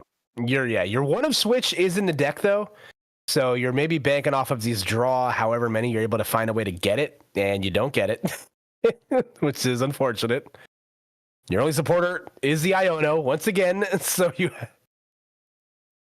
this is dangerous stuff. Do you maybe thin out one? I guess maybe you thin out to get a Dracloak. Maybe try to get your odds on that. Yeah, that's got to be the only other way. You have to get a two prize knock on this turn. Otherwise, you are really flirting with a disaster here. Yeah, and the last thing you want to do is Iono away your energies that you just went and grabbed with your Energy Surge Pro. So it is going to be the Dracloak. We are sticking. I didn't see it You have I outs saw there, it. like it's in there. But Okay. even then, you Rescue board is also an option. Yeah, you have outs here. You just gotta get there. Oh my god, brother! No Do such luck. do we just bet the farm on a draw one? Like, you kind of have to at this point, I think. Oh, this is tough. This is a tough situation. Sometimes you got to risk it for the biscuit, man. Here we go. Up top, from deep. Oh. Well, that stinks. Yeah, that's unfortunate. Part of me almost thinks you might just want to Monkey Dory off this damage, like bench Monkey Dory, attach Monkey Dory, and move off enough damage so you're not dying to the torrential pump. Yeah, that's not a bad strategy either. You're just going to force your opponent to find something a little bit more palatable of an attacker, and I think that's exactly what we're going to aim for here. So, yeah, because that 100 will not get you over the line, and even if you are able to move it to the bench, that 120 will also not be enough.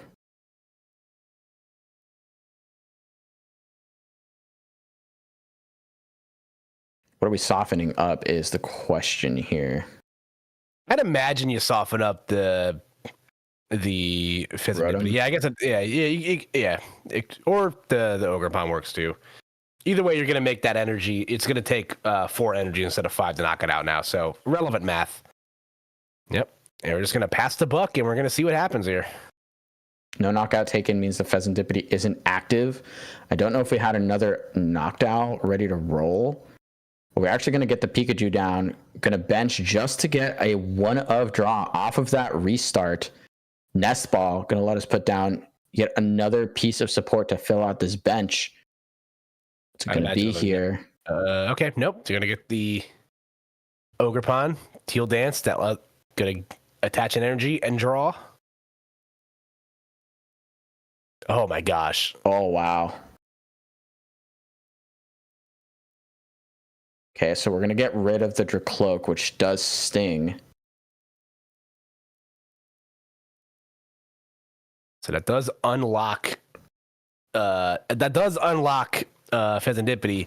But now we're in a very similar problem where you need to get this Pheasantipity out of the active, and you don't have a way to do it very easily. So yeah, and even if we do, right, even if we are able to knock out this Wellspring Mask, there's always the looming chance that the looming threat of another one getting set up, even without the crystal, right? So, yeah, gonna have to follow this up with something pretty solid, and it's gonna start off with limiting the bench here a little bit. Of course, we're just gonna eliminate. Unfortunately, that actually did just eliminate some of our liabilities, but I think at this point they're just going full out and saying we need to get reestablished here. We need to get some more Mons on board, because if this oppressive Ogre Pond just aggression continues to run over us, we're never going to be able to respond to this. Flip the Script is going to get us into our Arven, which means, and the switch is there, so we can get into our rescue board play. We can maybe even get a little bit aggressive with the counter catcher. Yeah, I was going to say, you could switch counter catcher up to Pikachu and then move some damage off to knock out the Pikachu, because that's the really thing I'm scared of. Ogre Pond has done her job right now. She's great. I'm really happy she showed up today, because I think this card is sick now. But Pikachu is the real mob boss here. So you got to find a way to get rid of that guy. And there we go. We're going to immediately grab the rescue board and the counter catcher. We can use the rescue board and save that switch for a later time if need be. Yep. Could attach that skateboard to Pheasantipity, do an ollie out the active. Or the Fez. We could knock out the Fez here as well. That also might be the better idea, honestly. Limit your opponent's card draw. Maybe you take the Fez, yeah. Oh, okay, no, we're monkey. Yeah, because you can Soften up Monkey the Dory. Pikachu. Yeah, just soften it up now. I think it's smart to also take the Fez also. Yep. Yeah, there we go. Yeah, because it's also a massive threat to leave this Ogre Pond on the board. But if you're able to limit how many cards they can draw into, it makes a third Torrential Pump pretty difficult to pull off. So it is going to be that counter catcher up, and we're going to take our 2 prizes, and we're still in there, Koopa. It's tight, but we're still in there. All right, got some. Now, Got some updates. All Out Blitzel 1 over BHP Luna, making sure they are not in the asymmetric cut. Luke Morsa beat Not Josh S, taking Okidogi out of cut. Dang. Vance Rocks beat Do Prada. So Arch Aladon beat Dragapult Iron Thorns. So that will not be in. And Andrew here with the Frostlass Monkey Dory wins over Disco Diamond and Terrapago. So Frostlass Monkey Dory will be in cut. What a time. And then Raul Barros with Terrabox beat Low Taper Fade and Gardevoir. Oh, gosh. So Gardevoir will not be in cut and Terrabox will be.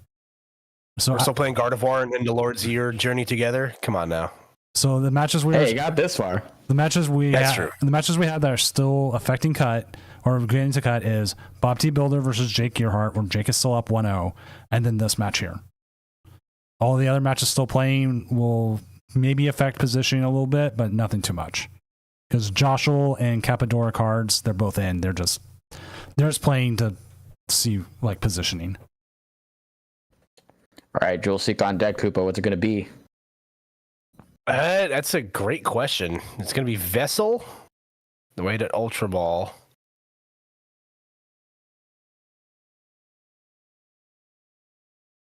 We had the E switch. Is it another torrential pump?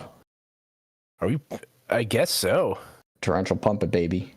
That is going to be a 2-prize knockout.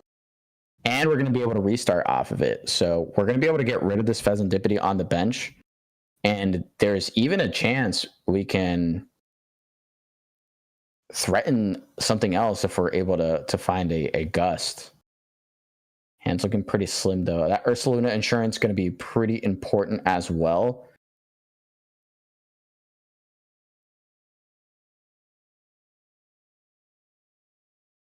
Alrighty. Yep. There we go. Going to do one under the active. Take 2 prize cards on the bench. So Water Ogre Pond was absent the first 2 games here, Melo Crit. She's now putting in overtime in this last game, has taken all 4 prize cards by herself. So now that puts Logan 2 prize cards away from coming out on top here. How will we string this together? I think we have to see an Iona to 2 here. I think at first I think you Super Rod back into Fez, and then I think you Iono if you can get there. Yeah, I think you might also want a fresh Golden Go in this situation. I think if you can avoid leaving that in the active, 120 from Torrential Pump will not be enough. And ideally, I mean, it would be a lot, but I think ideally we actually want to take out that Blood Moon Ursaluna as well if we're at it. The crystal's stuck on this Ogre Pond. So if we can find a way to get rid of that Ursaluna, that's probably the biggest threat right now, because that Pikachu is going to be infinitely more difficult to load up without that crystal. Yeah, tough spot to be in right now. Thinking about for Itachi's energies, what to do here. 8 energies in the discard. Yeah, I think it could just be a super odd Iono, see what you get off these 4 cards. But it thinks that you're losing a Superior also, which is annoying. Yeah, I'm almost wondering if we want to. We might just not have a choice here, right? We just got to find that combination of cards, which is, I mean, just there, right? And we still get to draw 2 more off of this coin bonus. So I think with that, so we can get 4 energies off. Oh, and there's another. Okay, so we can get 5 to get the knockout here. But you're only we only need 4 now, so it's fine. Okay, so relevant math once again, taking that Blood Moon Ursaluna down from 6 energies to 5. We're gonna go get the 4. Also, kind of stinks that they literally just super rotted the Fez back in because they drew into the Night Stretcher. So, yep, hate to see it. All right, gonna discard the primary colors and take the knockout here. Let us see if we can get there. We have a knockdown on bench. All we need is an energy attach and a way to gust up this damaged Goldengo, and I think that's all she wrote. So, can we get there?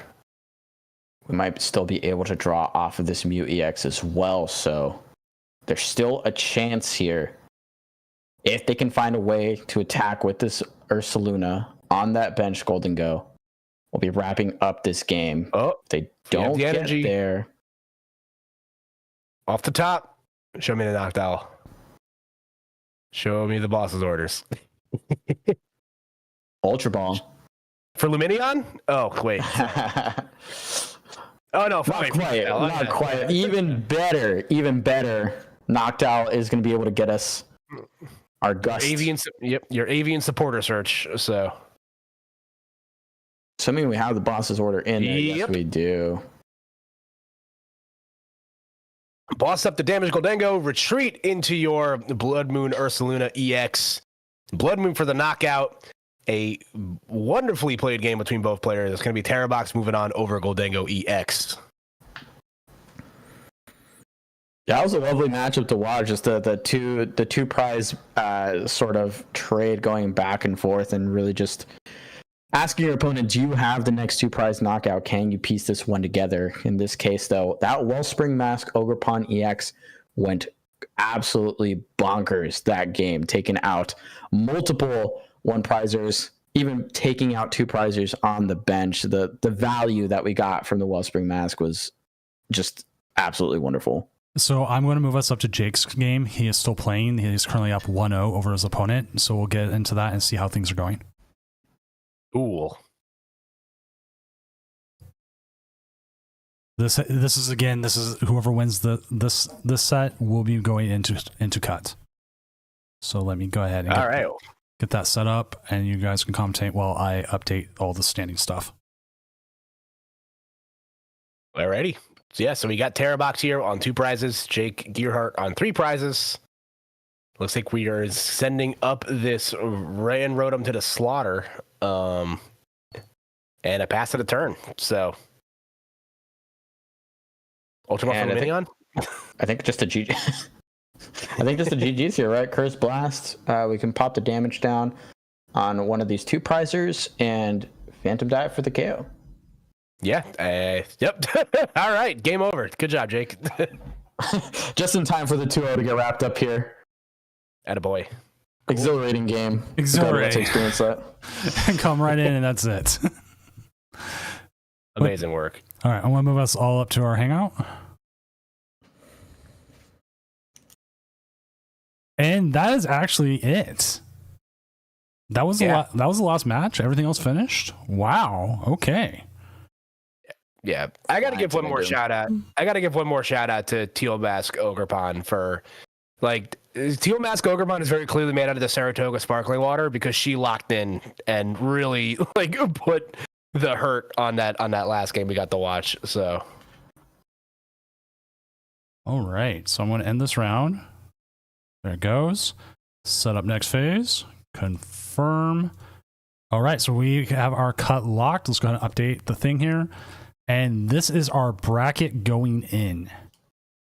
And Ryan Ferry and El Frodo will be coming in to take the next round. So we can sit here and talk for a little bit until they come in, and possibly I'll go with it. So I'm actually going to pause this, reset, and we'll see who is there. So like Blitzel and Luna will play, but that'll be after this. We can get Andrew and Logan. And we can probably get Jake and Raoul, so we'll figure out. But we do have those. I know those for a fact. Those players are streaming, so we can watch top 16 with that for whoever it is. Like, you guys have been here. Which one would you want to see? What are the options again? We've got Jake versus Raoul with Dragapult versus whatever it's called. Terrabox, or we have Frostlass Monkey Dory going up against Terrabox. So there's Terrabox. Oh, yeah. It's just what do you? It's gotta be Frostlass Monkey Dory. That's heat. That has been the deck that came out of nowhere. Nobody expected. We haven't had Andrew on. That's a deck. We haven't had Andrew on today. We've had Jake on. So I think that might be a good one there. So what matchup is the Monkey Dory playing against? Oh, by the way, hi guys. Hi Ryan, welcome back. Yo, Howdy. They are playing against Terrabox. So I'm going to pair up the round, and then once we get going, we will get going. And I forgot to set it back to 70, but that's fine. Our players should be fine. So let me make sure that they know top cut, blah, blah, blah. Jake wants to know if we're starting right away or taking a break. We are starting right away. That is the beauty of online. We can just go.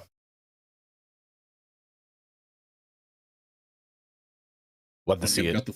I've got the full grip stream pulled up right now on my TV. I see people I know in the back. I want to shoot them a message and tell them to wave at the camera. All right, I want to move us all down to table four so we can at least get ready to see this. Yeah. And if you need to jump now, Koopa or Mello, totally fine. We're all just going to sit here and watch for a moment while we set this up. Cool. Yeah, I'm going to have to skip out. But thank you so much.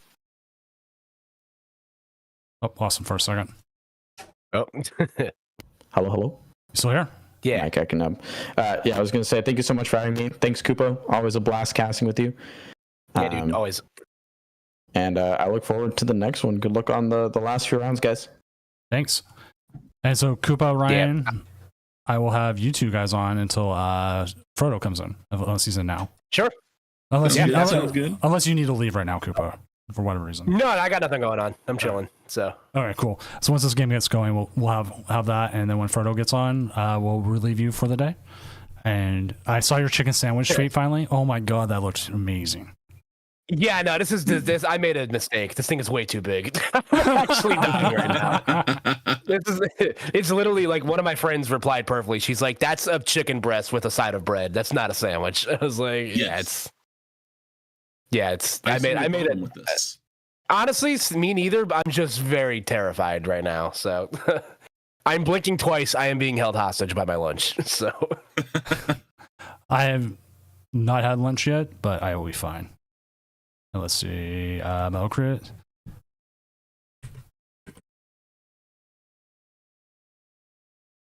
One of the best. All right. And I'll just actually message Frodo directly.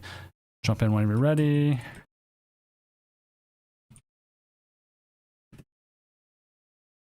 We are all right. Quite the surprising.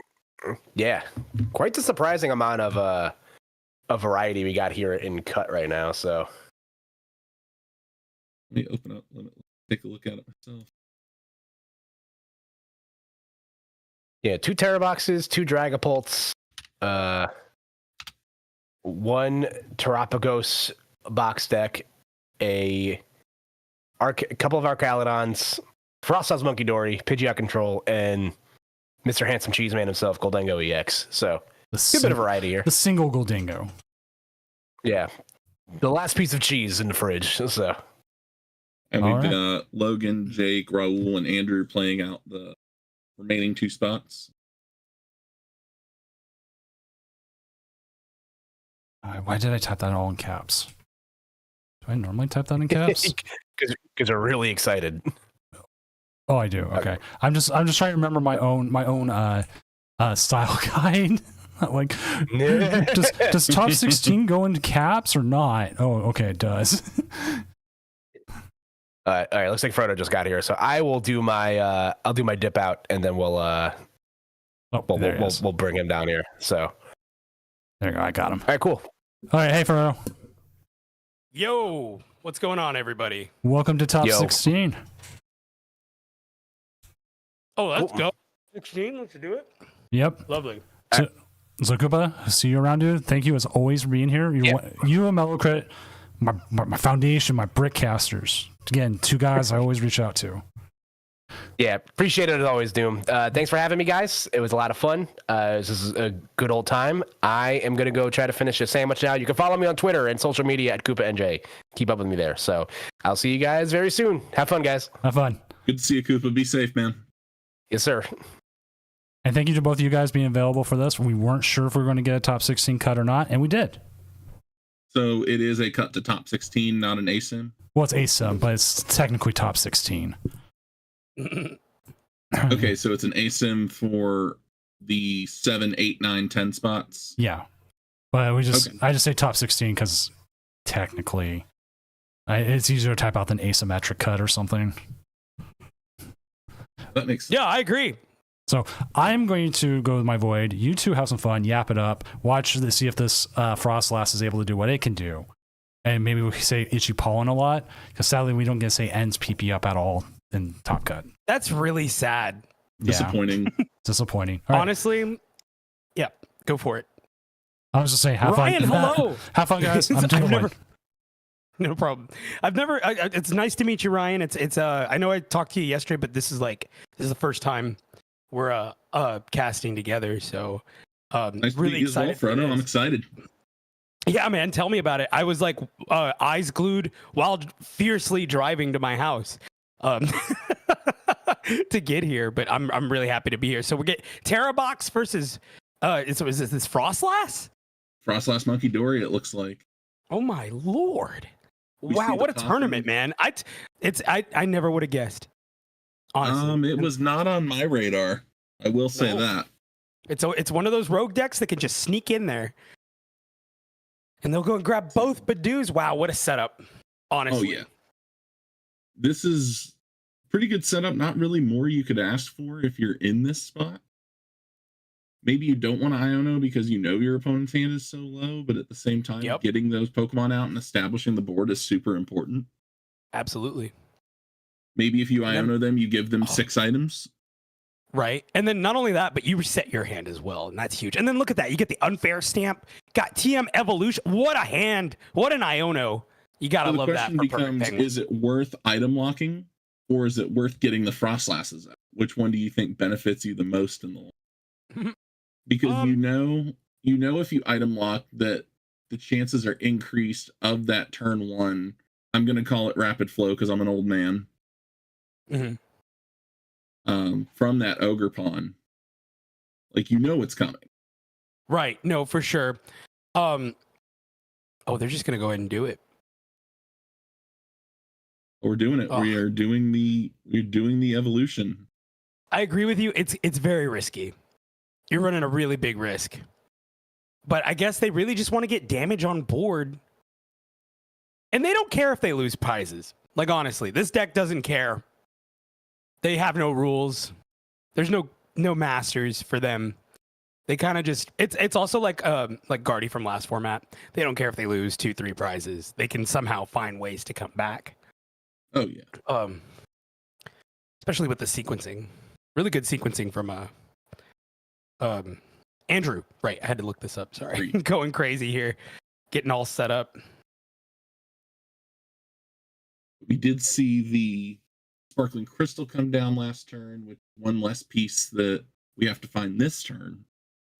Yeah, I would think Ogre Pawn, E-Switch, right? Probably an Earthen Vessel somewhere in there. Yep. Right? To get that Torrential Pump online. Or just even a Crispin. Yeah, a Crispin. Yep, you're right. Even honestly, I got to remember that. Because Crispin is a thing, and Crispin is really scary. Like one singular Crispin gets you there, and Noctowl to find it, maybe to set up your board for next turn even. Mm-hmm. You think you're going to get knocked out. I don't think you will in this situation. I think it's more of a slow burn with this deck. Right. And then just showing more dominance from Terrabox, man. I mean, honestly, they get away with so much now. Like, look at. And then there's the all Noctowl. Wow. options. You just have so many tools at your disposal. You got the Shady Dealings engine, right, with the Noctowl's Yep. Jewel Seeker. You can just find whatever you want. Boss, E-Switch, lovely. Look at that. Well, there it is. Yeah, no, they're done. They're done. They don't need anything else. Just like I said, I mean, I was talking about searching for stuff. They don't got to search for anything. It's just right there.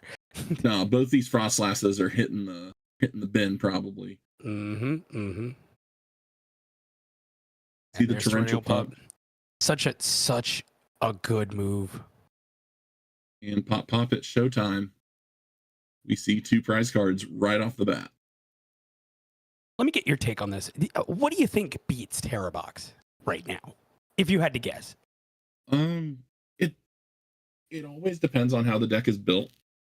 Walls is supposed to be teched out for it, but then you see Cornerstone or Terapagos go in the Terra box list to kind of balance it out. Right. As someone, I mean, our locals in our area have been doing Postro for a couple of weeks now at this point. So we've all been getting our reps in, and Terra box is one of the more popular decks in the field. I'm not going to say there's not a lot that beats it other than itself, because it's definitely a kind of grindy mirror. But it does depend on how consistent your opponent's list is, no matter what matchup they're playing. Absolutely. Like Bolt seems like an obvious choice because you can just go 210, 210. But also it's a little bit slower to set up at that point. You can take out 2 Dracloaks easily turn 2. Arcalodon is one of the matchups that scares me if you prize the Pikachu. Yeah, no heavy ball, which is like extravagant for them. Like that's a huge loss. Like we've got our ticket. We've got our little ticket guy that lets you shuffle your prizes back in the deck. But then that means they could just go right back at the same time. So it's a little more, I don't want to say balanced version of heavy ball. I would say a little more inconsistent version. Prize checking becomes a lot more relevant. You're going to see a lot more people going, oh man, I can't believe I lost because I prized that. Yeah. And exchange ticket can kind of throw some of that off also in your own head, right? At least for me. I gotta take better notes sometimes, man. I gotta be honest. But this is a good move. Countercatcher into the Noctowl. And the Snowy Mountain. You have 1 Frostlass online, so you could start getting some damage down. And again, it's like I said last time, they don't mind losing some prizes. It doesn't hurt them too bad. They will kill you slowly. I mean, knock you out slowly. I gotta really work on that one. That one's rough for me. It's a slow needle for sure, I think. Pokemon don't die, they faint. Faint. Unless you're doing a Nuzlocke. Whenever any player attaches an energy card from their hand to one of their basic non-waters, put 2 damage counters on it. Okay. Yeah, that can be scary too. See the Monkey Dory move some counters over. Let's see where they move these 3 counters to. Right onto the Noctowl. And then their item lock with a short hand size, no energy on anything. Yep. Maybe this was the move. Get shuffled back in. Seeing 2 energies get shuffled back in does increase your chances a little bit. But now the question is, what are we doing to follow up? Let's see. We see the Psychic on the Noctowl. We see the restart for 1. Mew was a good grab early on, clearly. Absolutely. You need that extra draw, even if it's just 1. And especially in this position, because then it's like, what do you retreat to? You do have Crystal, you have free Soblock, but in this deck, there's no attacker online, so it doesn't really matter. Soblock, kind of irrelevant. Because Monkey Dory just ping-pongs the counters back. And then locking in the Badoo almost feels bad. Locking in the Badoo feels bad because you just want to knock out the other guys. Exactly. The Latios provides free retreat basics, and we see the pass. God, oh man. Ryan, are we about to watch just slow turns here? Here we go, the Morty's like Conviction. 6 prizes, maybe. The Devo is an option to consider to force those Noctowls back in the hand. But wouldn't he just be able to evolve it from again with the Hoodoo, or is that? Yeah, he would be able to evolve it again with the other 2. I wouldn't. Yeah. Here's where math becomes a big factor. Because you know you're going to get 2 more counters at the end of the turn. Ichipal into item lock, 70. See, and this actually says something. So if this deck actually does start popping off, it feels like playing the Insomnia Hoot Hoot might not be the move. Oh, Insomnia Hoot Hoot having 2 retreat is very bothersome. I mean, I know you do it because it's tankier, right? It's like 80 HP. But if this kind of deck is, in the, let's say 6%, right? after this, I wouldn't even consider it. You want Do you see a Mons knockout with come down? I do like the inclusion of Drayton in this list as well, because sometimes you're that 1 or 2 combo pieces short, and having that extra dig is really helpful. Absolutely. They'll go Crispin and Underdepths. That's huge for them. See what they Crispin to. I would assume Ogre Pawn is the. Yep. Don't you looky there. And now, how do they get? I guess this is well, yeah, because they're bumping the stadium. Okay, and now they can retreat. Right.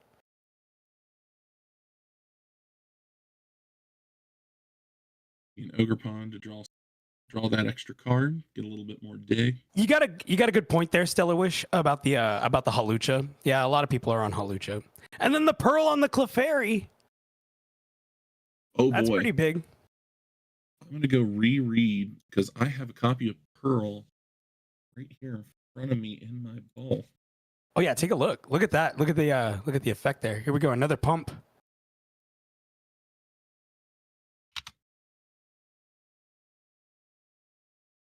If the Lily's Pokemon this card is attached to is knocked out by damage from an attack from your opponent's Pokemon, that player takes 1 fewer prize card. Okay, so that was my concern, was if the knockout happens from the Frostlass ability, from poison or something like that, it's still worth 2 prizes. Mm-hmm. And you look at this now. I mean, you could put Bear on board.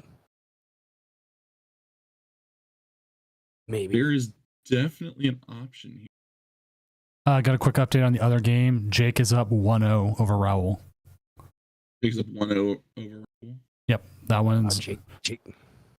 This 2 matches. This whole round could go pretty fast. So yeah, you see that single prize card take there. Yep, we're gonna see a 3 prize turn plus the stadium bump. Well, if what I think happens, it's the Bear. Blood Moon Ursaluna is prized. There is, in fact, no Bear here. The Bear lives in the prize cards today. Oh no, that's so unfortunate. Not that we could artisan for it anyways. Right. No, but I think the artisan was just to check what's available. Double check your resources. Yep. Mm-hmm. Mm-hmm. There could just be an item lock and then Iono to 1. Or Iono to 2. Which is an extremely viable option here. Do we see the monkey riding a skateboard? We do. I guess Iono to 2 and pray. Right. Yeah, because you can't nest ball counter gain to a bear that's not there. So, but they're gonna have to play some catch up. They're gonna have to get maybe. I gotta check how many nights they play. 4 night stretcher. So maybe getting a night stretcher online. Or where's the other ones? Oh, they might have to super rod them back in. These are very unfortunate pricing from what I've been seeing. Oh yeah, variance is a cruel monster. We're really pulling for the monkey here. I'm not gonna lie. I'm really pulling for the monkey here. See the freezing shroud hit? They're getting closer and closer. Top deck Crispin. That'd be insane, wouldn't it? A restart for 1. Research. Okay, so no Crispin top deck. A big reset for them. And if not for the item lock, Energy Switch does win them the game. Mm-hmm. Mm-hmm. They go back to underdepths. They're going. Yep, they're going wide. There's a bear. Drop their Blood Moon, Ursaluna. And the sob for 20. A few more counters at the board. Where I missed the Tapu Lele promo. Magical swap. Psychic and colorless just let you move around damage counters. Mm-hmm, mm-hmm. Oh well, also no Radzam. Also Radiant Alakazam rotating away is so prevalent here. And then, like I said, prizing the Blood Moon Ursaluna is just really unfortunate. I think we'd be looking at a completely different game right now. I think with access to Bear, it would definitely be a little bit easier right now. Mm-hmm. We had access to Bear, but oh man,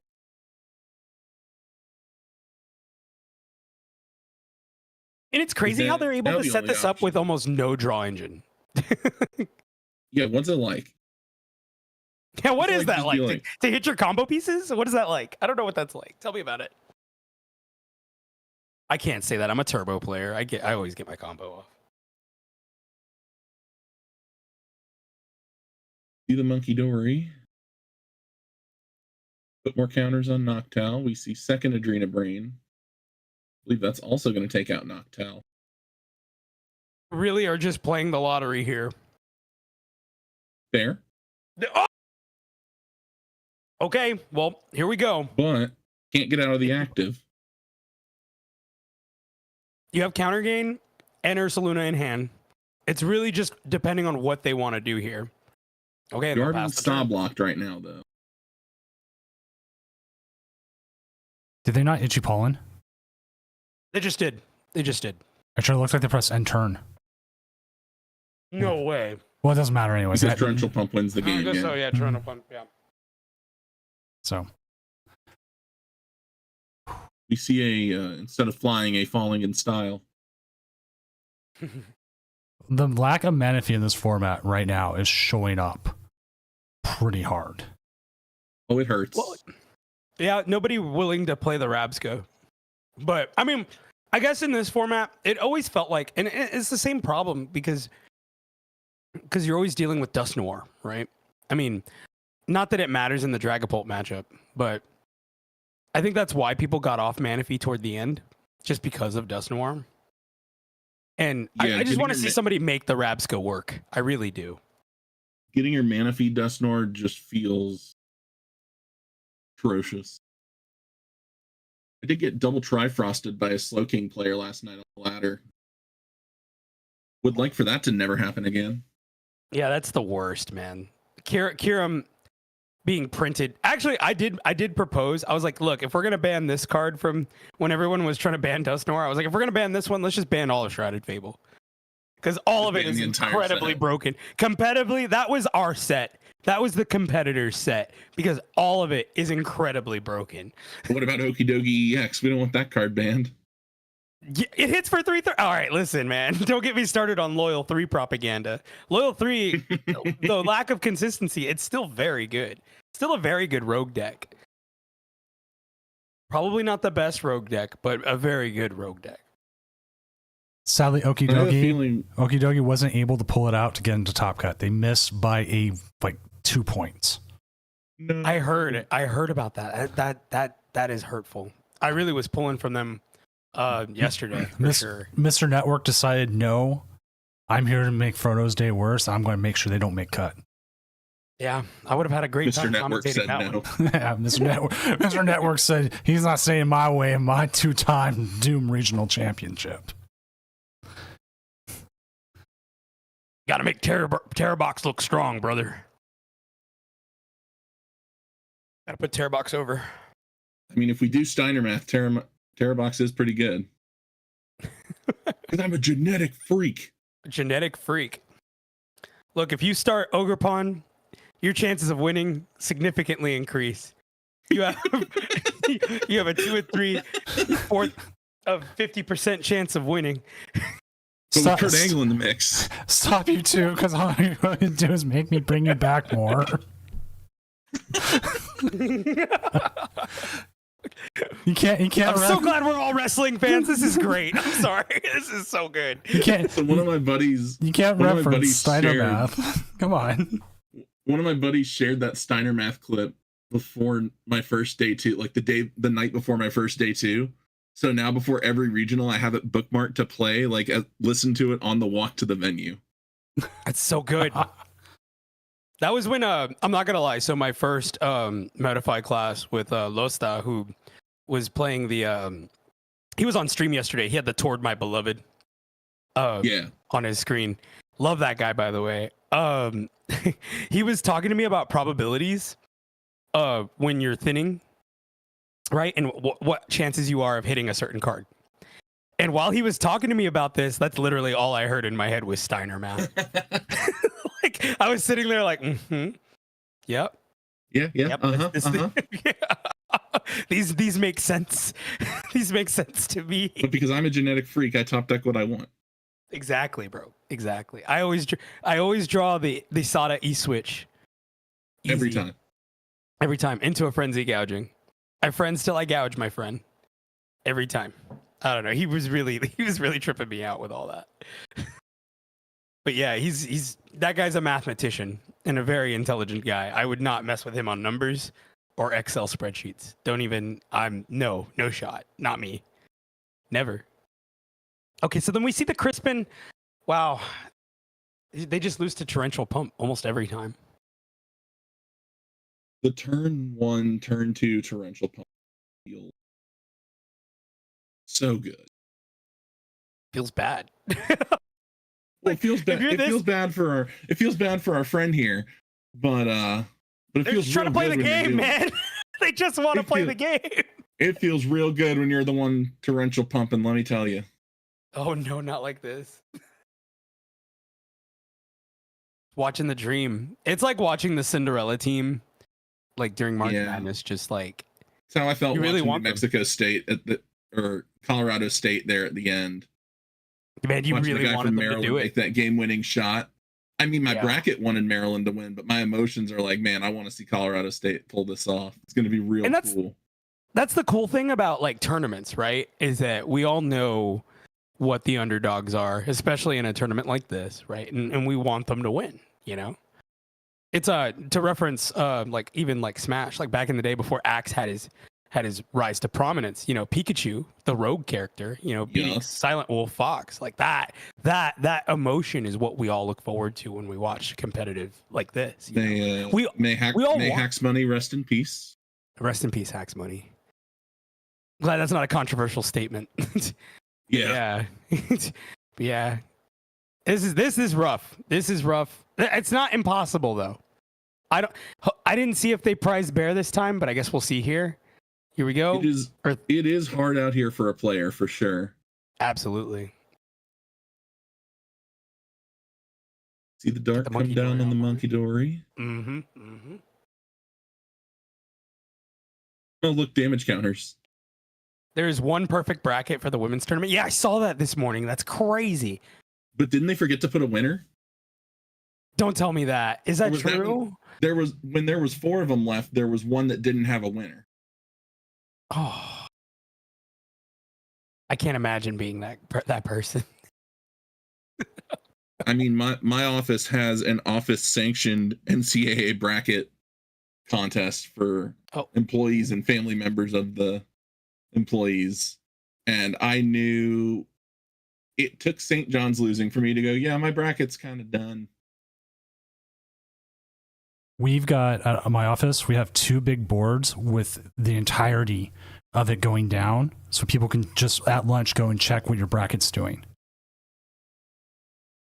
Darth Bean is a UK fan. I am not allowed to repeat what you said, but I do have a ton of respect for your coach. I am I'm a Gonzaga fan, but that's because I'm Washington, and they're the only Washington team that ever shows up. Oh yeah, I mean when Klay Thompson was at Washington, though, that team was pretty good. Yeah, but he's not now. So another reason why I love March Madness is because you hear all the teams that like you don't hear in football, right? And like it's just with basketball, it's just that much more wide. You know what I mean?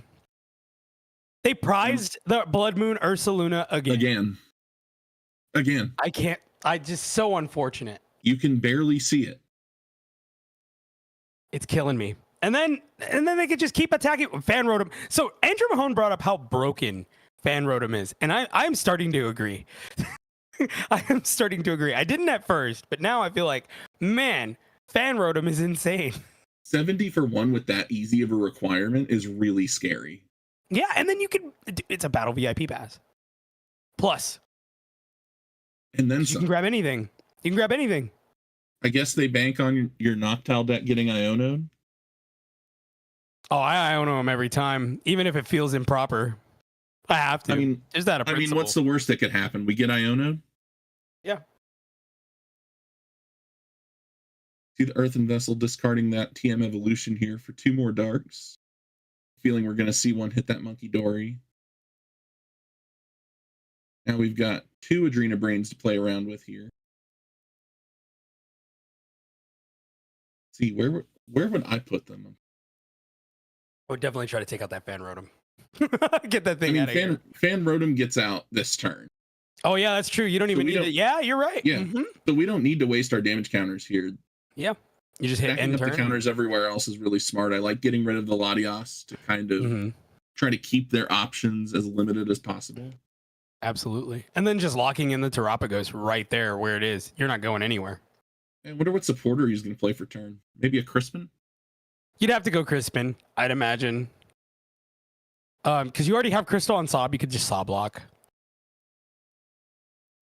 But this is definitely a more manageable game than last game, even without the bear. So I feel like significantly more manageable. Yeah, no, you're not getting double torrential pump. God. Oh, but the Iono reset, that's kind of huge. Well, not really. I mean, now that I look at the hand, it's you could live with it pretty good. Get the Frostlass off that. More cards.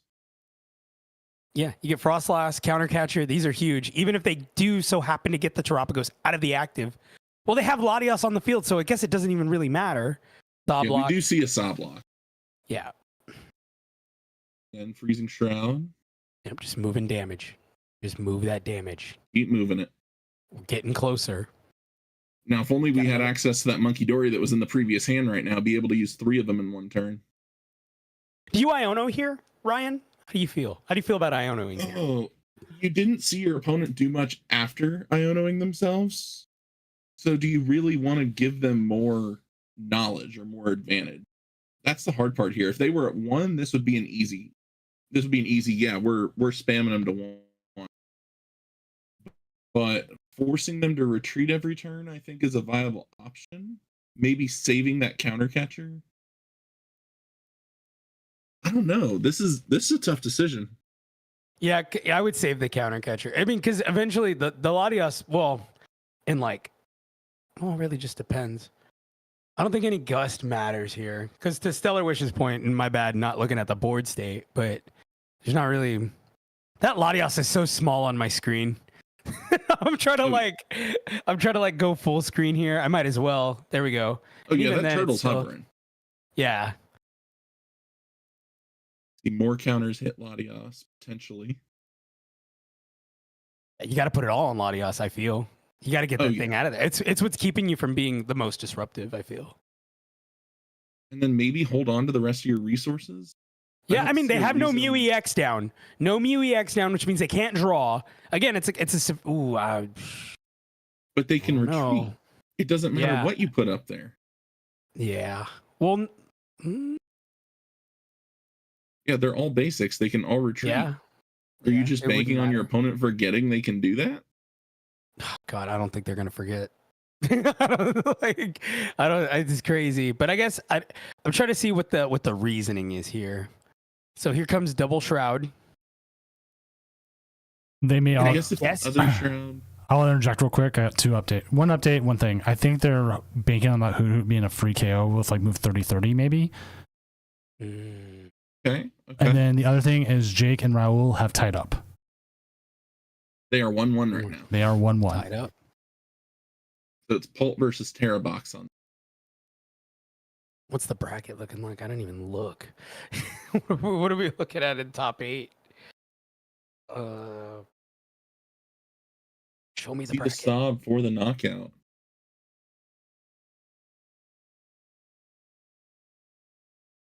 Another Badu promote. Let's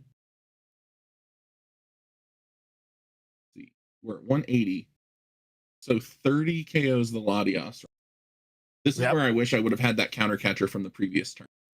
Absolutely. I think Force the counter catcher Terapagos. Okay, huge reset here. Like, I think this is this is more than likely a multi-prize turn. Because the issue now with replacing the stadium is the Terapagos player can easily remove damaged Pokemon. The Latios. Yeah. No, you got to knock them down. You want to force them before you play that stadium down. You want to force them to go, you're not getting rid of anything. So I think that is very correct sequencing here, going for that knockout. Get 2 prizes. See if the bear comes up. Yeah, it does. There it is. Bear does come up. However, is it the right time to use it? Because we don't have enough energy right now. We don't have a counter game. Right. No, for sure. Well, next turn you could start. Well, really just depends because I guess boss just wins the game though. Yeah. But no damage on the Badoo. I'm kind of just looking around what options they have. Yeah. I'm kind of like, what are they knocking out here though? Like realistically, you know? Unless they get Crispin, they're kind of just there. So if they move 3 to the other Hoot Hoot. Yeah, if they move 3 to the damaged Hoot Hoot, that forces them to find the knocked out or else. Mm-hmm. Ooh, another monkey. But then the next turn we can Arven for counter gain. Right. And then once the turns pass, I wouldn't even put down the bear right now. Well, they're bench locked. There's no, I mean, even if they were to, what are we doing? They don't have enough energy. What are we doing? What's going on? My friend.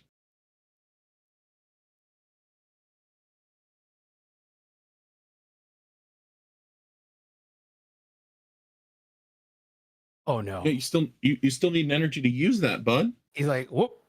Hey, wait a minute. And I oop. Maybe they know. I don't know. They check to see if they could use it. I would have checked to see if there's an Iona in there. I mean, hey, look. Maybe it bugs. Can my hand be altered? If not, hold on to it because you have Arven for counter gain the next turn. Boss and now up. we see a boss's orders. Bossing up the frost. They could just saw block, yep. Well, because that's what you're trying to avoid. I see why they put it up, because that's what you were trying to avoid. You were trying to avoid a saw block. But you could Arven, did they use the switch already?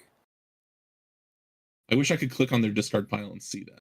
Right? Oh man, a spectator mode would be so nice right now. Because switch counter gain here wins the game. Yeah, you're right, Fish Knuckles. That was my bad. I just realized that. The switch is right there. There's the counter gain. Yeah, there it is. And there goes the battle.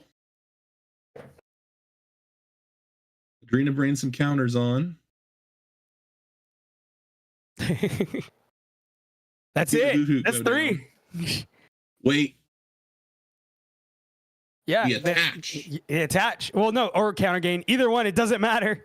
Well, counter gain doesn't work anymore because we're tied. So you're forced to attach. You're right. I just keep talking. Bonk. Maybe they're just scared of Iona. You're right, Fish Knuckle. No, not for real. I just be talking. I could see. Yeah. I could see scared of Iona as an option. That's why I would have checked to see though before I slammed it. Sure. I'd been like, I'm gonna make sure that if that's an option. I gotta really work on just not saying the first thing that comes to my head. No. I just be going, man. But we're tied up, Ryan. We're tied up. We are tied up, and this we're is going to game 3. This is not where I expected this to go. In the 3 stages of heck, that's where we are right now. All 3 of them? All 3 of them. Always ends in a ladder match somehow. True. Yeah, I can't play my earthen vessel. What do I do?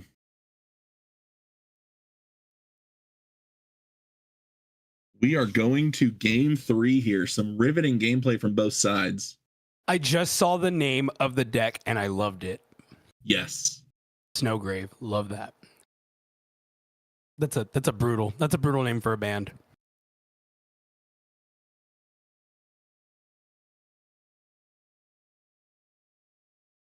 I'll say this right now. I'm gonna say it right now. What are we gonna say, Frodo?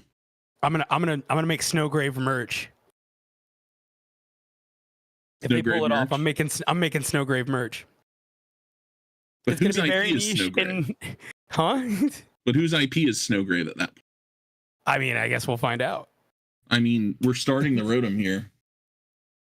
Can't really ask for anything more. For sure. Good start. Rotom Badoo start. They're going first. Very optimal. Very demure. Very mindful. Very demure. Very mindful. Very mindful. That's right. Oh my God, I lost my page. Yeah, I got to hit up Andrew and tell Andrew, hey man, is it cool if I make Snowgrave merch? Because let me tell you, Let me talk to you. Yep, Stellar Wish, you're 100% correct. The math does play out that way. There were multiple ways to win that. Absolutely.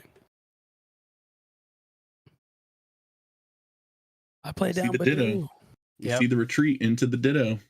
Into the Get Ditto. what you want. And they'll go, what do you think? They're grabbing it can grab Sob, right? I'd imagine. It can grab Sob. Keep saying it's Sob. Water. Yep. Teal Mask. There we go. Heck, I was trying to call Not it Teal Mask. Sobble. What is it called? Oh, wow. The emote. The emote.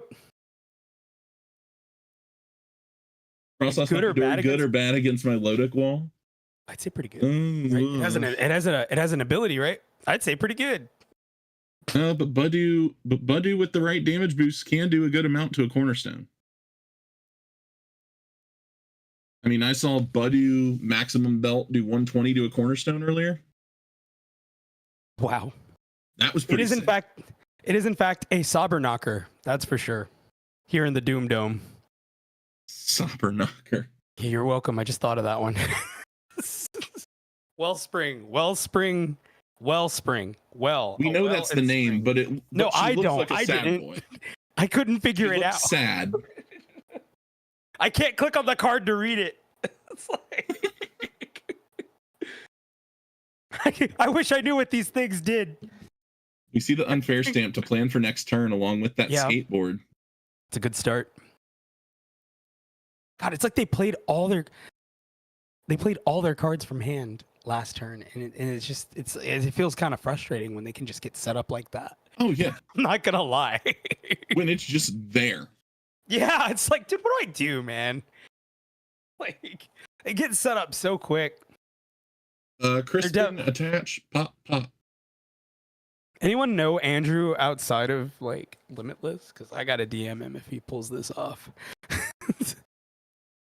28 minutes on the clock. They're gonna Jewel Seeker. Seeking out some jewels here. Looking for the jewels. Where are my jewels? I'd imagine what? I'd imagine what? They're getting Crystal and Crispin Crystal. Yeah, Crispin Crystal. Yeah, very daring today, are we? Yeah. Oh, I feel like I am waiting in line at the Krusty Krab, seeing someone order a Krabby Patty. As it turns out, the Crispin was already there, so we see Crystal Area 0 to turn the Artisan off. Right. See the water. See the grass. See the crystal. Mm-hmm. Yeah. What? See the Area 0 come down. What? We see the torrential pump. What? What? What? What? So good. What? All right, I played an surprise Octow. comes. What? I searched for Crispin. What? It's so good. I grabbed a crystal. What? Who is this terrible? Man. We see the stretcher for the Dory. Yep, gotta grab Dory. Attach. Yep, and then hit. Oh yeah, I gotta put that on there. Yep. Guitar pick wearing a skateboard. That ain't much.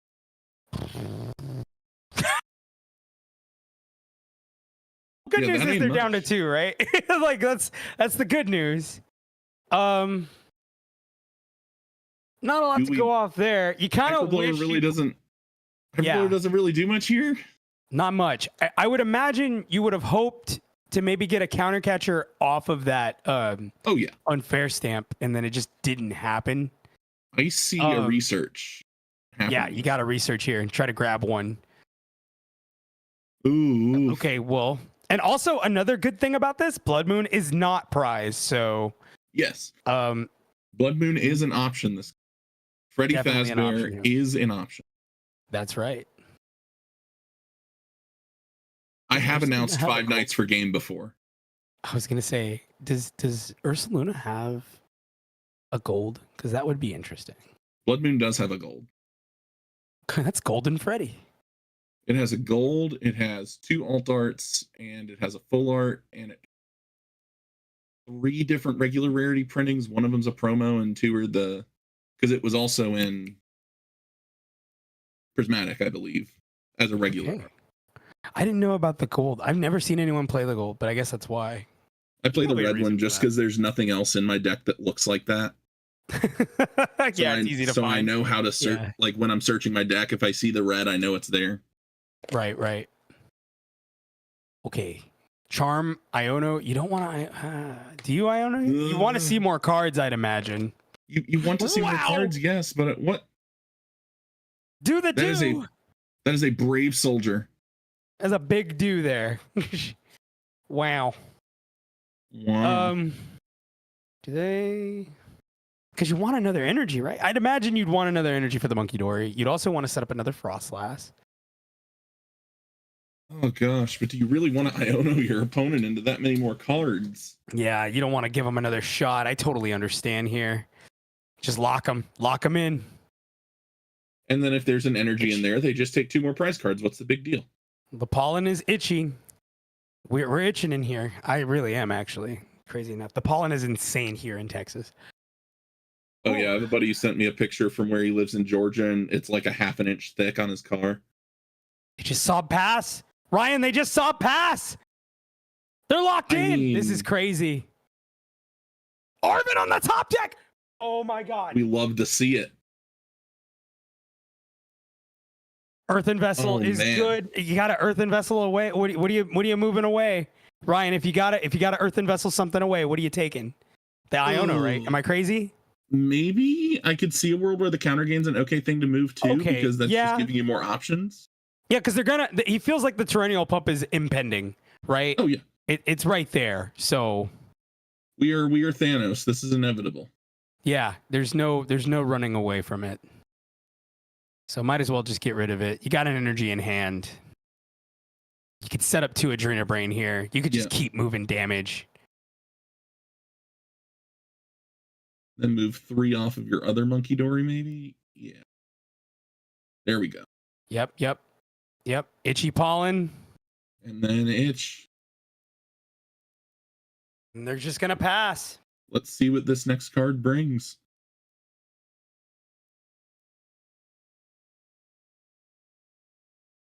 They're 4 now, so I imagine the Iono is coming next turn. We see the Crispin. Yeah. There's the Crispin. Yep. That's what we're waiting on.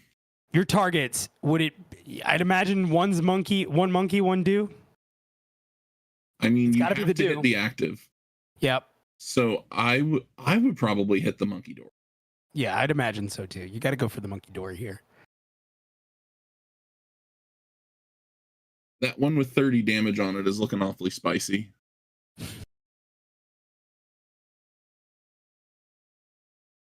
I do love that Crystal just removes any energy from the energy cost, not just a colorless one. Right. So you can just sit there with 2 grass and just go, oh yeah, I'm going to torrential pump this. And then I guess Blood Moon gets online here.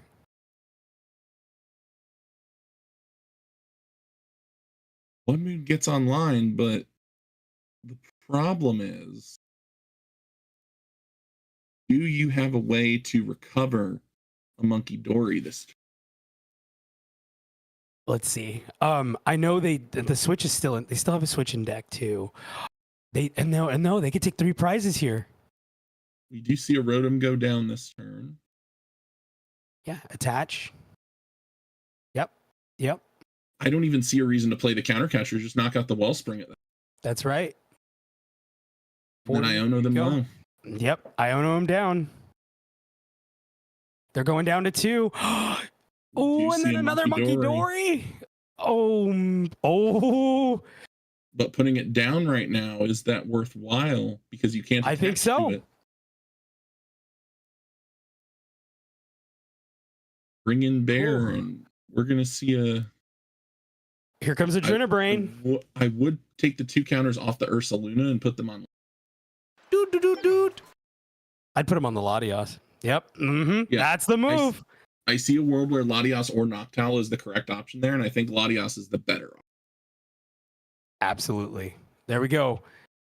So we see 2 taken. We're going to see a third one taken in between turns here on that Rotom. And they get the Ultra Ball in hand. I'm not sure if there's another Frostlass in deck, but that would be huge. We love to see Blood it. Moon for 3. Rotom goes down.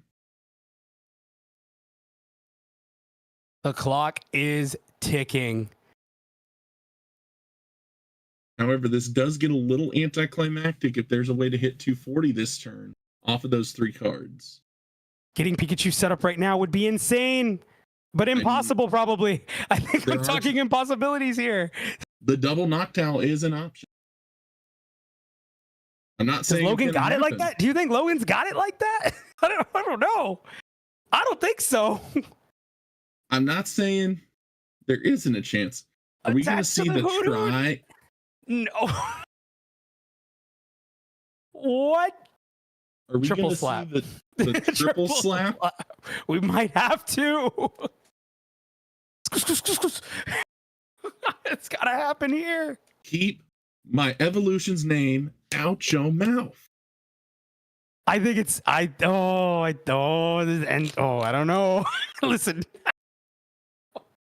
We haven't seen the Switch played this game, right? Nope. And either way, I don't think it matters. I'm looking at this hand and I'm like, I don't think any of that matters. They got double monkey. Yep. I mean, got it this turn. It's over. It's over. They got it. They got it. Jover. That is insane. Wow. Oh, don't even need to Ultra Ball for the Frostlass. Just put it down. Oh, Andrew, that is crazy. And Freezing Shroud to knock out the Hoodoo on the bench. The battle. That's it. Wow. We really did see it. Wow. He had us in the first half. I'm not going to lie. I'm not going to lie. Done. Wow. Andrew, the snow grave.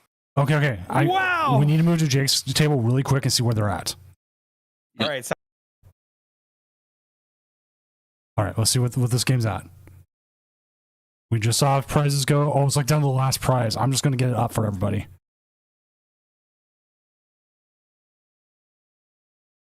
Mute that game audio.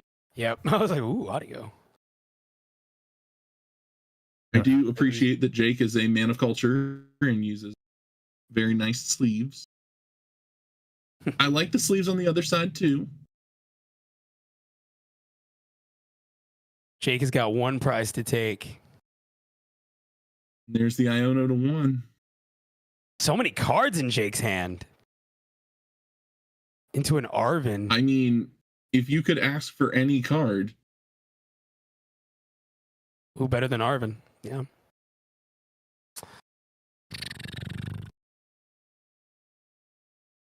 I think we're witnessing the end here. We'll see. 4 prizes to take for Terabox here. Feels kind of bad.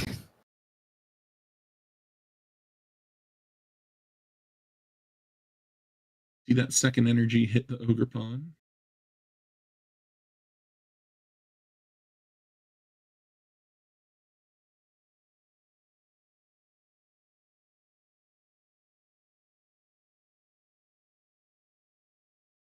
And it's just the pause.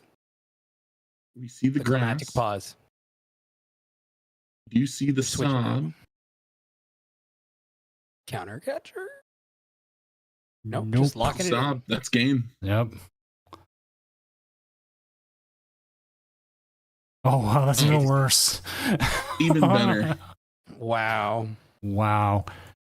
So that will do it. That will be it for that. That's our top 16, whatever you want to call it, asymmetric cut. Let's go ahead and update this. We'll update the standings here. And let me reset the whole countdown clock as well. I'm just waiting for Emmy to come in. If you gentlemen would like to stick around until Emmy comes in, all the more power. Absolutely. I'm here for it. Let's just recap what we just saw. Wow. Yeah. Frostlass Monkey Dory. Oh my God. We saw some awesome games. They're going to have an uphill to battle against Archelodon, I feel. Oh, absolutely. Yes. But so much making it this far in a tournament this big is huge. Absolutely. I'm definitely making a 30-second short on this for sure. We are I'm looking excited. we are looking at the Limitless pages, seeing that Frostlass Monkey Dory made it into Top Cut, and going, okay, what were we missing about this metagame that we didn't see before? So many abilities on board. Just so many abilities. So I'm going to move us down to Cilio real quick because he tweeted about it saying it's teacher versus student. Really? Yes. In Top Cut? In Top Cut. Ooh. So I'm not going to pass up on the teacher versus student. Oh no, we are definitely taking that storyline and running with it. Absolutely. What's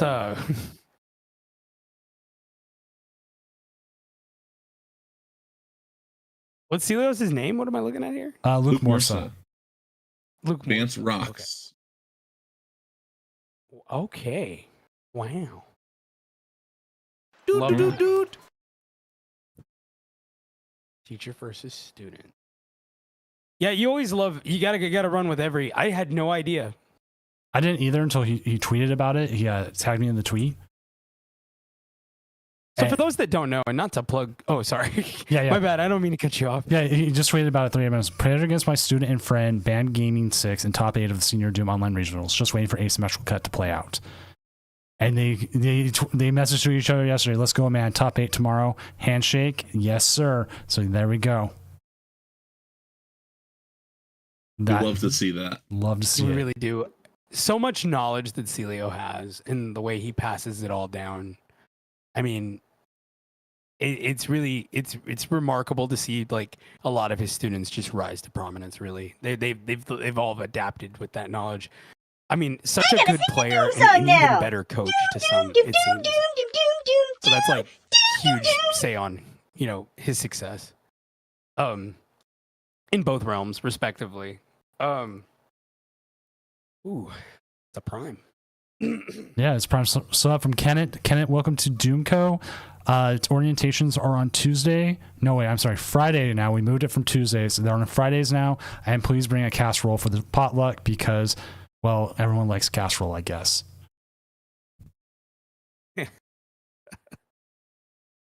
When's the caster potluck? What are we doing? We doing it one at NAIC or what's going on? We're gonna do one at Worlds. All right, I'll try to. I'm trying to get in, man. I don't think it's happening. Let me flap my arms and get to San Francisco. Sadly, I won't be there at the caster potluck. I'll be at a Weird Al concert. I'm sorry. Oh yeah, that's right. Yeah, you got the Weird Al concert. That's right. Honestly, good reason. Yeah, I could meet you in Washington for a Weird Al concert. Yeah, it's like, where's it at? It's in Auburn, which is south of Seattle. Saw a video of him and Will Forte doing Hot to Get. It's like amazing. It's like a 3.5 hour show, but it's because he does costume changes and does like video. And when he's doing that, he does like video breaks. So it's not him playing for 3.5 hours straight, but it's 3.5 hours of like all his best stuff. Wow, it's south of y'all. Yeah, I just pulled this up on a map. 39-minute drive right now. It's if you look up White River Amphitheater, a lot of concerts take place there. That's where it'll be. White River Amphitheater. Wow. It's an outdoor. So much, man. I learned something about every time I talk to you. We talk about we always talk about Seattle every once in a while, and I learned so much. Yeah, Seattle. Ever since I was a little kid, I wanted to live in Seattle. So moved here. Well, actually, I moved to Portland first, then I moved here. But I would say good call. Both those places are pretty awesome. So let's see. Oh, we're on our way. Yep. Mr. Network. More stuff versus Vance Rocks. Here we go. Vroom vroom. I don't want to be here all night, is what everyone's saying here. And what can you really ask for if you're Luke right now? The perfect start. And then he is up against. Oh man. He's up against the Archaladon. Yep. How many Archaladons do we have cut? We have a few. We have two. We have two. We have Dragapult Mirror. Wow, which is crazy. We have a Dragapult Mirror.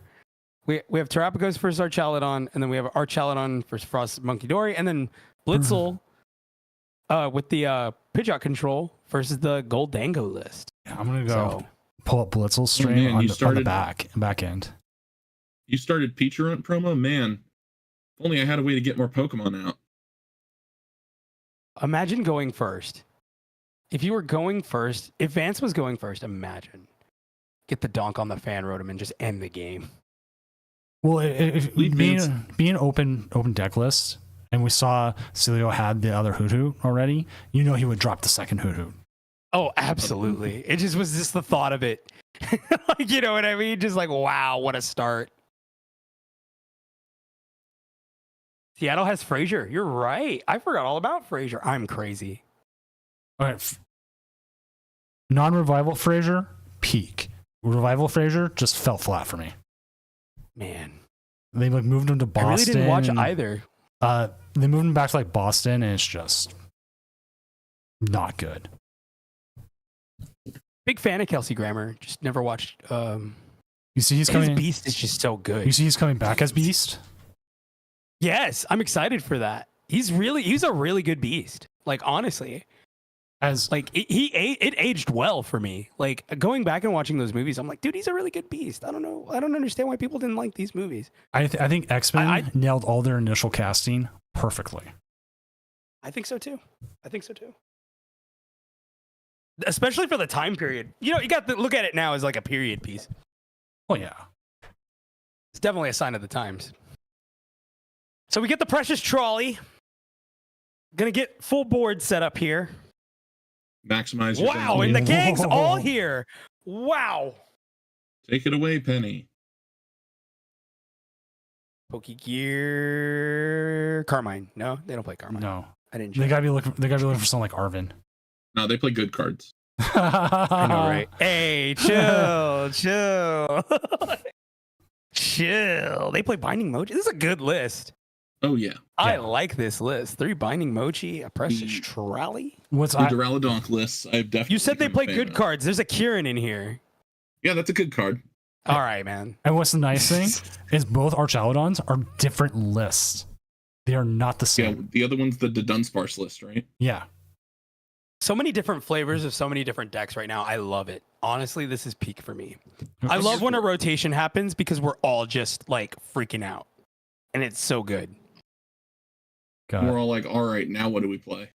Mm-hmm. We're just trying to see what works. We're throwing things, and I love it. I just looked at the. We see 2 Archaludons get squawked away. I just looked at the bracket and I realized there was no finals.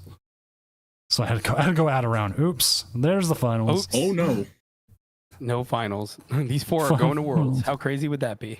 no finals. No finals. You all win. You all get a playmat, and you all get a package from Rogue Energy. And a trophy. I'm working And a trophy. Okay. Low key, I'm working on a trophy for Doom Worlds. Heck yeah. God. There. One of the glass trophies, like the old Pokemon City and States trophies. No. This is one of the things I've been doing with model making. There's Pokemon model stuff. I have a couple ideas. There's a near life-size Magikarp you can get. I'm thinking about doing a shiny version and making a custom base for it. The other options are we can do a shiny Gyarados. I'm trying to work out shiny Fuecoco a little bit. There's a couple options with the models. And so like do that and make a nice base for it and send that, make it a shiny version. Or I can just do all gold. That's easy. Like I got gold spray gold? paint, do all that, but I'd like to make it a little bit more. So that's what I'm working on. We see a Jewel Seeker here. Going for Crispin and a Buddy. I think we're going to see the Crispin be used here to get that Monkey Dory online. Start moving damage.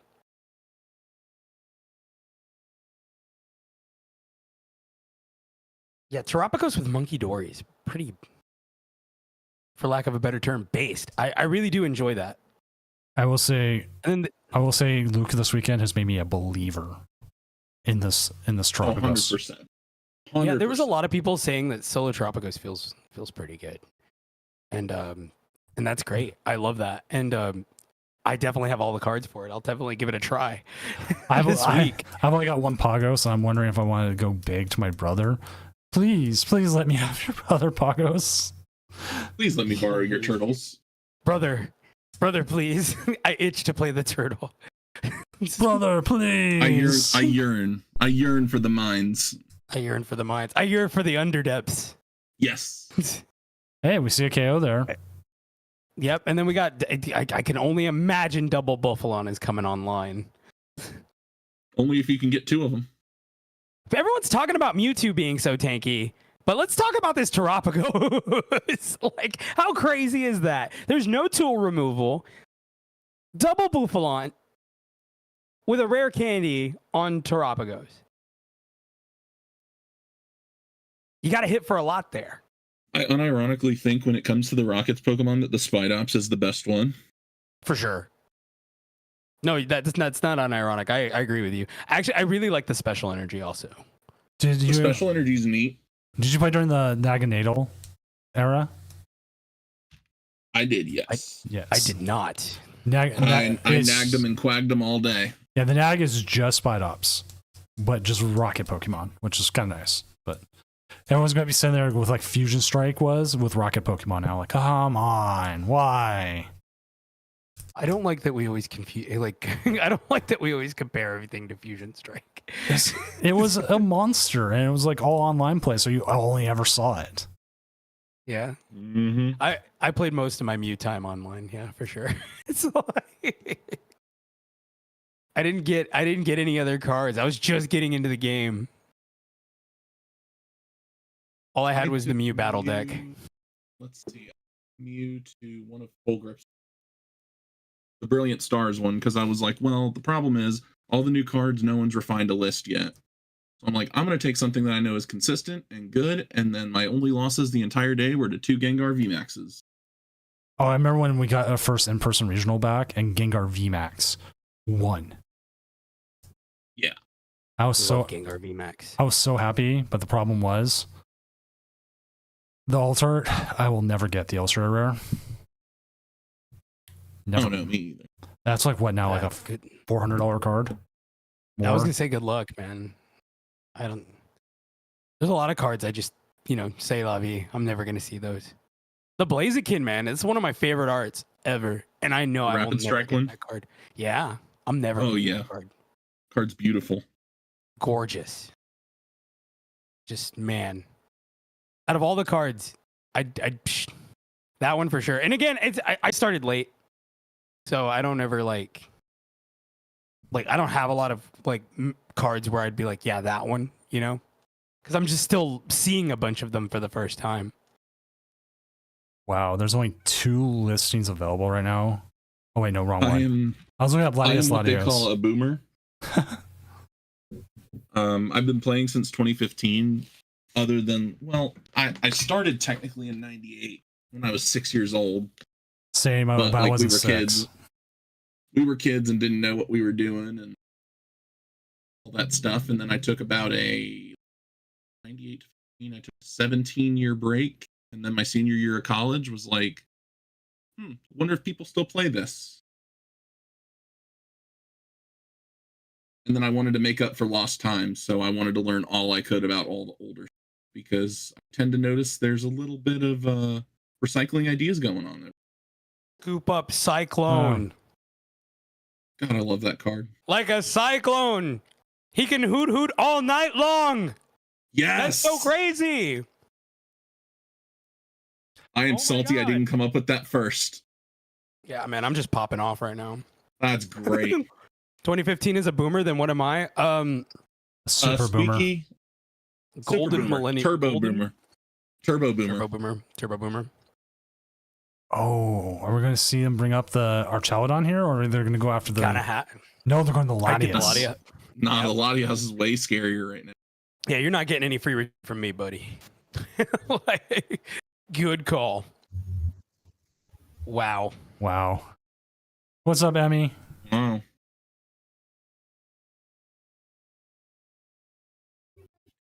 Is my mic okay? Yeah, I sound fine. Test. We hear you loud and clear. We're watching. Too loud? No, you sound fine. No, you're good. Yeah. We're watching Cilio beat up on his student. Oh, nice. So if you gentlemen would like to stick around for a little bit longer, and I'll go with that, Emmy. We can always try to like make this a group one right now.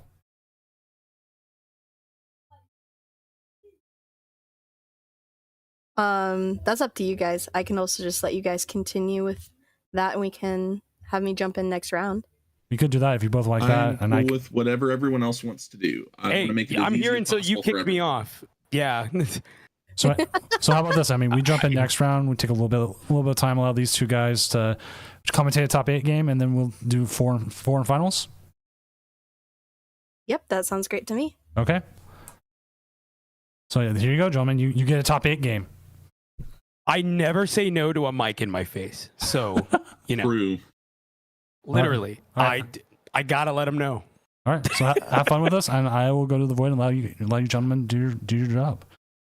Also, okay, wait before I do, no updates, so we are good. All right. Pause 10 seconds for station identification. It is Frodo and Ryan in the morning. You are now listening to On Doom 107.5. Doom. 107.5.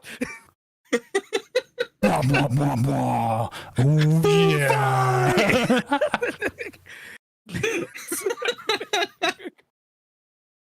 I love it, man. Yeah, I know, right? I know. I'm just so, man. I'm like, so I got into work at like 3:30 this morning. I'm like 3 Red Bulls deep, and I'm ready to roll, man. I'm so glad we 3 got Red gifted Bulls this deep. opportunity. Yeah, dude. I gotta listen. I'm just high energy all the time, brother. I gotta keep going. You know what I mean? I'm happy that you and I are fortunate to run this back. One more go. Hopefully, we get another opportunity to do it again, Ryan. This has been great. Oh yeah, this has been phenomenal. I've had a great time, man. Dude, tell me about it. I am just, dude, The this double opportunity. monkey dory. Oh, dude, we're monkeying around, brother. Look at that. And then they can right here, dude. Oh no. We see an Archaludon going down this turn. That's insane, man. That's crazy. This is incredible. I'm losing it. Wow. 240 off the unified beatdown. Wow. Just turtle. It's turtle time, man. 1 prize remaining. Every single game I have watched Celio play today, he has curb stomped his opponent. To just be that good at card game. You know? I mean, there's always a degree of variance as well, not just skill. But to see the dominance that we've seen today, it's been honestly an honor to watch. Yeah, I am like learning so much just watching him. I've never, like, I gotta be honest, I don't watch a lot of the content, right? But he doesn't really do a lot of gameplay stuff, and watching him here, wow, just the concede. And we're going to game 2. Wow. Looks like you didn't have enough air in your Drifloon. That's good. Really good. I'm still tripping at the Cyclone. That's insane. Scoop up Cyclone. Ingenious. Great card.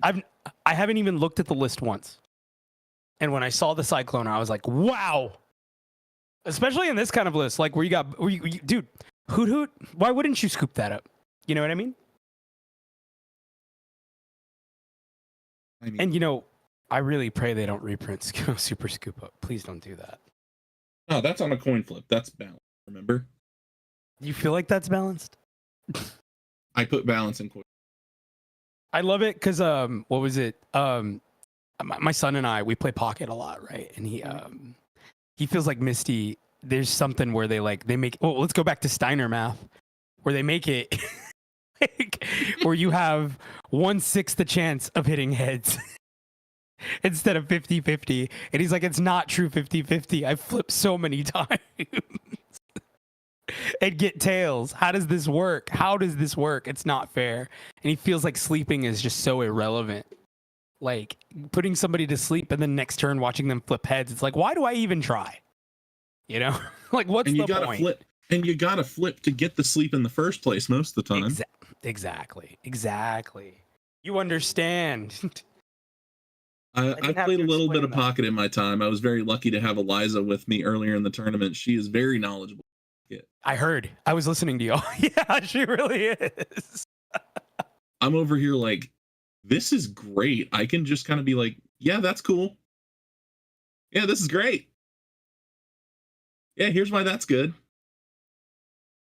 We see a fan rotom come down. We see a hoot hoot come down. And also, not to toot Eliza's horn, but she was so on point for somebody who did claim to not really be much into the game right now. Really was just able to pick up on everything that was going on. Just big shout out to her real quick. Wow, just she did incredible work. I felt so mid. I was like, what am I don't know anything. I'm just like, all right, cool. I get to provide not much. Oh man, and check out this. Fan Rotom don't even need it. Wow. I mean, go grab your Noctowls. Yeah, what's a fan Rotom? Just grab your Noctowls at this point. Cornerstone. That's not right. No. Triple Noctowl time, baby. That's so mean. All right. All right. I gotta come in. I gotta come in with a Frostlass Monkey Dory watch. They are up 1-0 over our Chaladon. Oh my God, Ryan, Ryan. The dream. I gotta call my t-shirt maker. Do I gotta call my t-shirt maker? Let's get going. And then, fire up the presses, baby. And then in other news, Capador Cards is up 1-0 over J.K. Hart. So. Nice. But Frostlass Monkey Dory proving the haters wrong. Keeping going. Snowgrave. Oh my God, man. Snowgrave. I gotta make some Snowgrave art. I gotta talk to some people. Actually, might even talk to Doom. I gotta go deep into the pockets for this one. I'll spare no expense. Of course, like I said, I need Andrew's permission. I need to talk to Andrew first. I'm just seeing a world next turn where Luke just goes Crispin, retreat into Cornerstone, knock out anything. Pretty much. I'm just kind of looking at this and I'm like, man. I feel like that guy looking out at the beach past the lighthouse with the caption, man. This is... Yeah, exactly. Exactly, man. You just... Let's go, Snowgrave. Snowgrave. It's Snowgrave, fam. All day. Okay, I also went over and looked at the All Out Blitzel versus Luna matchup, and Dunsparce EX is kind of carrying. It's attacking? It's right now in the active with one prize left. Good. So good. That's incredible a great card. And here's the funniest thing: they cannot keep any of the Dunsparces locked in the active with the Knackle because he just shuffles them away. Yeah. So there's and that's another good thing about that card, man. You could just keep like recycling and recycling and recycling. It just doesn't matter. Yeah. I think the Dunsparce is such a well-designed card. Yeah. Wait till I said I appreciate its presence. I said it yesterday. Wait till the stage 2 comes out. Dunsparce. Mega Dunsparce. Mega Dunsparce. Wow. Now you got my hopes up for Dunsparce. Okay, there's a rumor that there's 30 new megas coming in ZA. Oh boy. Yeah. Oh, you want to start the speculations here? What are we doing? We could. Okay, so now All Out Blitzel has lost game 1. We just watched it. The Dunsparce EX just took a huge KO. I'll say it right here, Doom. 10 gift subs if we get Mega to Dunsparce. Oh, we're wagering now. We're wagering. Yeah, 10 gift subs to the Senior Doom channel on Friday night. Right? You guys could clip it. Post it in my Twitter. Clip it and ship it. Yes. 10 gift subs to Doom. We get Mega to Dunsparce. Oh, look, I'm on Twitter right now. Someone just announced Mega Dunsparce. Just Mega Dunsparce, not even Mega Dunsparce. I gotta go get my Saratoga water now. There's 2 it's of time them. to grind. Time to grind. Oh, it's 2 of them. There's a Mega Dunsparce and a Mega Dunsparce and a Mega Dunsparce. So actually 3. What a big worm. Such a Let big me take worm. that banana peel and wipe my face for a second. Yeah, real quick. Just real quick. I gotta hang in the air for 4 minutes. All right, I'm back to the point. Have fun with this game. I don't know what's happening, but things are happening. It's a nightmare for sure. That's what we're watching. We're watching some tough stuff happen. Okay, so now Luke is not we're going in to a put 5 position- prize cards in play. yeah, I mean, well, he's got to fight with Raging Hammer. I guess the now. poison damage. Oh, what is he? What? Okay, no, he's just gonna boss up stuff. Yeah, and that's it. Just chip away. That's all you can really do here, because I mean, it's gonna take 3 hits from this cornerstone to knock out your Archaludon. But with another Noctowl, with 2 more Noctowls. How much HP does that Brute Bonnet have now? 180. Yeah, it's 180 with the tool. Yep. Just put a second Bravery Charm on. No one will notice. Yep. Who's gonna know? Spectral Thief Luke Morsa is Celio's network. We're grabbing Countercatcher. Is he gonna scoop up here? Yeah, and he's down on prize cards.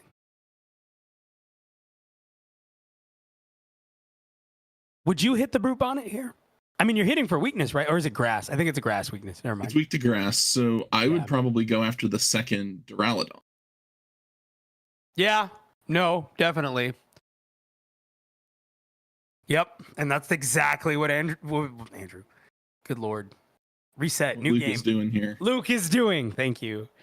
Like new game. Sorry. Like I don't see a world where, unless there's so many turns of poison damage. Yeah, they gotta make a lot happen.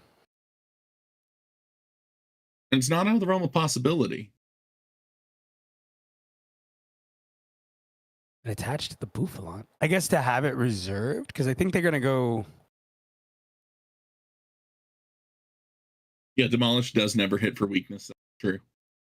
I think even if they do get some poison on them, I think they're just gonna Monkey Dory the damage away. That's what it looks like we're doing here, or what we're gonna set up here. Yeah, and you want to wait to put the Monkey Dory down until. Mm-hmm. Exactly, leaving the bench space open. You don't have a stadium, which they're probably gonna grab if they need it. And they have E-Switch in hand. I mean, honestly, this is looking so good for Luke right now. Now, do they try the Night Stretcher? Right. Grab the Dura back down. Demolish never hits for weakness. You're right. Beams. That's 100% correct. My bad. And they'll Iono them. That's a good Iono. It is a good Iono. This is a much more manageable match. Oh, into the scoop up. And a Ultra Ball boss.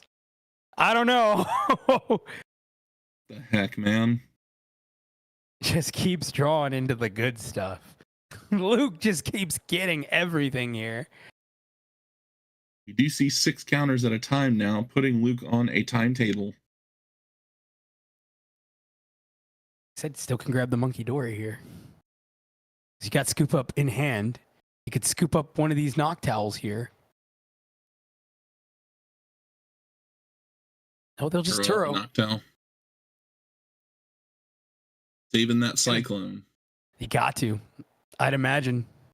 Talking about Jolsika. Noctowl. My Noctowl, Mrs. Doom literally just dropped off my Noctowls that came in the mail. Is that a sign? I mean, hey, look, man. Nest Ball energy switch to Nest Ball for Monkey Dory. It's not a bad call, you know. Then they Nest Ball out, grab the Monkey Dory. Monkey Dory into E-Switch, right? Yep, there you go. Move it over, start moving damage off.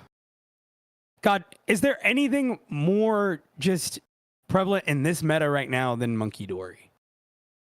Hey, look at And Buddy. it just KOs the Dew. Insane. Just another prize card. It's just one of those days. Mickey the Masher, thank you for the follow. Much appreciated. Do. Oh my God, are we going to see a mind bend maybe? We might see a mind bend in the future. And I'm here for it. And scoop. Wow, 2 prize turn here for Luke. And he's 2 prizes away from ending this game.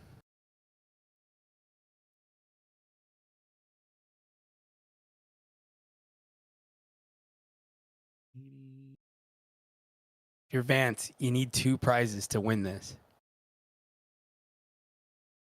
2 prizes. You need your 4 prizes, and you need to find your way how you're going to map those. And I don't want to count Vance out just yet because anything can happen in the game of Pokemon. But it just feels You're right.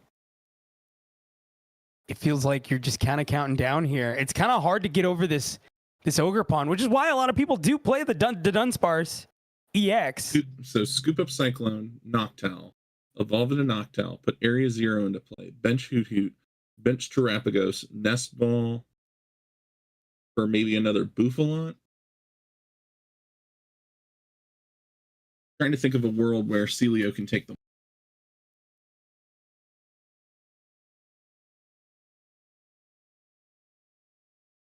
He's Arvin.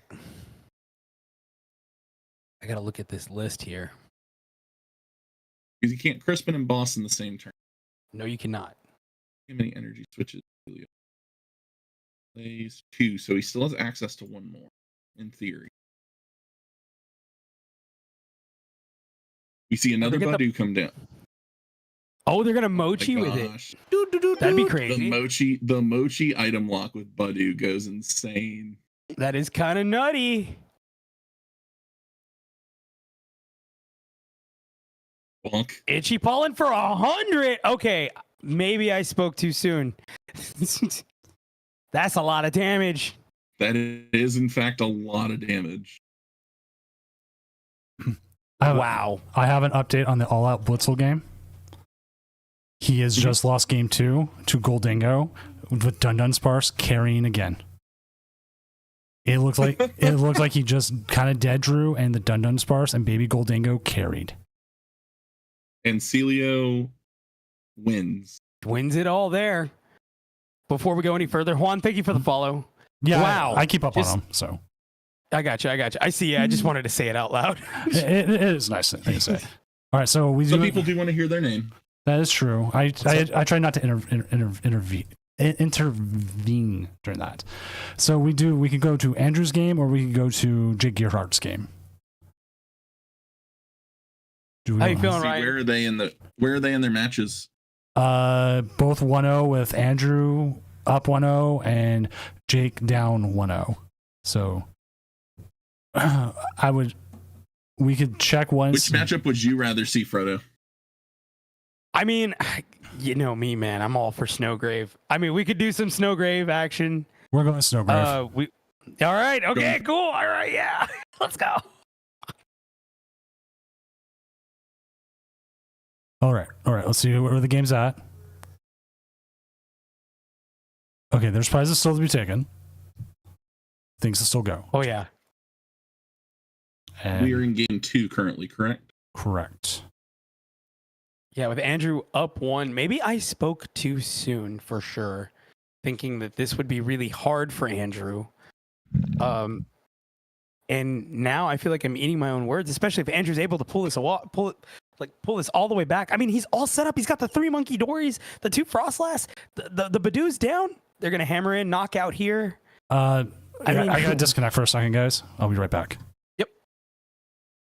So, we are hammering in. All right, let's see if it works out. For some reason, I'm just getting a black screen, but when I have the small screen up, it was showing fine. So I don't know why it's not allowing me to up screen it. Okay, you know what? I'm just going to do a quick restart of Discord. I'll be right back for everyone. Yep, that works. All right, chat. We will have the game up. I'm just making sure I have to restart my Discord. It's been running the last 2 days nonstop with streams.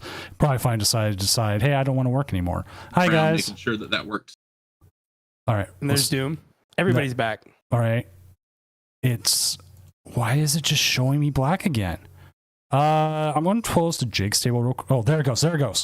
Okay, now it's working. Up? It's back up. Let me get the game up, and then I will update everything on the stream side once we get to the game side. Sounds good. Frostlass Monkey Dory. Let me refresh my. Oh, Doom has to move it over. Yeah, that's right. Okay, for those of you that aren't watching, let me paint the picture. Let me give you they got Monkey Dory in the active. They're Adrena Braining right now with one of the Monkey Dories. There's 3 Monkey Dories on field. It looks like they're gonna probably try to take a knockout with the Mind Bend. They're going to move more damage right back onto the Duraludon, taking it to 80 damage counters. Yes, they're going to go ahead and get that Mind Bend knockout on the Duraludon.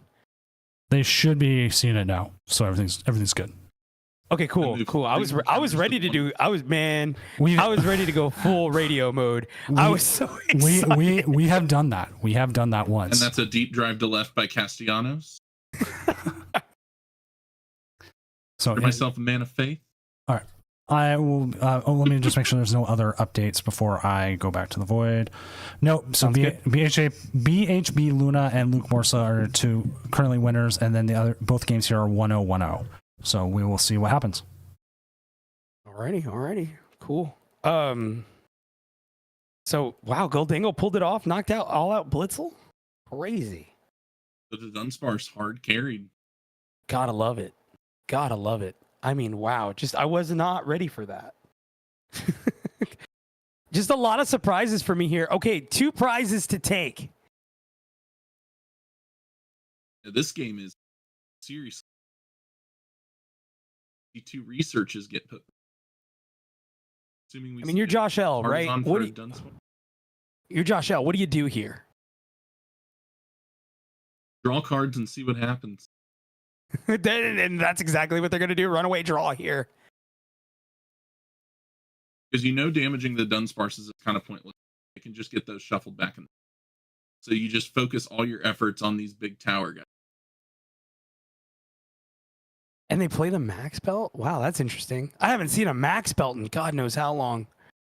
This is a super interesting. Absolutely. Mickey, I got you. Hang on.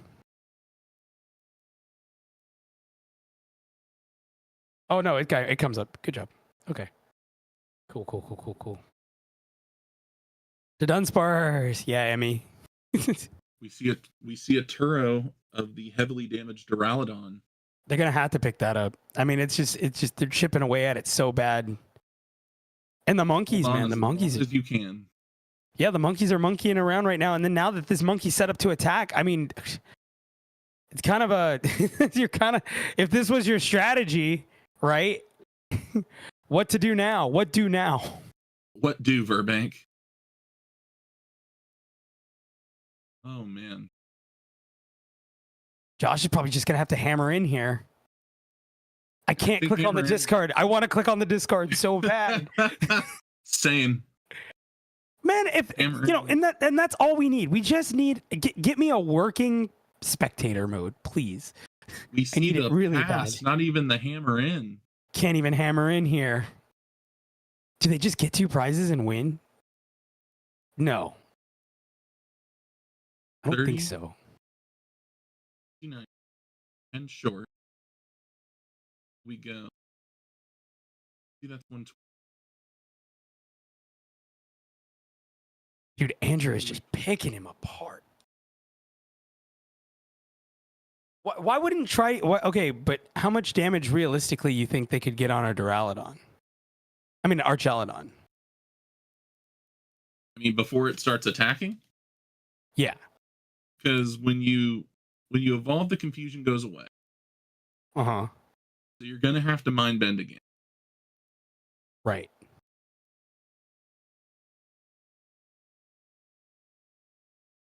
Do the Mind Bend for the knockout.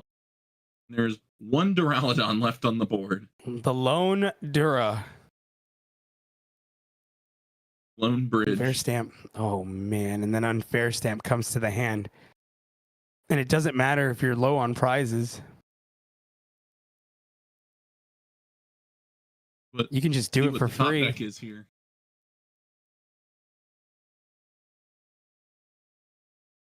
Five cards in hand. See how many of them are useful. There's a Pokegear. Pokegear comes down. Grabs the boss. Night Stretcher. Another Duraludon. Up a fight here. I hate that it doesn't reveal. Like you only see it for a split second. Well, I think one of the major differences between Japan's meta and our meta is most, if not all, the major tournaments in Japan exclusively play best of 1. Yeah, it's more of a and I don't like to say it like this, but it's definitely like a cheesier format because best of one, I mean, it's all cheese. There's more margin. But I think they do open lists now, if I'm not mistaken. So like, it's not as cheesy. I think. That part I don't remember for sure. But I mean, what am I supposed to do if I sit there with just a lone Budu in the active going first and no way to get any other Pokemon? True. And then not only that, I mean, the cool thing about them is if you tie, you both lose. So it's a little different. You don't want to tie in Japan's meta. So we've got Iono in hand, got Bravery Charm in hand. Maybe we Bravery Charm that Monkey Dory that's heavily damaged? No, because you can just take counters off of it. Just going to heal it every time.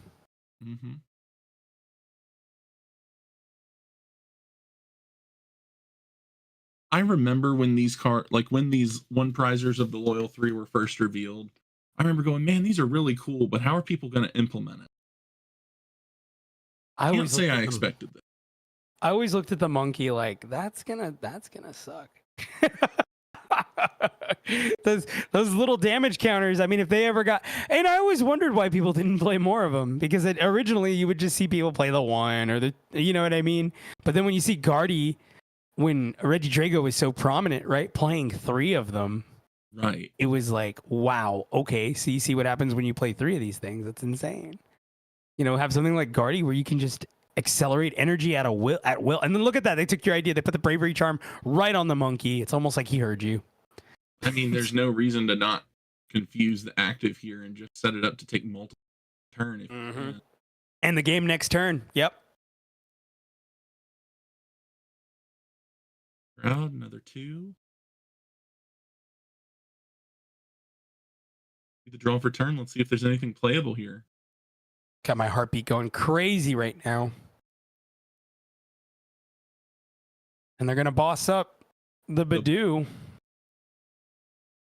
And heads, it goes through. I think that does seal the hammer game. In. Yep. I think it was like a last act of defiance, probably. Absolutely.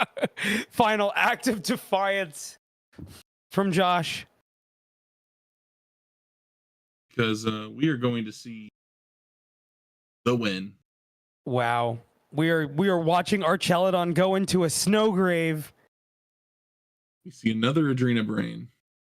I'm not the only one that thinks Snowgrave would be like a Black Sabbath song from the 60s or 70s. Right. I mean, I just think it sounds so cool. I hear a guitar riff and I see Ozzy eating something weird on stage. Quirko _3. Thank you for the follow. And they prized the bear again. How many times have we seen them prize the bear this weekend? Too much. Already 3. already 3 games that I've commentated of Andrews where he prizes the bear. I gotta find this guy's socials. I gotta talk to him. Somebody put me in touch with him. So we're moving to Jake. Jake is the last game, and they're still 1-0. We'll see where they're at. All right, pop that open. Stream here. Oh, it did the black thing to me again. Give me a sec. Let's see. It fixed itself in a second last time. Yep, there we go. I got mine up. We're tied up 3 prizes apiece. Like, it's showing it to me. Why won't you pop out? We're in a Dragapult mirror. There it goes. There it goes. I have to like full screen it and then size it back down, and then it will work. Okay, there we go. And then I will update the bracket, and I will update the scene here with all the proper names in this Dragapult mirror. I would imagine Jake deliberating whether he wants to put down that Pheasantipity.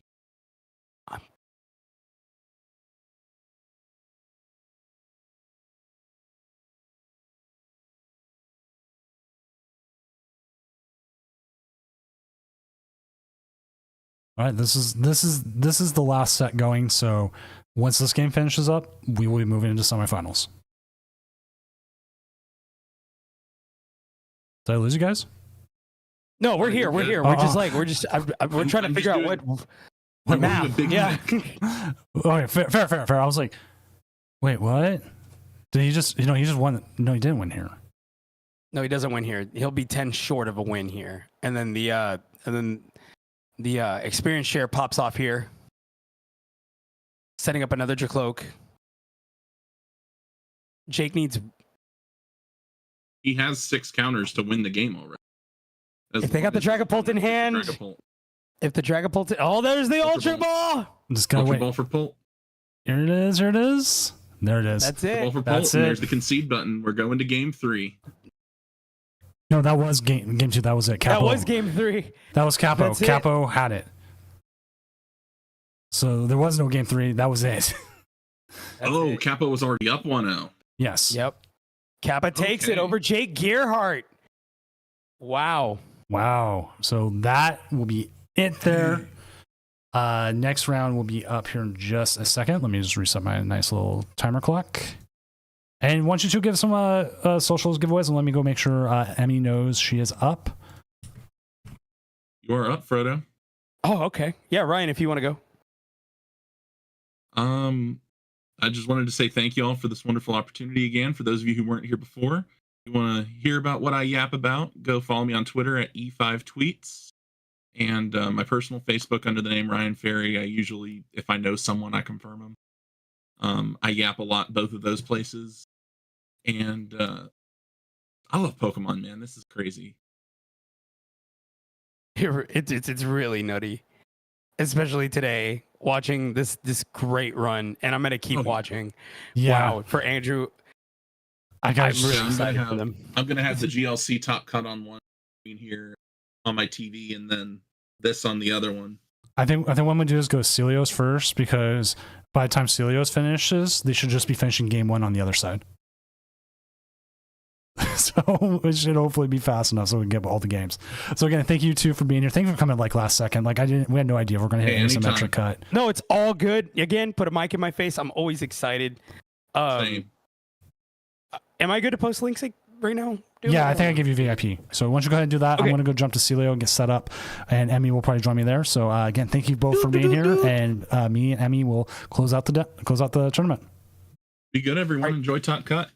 Yeah, guys. Thank y'all so much. Go ahead and follow me on my socials right there. Anywhere you like. If you enjoyed the commentary, hopefully you did. I will stream tomorrow. And I do post a short every once in a while. Actually, every day now. But yeah, check me out. Frodo HTX. Thank y'all so much. Again, thank you, Doom. This has been great.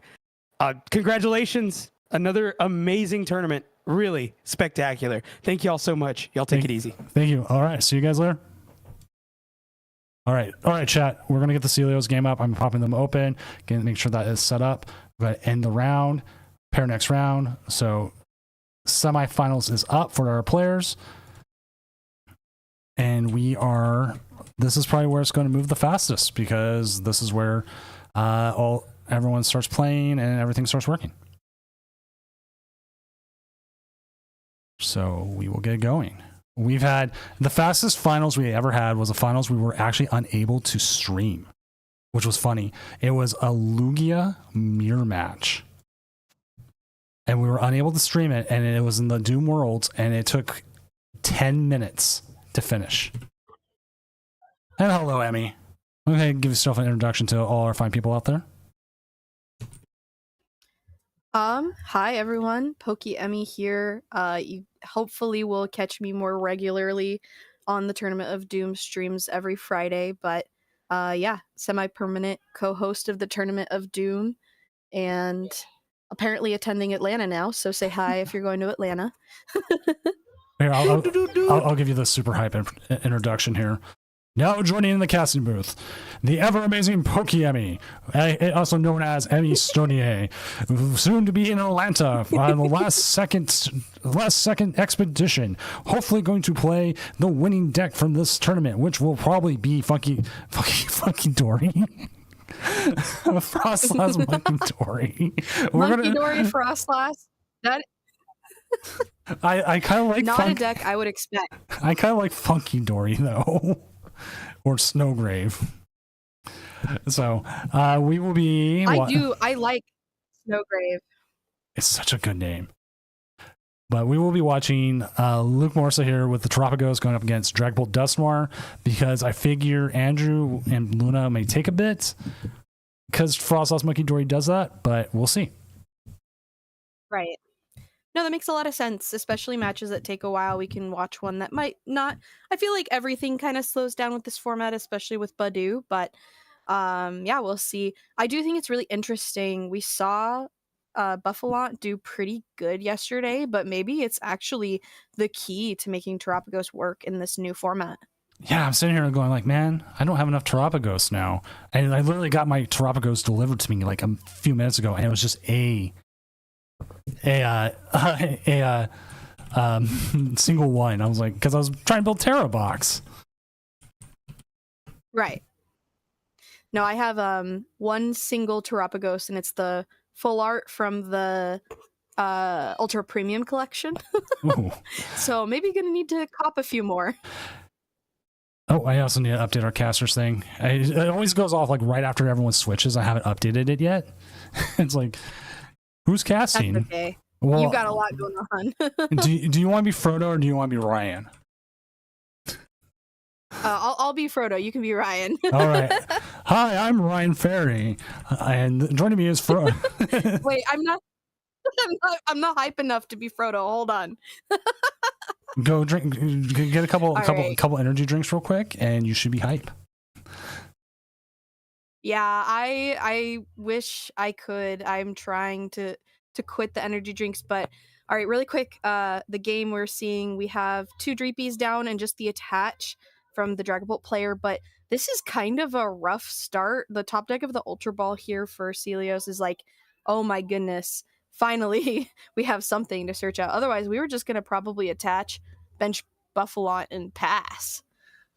Yeah, which is kind of brutal. We should not see Cornerstone at all in this matchup. There's just nothing. It blocks nothing. I wouldn't say dead card, but it kind of feels like a dead card. Might see the Lilies. Kind of is. Yeah, Lily's Clefairy being such a good attacker against those dragon Pokemon, with that ability that causes dragon Pokemon to be weak to Psychic, which normally dragon Pokemon have the benefit of not having any weakness at all. And that's actually something I realized. I was playing Terror Box versus Raging Bolt with the Lily's Clefairy in it. I realized, I was like, how do I take this KO? Lily's Clefairy even went to me, use me, it's over. I just blew up their thing. They blew, and like after that, I was up 2 prizes over, and I was like, oh. And then they knocked it out, and then I brought it back with Night Stretcher and did it again. I was like, hey, what are you going to do about that, right? I mean, is there much you can do, honestly, at that point? Especially with everything just being slower, right? Like, when you're able to respond right away to something, it's like, hold on. Crispin definitely feels like it's going to be one of the big cards of the format right now. At least this format. Oh, did you get the Dragapult? For sure, yeah. Oh. And we had that attachment right away, so this is great. We have both energy on there. We're going to start attacking right away. That Curly Wall ability is active, so we are going to see a little less damage to our active Terapagos EX, but still, we're hitting for what? 170? That's a lot to this poor little guy. Yeah, this poor little turtle boy. Sad. Okay, you know what's so sad? And it's perfect, Matt, if you think about... Oh, sorry. I was just going to say the 60... Oh no, it's 140. Never mind. I can't do math. Yeah. I was gonna say if the 60 damage counters, or 6 damage counters, not 60. I was gonna say this. I'll ask Celios if he wins. We're going to do the end Zoroark map, right? If he wins with Terapagos, do I give him the option to get the champion Terapagos mats? Because I have not printed the ends mat yet. I think you should give the option, especially if that's the winning deck. However, I do think that the end Zoroark, a lot of people I saw online were really, really enjoying that design. So I don't know. He might want it. And we see the scoop up Cyclone into the Noctowl again. We have seen this play so much this weekend. It has been his, I would say, almost bread and butter. Oh, and here comes the Lily's Clefairy. But I feel like he's still missing the Latias to get it out of there. So what could we grab? Have we supported yet for the turn? So we could grab Crispin. If we have supported for the turn, we could grab Crispin Quick Ball would get us Latios. Nest Ball, yeah. That would get us Latios and everything else we needed. But he's looking research, maybe? Research E-Switch could get there, because the only psychic energy he needs the psychic energy. He needs the psychic energy on that Clefairy. Do we have any energy in the discard pile so far? No, I don't believe no, because they started the Terapagos, so yeah, so I guess we is there not even a Latios? That's what's going on. Okay, I understand now. So we don't even have the option to retreat. So at this point, you're looking for an energy then to hopefully get an attack off. You could glass trumpet here, research, and we'll see what we end up with. Okay, we do see the glass trumpet attaching that psychic energy to our bench Terapagos EX, and then dark energy is going to go to the active. Yeah, I guess at least we can get a little bit of damage onto this guy, but that Clefairy only 190 and it's a psychic type, so Curly Wall is not helping us out. That kind of feels not great. Yeah. Like, now they could bring it up and possibly KO it, but you do have a Terapagos and a second one about ready to attack, and there is 210 damage on that Dragapult. And very true. And our opponent only has 3 cards in hand. That's not a lot to work with. I was wondering if they sold out to get that Dragapult to start attacking. You do get the recon directive, but that's a lot of cards not in your hand.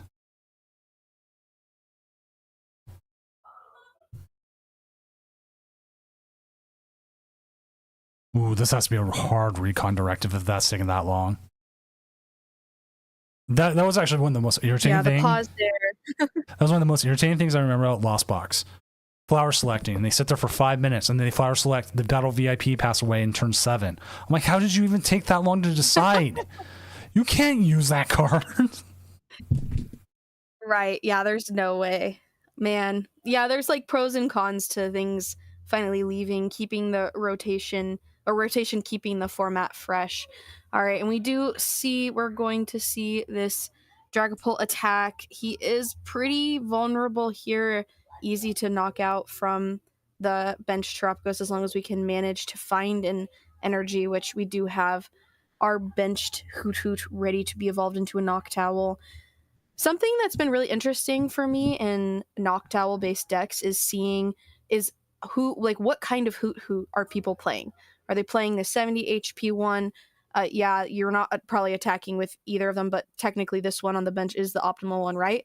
But I've seen some people throwing in the 80 HP one, and I think it's because Hawlucha and Dragapult is so prevalent. The big issue you run with that is it does have the two retreat costs, but you run Latios. It doesn't matter. Right. Right. And then if you really, really need to retreat it, when you evolve it in a Noctowl, it only costs 1 energy, so that's a lot better. And then the other thing that came up, and this was a good point from like Prince Vortex, some people were playing it in case live does not allow them to select a Noctowl off their quick ball. When the 71s, there's a split and maybe the other one will work. Jeez, that's so silly. That is the only reason to split it. It's just that. There's the 2 different 70 HP ones. The one with the attack that's flip 3 coins for every heads you do 10 damage is the optimal one technically, but the other one with Silent Wing for 20, look at your opponent's hand. There's a Cosmofoil promo of that one. I love that one. So I may or may not have that one in my deck right now just because it's pretty.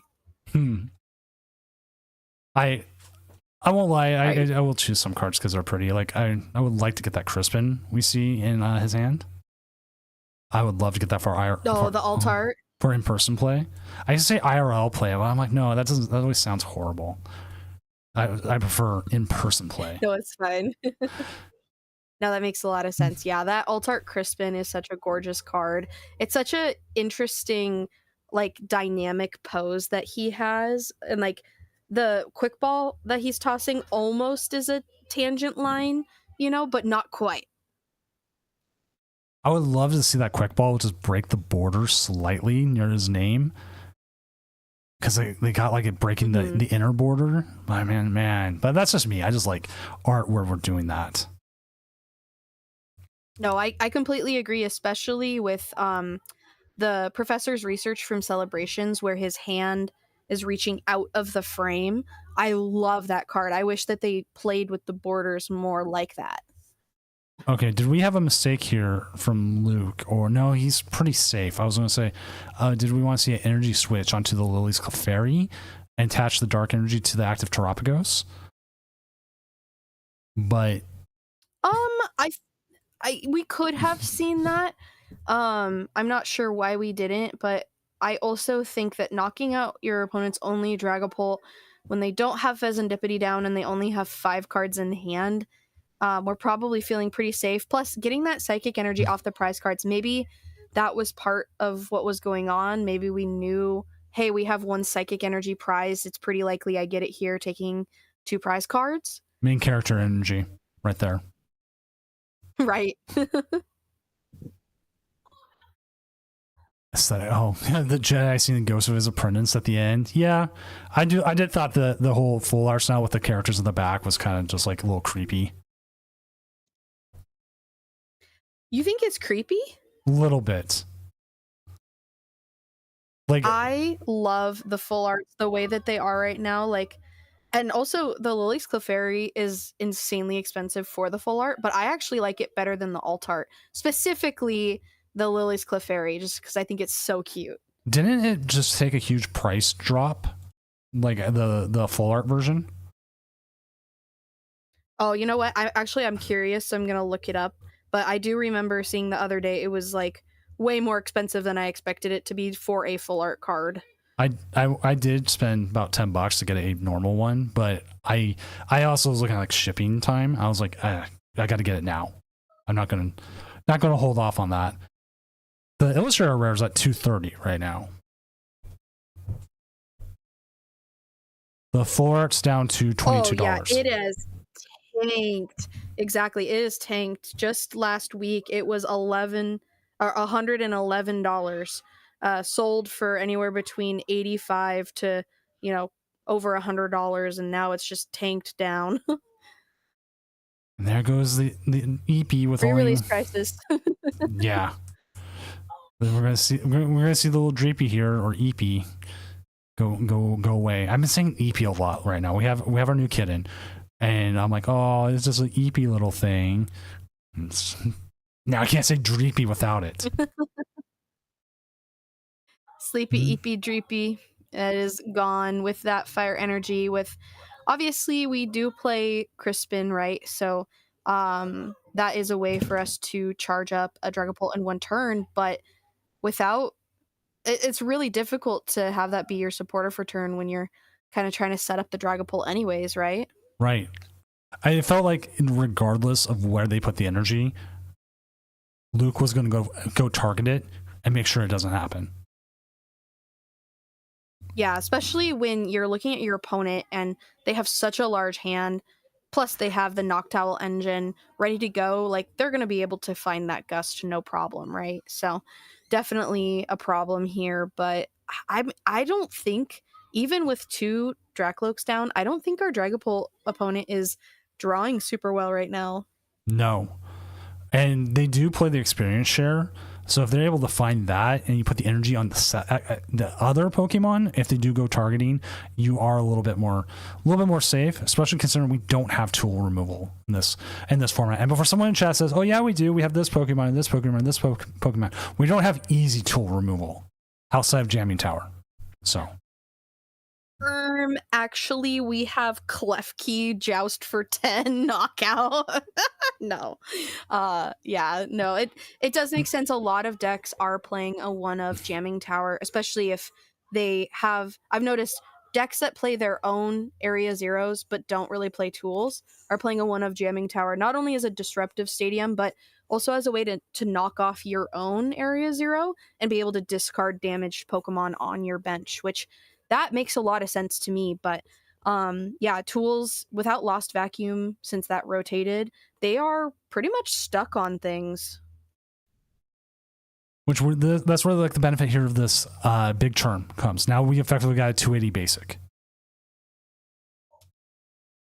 and then there was people like when we when we had Field Blower. I do kind of miss Field Blower. Field Blower was broken. It was actually so good. And then you had Chaotic Swell come out, and that was overly broken. That makes sense. Yeah, I mean, tool removal is pretty important, especially when the tools in the format are really, really good. But I think that the way that it's balanced right now with Jamming Tower being a stadium, I kind of like it. We'll just have to see how the meta kind of shakes out. We do see that experience share go onto the bench to Dracloak, so hopefully be able to, if this Dragapult does get gusted up and knocked out, be able to set one final one up. But Curse Blast here, actually with Curse Blast and us being able to take one more prize card, if that Dragapult goes down, we're just donezo. Right, and they did target here. They did target it into the unfair stamp. Fair. Ooh, unfair stamp. Is there a good way to get tools back out of the discard? No. I don't think there's ever been a good way to get tools back out of the discard. Has there? Now you got me going to Pokemon card. Recently, the only card I know of recently is Roseanne's Backup. Lets you get one tool card back from your discard pile into your deck. I can't think of anything else. Silene is probably technically more consistent than that, would be my guess. Yeah, I'm looking up. But obviously, that, like, I don't think that those are standard anymore. Yeah, because Roseanne's is gone. And I'm just looking through historically. And everything, like, searches for one. Oh, Lana's Fishing Rod. Shuffle a Pokemon and a Pokemon tool card from your discard pile into your deck. Oh, then still said it. How old is that, though? That was from Cosmic Eclipse. Hmm. Then there was Eco Arm. Yeah. So we really haven't had a way of putting tools back. Do we see... Wait, if they... How much damage is on the Clefairy? 130? 130 if or they 150? 130. So if they attack, they are able to take the two prizes on it, but they would not be able to KO the Terapagos. The other issue comes up, they are unable to KO the Pheasantipede, but I'm going to double check if they play... They do not play the Hawlucha, so the Pheasantipede is out of range. Okay. I was just thinking if the Clefairy was a little more damaged, we could technically see a 4 prize turn. But because the Clefairy is not yet damaged enough, I don't think it's possible. No, excuse me, sorry. We are 10 damage short no matter where we go. What a bummer. Hawlucha would be so clutch here in this situation, but unfortunately not the case. We will see flip the script, so we have plenty of cards to work with. Because like Hawlucha here, you would go put 10 onto the Pheasantipede, hopefully boss or counter catch it, bring it up, 200 for KO, 6 on the Clefairy, 4 price turn. Right. Yeah, that would be easy money right there, but unfortunately not going to be the case. I'm trying to think there's any other way we could 4 prize it.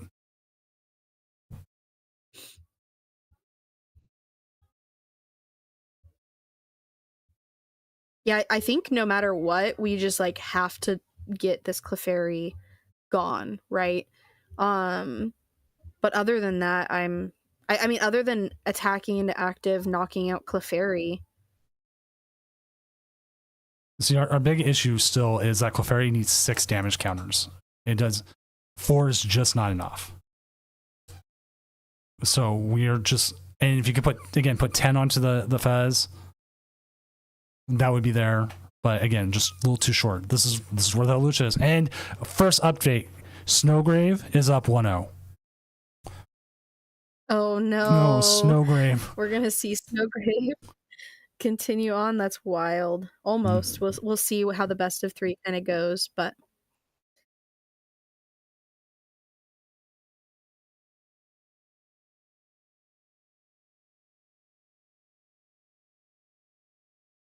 okay, the Iono here, we're only gonna get 1. So we could see here not like, attack into active, not take any prize cards now, and spread the damage the way that we were saying, split it maybe between Clefairy and, but then we just retreat into the Clefairy, right? So then we have to. So Fez is going to be active. Man, I don't know what we do. Chapter 3 on April Fool's, the Snowgrave wins. You see, like, I thought this game would finish faster than the other game did, but I guess that one won. But it's Goldango. Goldango has so many abilities getting pinged and item dependent cards. I assume that's what happened.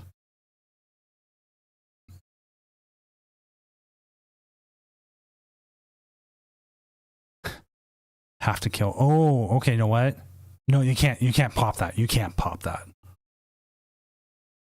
I thought we were going to see a Dusclops pop here, but no, you cannot do that. It would be kind of funny though.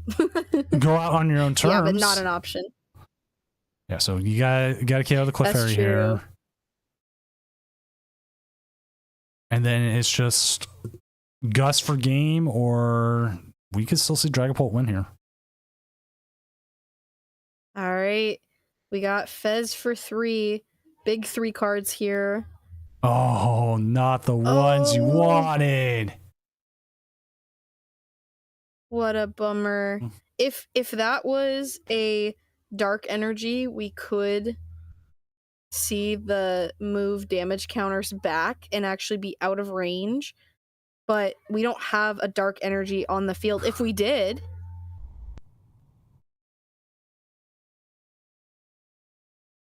man, oh man. He's thinking it through. I can't believe this. We were so far ahead, and now it's just like, nope. You could just hard retreat here. Give him, I don't know. You have to, right? You have to give him like the Fez, because otherwise, yeah, they just everything win. else gets knocked out. Yeah, yeah. Oh man. And you just bench the Dory so you don't have a way of free retreating. And we know Scoop Up Cyclone's gone because he used it earlier in the game. Right. Okay. But there's still Crispin. There's still Crispin, and there is still Glass Trumpet. Very true. Both of those as options. All right, Arvin here. Or it doesn't matter. Yeah, for counter catcher. Yeah. Wow, I thought Kappa here was going to end up losing, but in the end, they have taken game 1. As Luke Morsa here is one game closer to not becoming a repeat regional champion. The Doom champion repeat, blah, blah, blah. All right, so whoever gets this, it really depends. I think that if Dragapult comes out on top here, I might start thinking Lily's Clefairy might not be enough to kind of beat Dragapult consistently. I wonder if benching it too early and the fact that we prized the Latias definitely affected the whole game. For sure. Yeah, the lack of Hisuian Heavy Ball, since that is a card that rotated, really has a lot of these tech Pokemon that you only want to play one of, like Latias, like Pheasantipity. It's really difficult. Squawkabilly. We're seeing lists play 2 Squawkabilly sometimes in lists that it really, really matters, but I don't think anyone wants to do that. There is an incoming ad break chat. I think. Oh, I do have a snooze. I'm going to hold on to the snoozes until finals, so we don't get hit with finals. So I'm going to show why we have ads. I'm sorry, but we do have. We will keep the snooze on ads for finals, which we should have. I believe both players in the other matchup are able to stream, so we should hopefully be able to.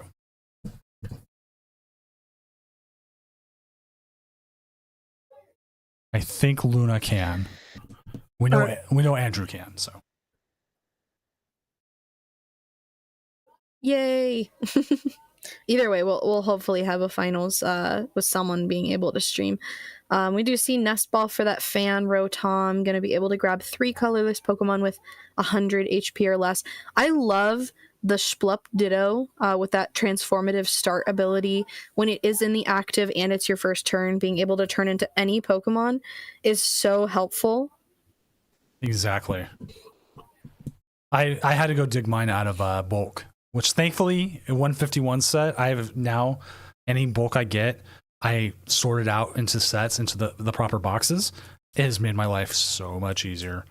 But then like when I looked for Feral Gator, I had one out of an entire box. I'm like, how did I only pull 1? Yeah, especially because it was also a pre-release promo. It was pretty common, I think, to find. Yeah.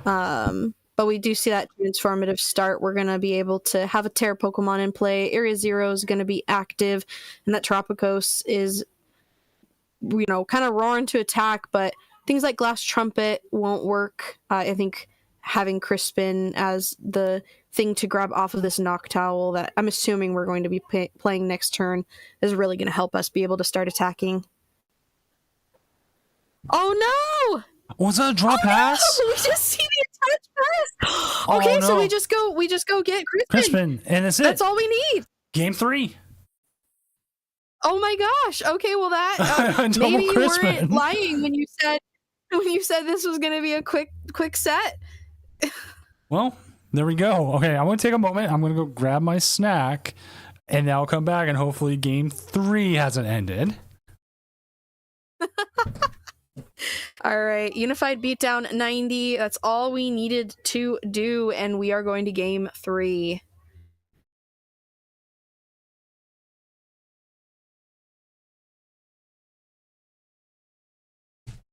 All right, I'm back. Did game 3 already happen? No. No. That actually happened. Game 2 barely just ended. That happened like this morning. I walked off, and I want to say it was Ryan and Liza for casting, and I walked off for a moment to go deal with our kitten. Came back, and then there was already on game 2. I was like, "What happened?"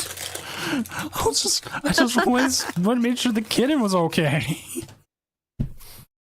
That's so funny. Yeah, it's really interesting because at the same time that post-rotation format, Journey Together format feels slower, it also feels faster. There's like a lot of decks that have the potential to donk, especially with Fan Rotom being so prevalent. Assault Landing for 70, as long as there is a stadium card in play, is so powerful against these decks that play little 70 HP guys like Hoot Hoots and, Dreepies and Charmanders even. I didn't see who was going first. Okay, Kappa is going first. So there is a world where we could possibly see Cilio get the donk. And again, that is with the Rotom. So there is, but we'll have to see. There's that. Okay, if they draw a pass, Cilio's got to dig for that. Stadium. Right. Let's see. Nope. Okay. Oh, buddy poppin'. Long game.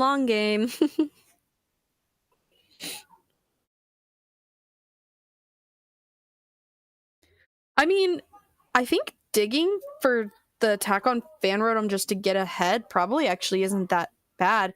You need the Fan Rotom anyways to really get things set up. Yeah, but it depends on how you want to handle it. Because you can also... Oh, here's a move. You could set up the... Depending if they put damage out there or not, you could set up the Lily's Cliff Fairy this turn. And take a quick snarky KO. Without having to dig. Yeah, it's tough though because I feel like we could see just attach rare candy and then it's like, oh, what do we do now? Ooh, interesting that we're just gonna... I guess we do want to just leave that, but I think I would have liked to see the rescue board stay in our hand. Just knowing that Fan Rotom is a good, attacker early game.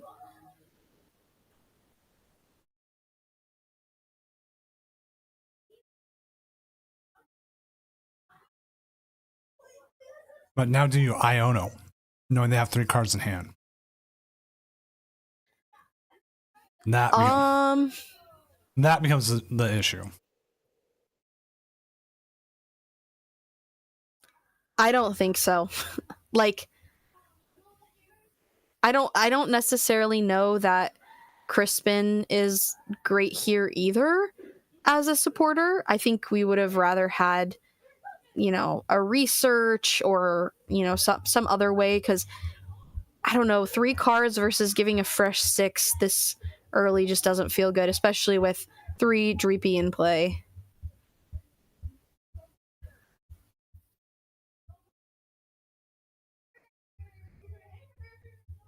We could have seen, if we were able to get the Lily's Clefairy down that early, we could have seen the Bravery Charm go onto it, and that kind of keeps it out of this range that it's struggling with of Dust Noir plus 6 damage counters is the way to knock it out, right? Right.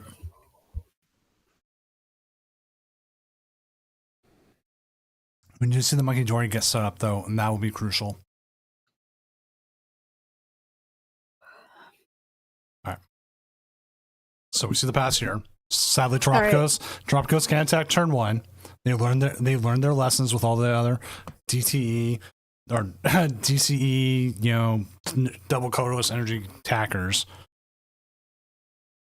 Right. So they're like, no. So now we'll see what happens here.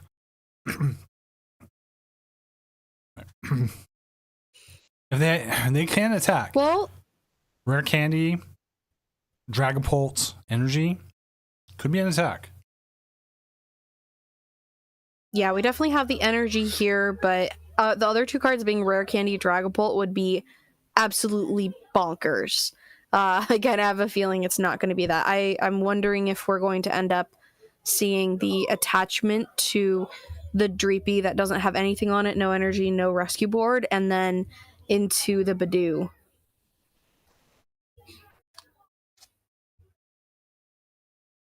Oh, we're going to see the Iono. Wait, hold on. So we earthen vesseled for another fire. Okay. That seems a bit weird. Why?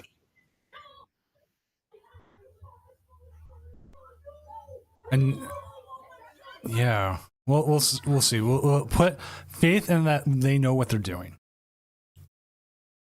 Well, my question is, did we prize 3 psychic energy, which would be insane? But could you imagine that? Yeah. That's my question. We'll just kind of have to see how the game plays out. But I do think we're going to see likely the retreat into Badoo and Itchy Pollen and kind of get that chain going. And we don't see 2 buffaloes down yet, just the 1. So Curly Wall is not active. So it will actually take 10 damage here.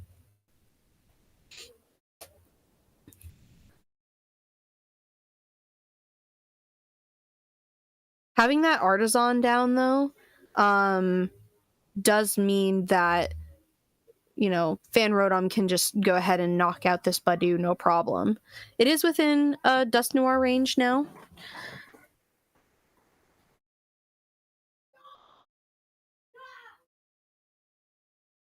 Sorry, there was a question that was being asked. I was answering. Someone messaged me about. Yeah, I actually have to. I need to scan all the cards still too, the code cards. I have to actually increase the pricing. I realize now because we did have the asymmetric cut, and as part of the pricing is an increase in pricing. Because if you made cut, it would suck if I just said, "Oh yeah, no, you got 10th and 9th. You made cut and don't get anything." It'd be horrible. But hey, assault landing.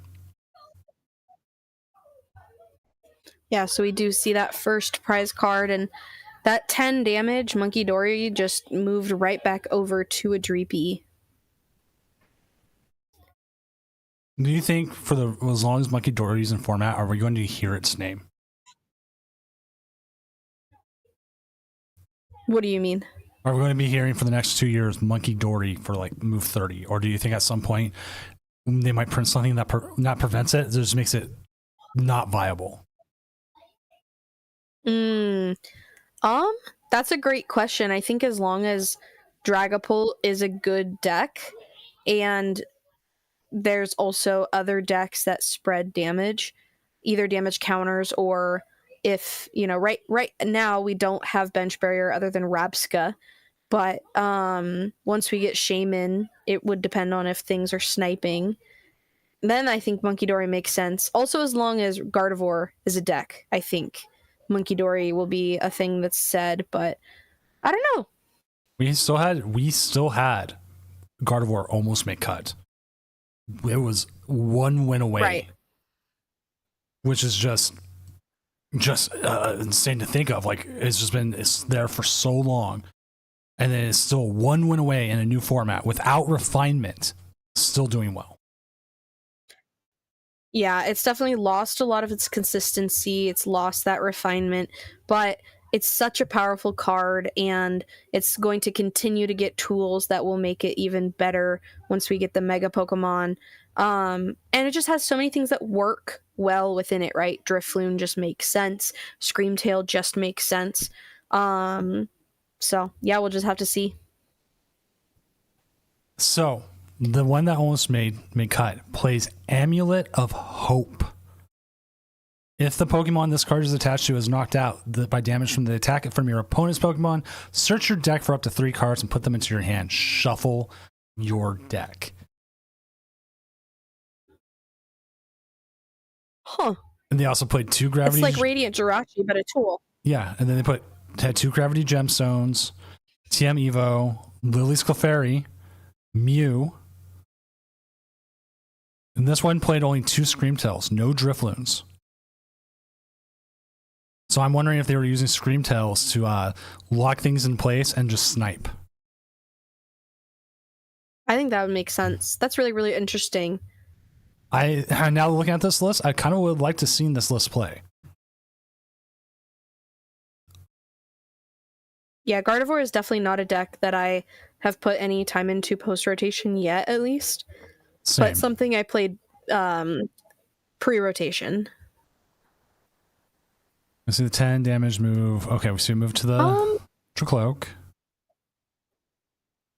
I'm really starting to think, because our opponent has seen so many cards and not attached to Psychic Energy anywhere, I'm really starting to think that we managed to prize all 3 Psychic Energy. I will check their chat and make sure he didn't say something like that. No, he has not. I was just making sure. So sometimes people will go in there and tell their opponent, I prized all 3 fires. Ha ha ha, lol. You don't say that until you lose. Yeah.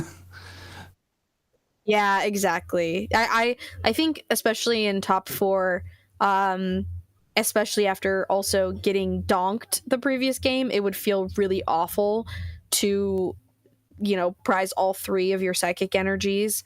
But I don't know. We have Fez and Dippity live here. We have some recon directives, so we're going to be able to see more cards, and hopefully, knock on wood, we will see a Psychic Energy somewhere. But I don't know. This is just a theory. And I just realized someone actually asked on YouTube, and where to see the deck list on YouTube. I will put in the description a link to the tournaments, and also I just linked to it directly anyways in the chat. I don't know when you put it there. I apologize. YouTube is on there. It just doesn't like to ping up for me. Like Twitch gives me like a last little like ding, but YouTube doesn't. It's so weird. So there you go, YouTube, if you're looking for the list. And the other game still is on the game 1. I mean, game 2. The one game's gone. Game 2.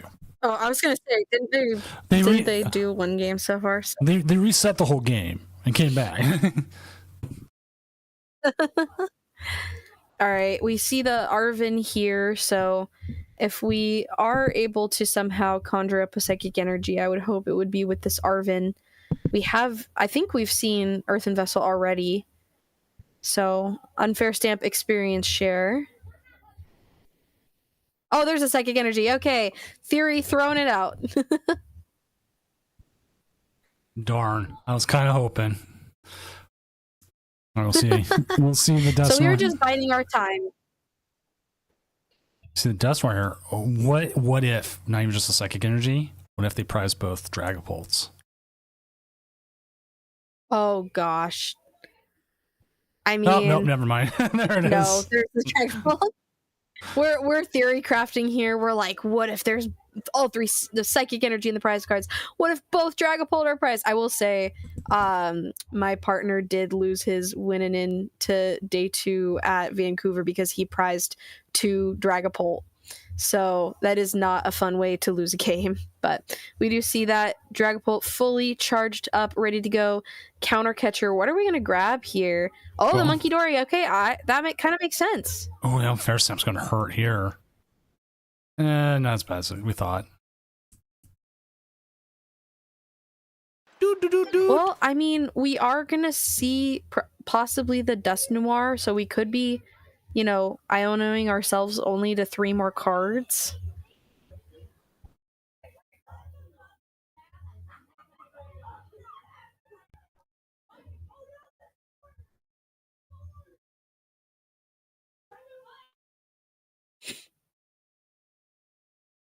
All right, let's see.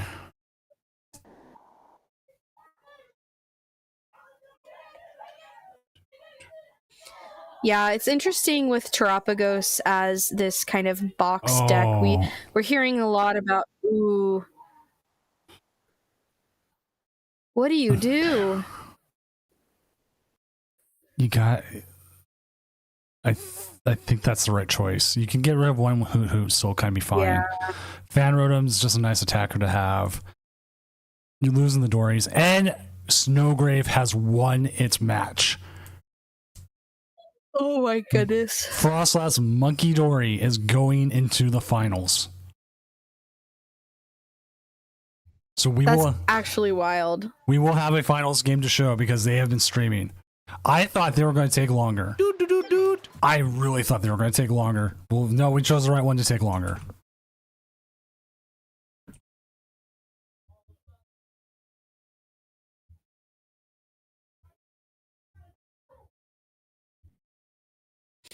All I can think of is like seeing Snowgrave, but like Trogdor. You know, it's too syllable thing. Snowgrave! Yeah, Item lock! Yeah, finals are going to be crazy.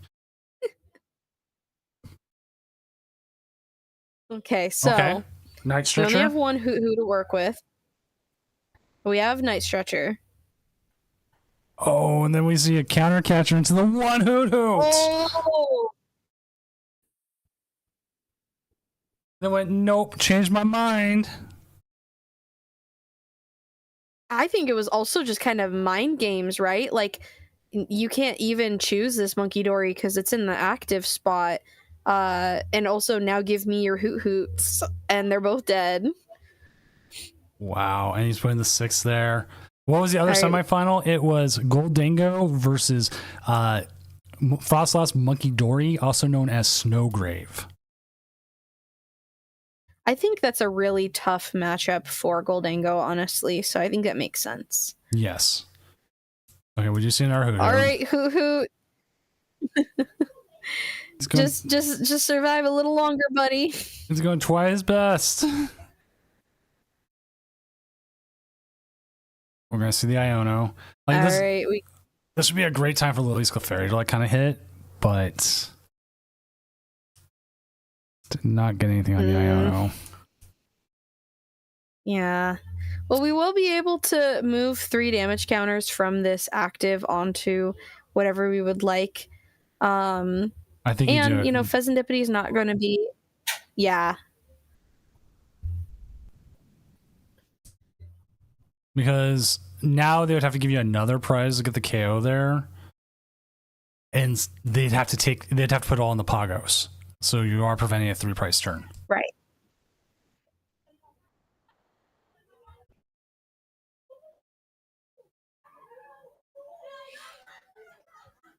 Okay, so we are seeing. So if we don't get any more Pokemon and we don't get Area 0, as of right now, we're doing 150, right? So we're still doing barely enough to take knockout. Well, right, we're not even doing enough here anyways because we have the double Buffalons. I thought we were doing 200 here. No, we're doing 140. Mm-mm. Yeah. Yeah, we're actually pretty chilling, which I almost didn't expect. We do see Artisan grabbing another Dreepy. That's just like an army of Dracloaks and Dreepies when you've got all 4 out. Yeah, so we're only doing. It's not very much. Maybe the Buffalo is correct, man. This Curly Wall ability is really messing up my math, even just casting. I can't even imagine, like, as a player. That's where at least the benefit of live is. Like you can click on the Dragapult and go, okay, that is the damage I'm doing. At least was it you and Kevin yesterday talking about the players counting out loud and trying to like confirm the math through you? Yeah, it was us because he was talking about someone doing that against him at a regional and he wouldn't confirm or deny just because, you know, he's not going to help his opponent do math. But I was the one who was telling the anecdote about I saw that happening against ToD at a regional where the guy was trying to do Gudra math and was trying to get ToD to admit of whether or not if he did a certain action, if it would knock out the Gudra. I was just like, oh my gosh, like don't do that kind of stuff, guys. All right, we are going to see probably the retreat into the fresh Dragapult, forcing Luke here, Celios Network, whatever you want to call him, Mr. Network, to have to find that gust option. There's enough damage out there to get that Duskull. There is the Turo scenario. We can remove damage as well. So there's a couple options, but it all comes down to what this top deck is and what they do here with this Arven.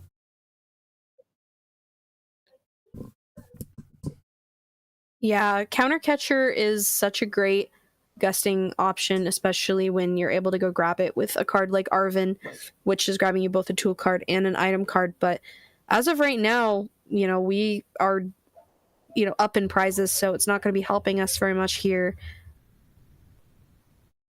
Are we going to see we got the rare candy and the Night Stretcher.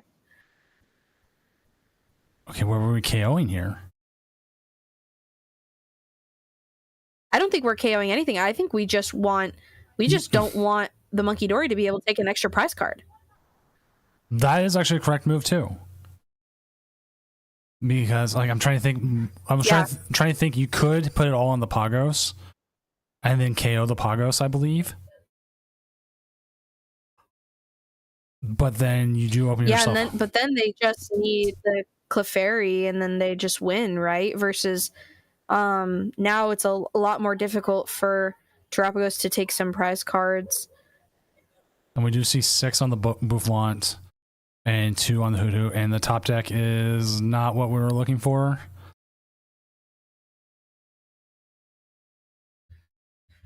Yeah, what could we do? We can Monkey Dory 3 back.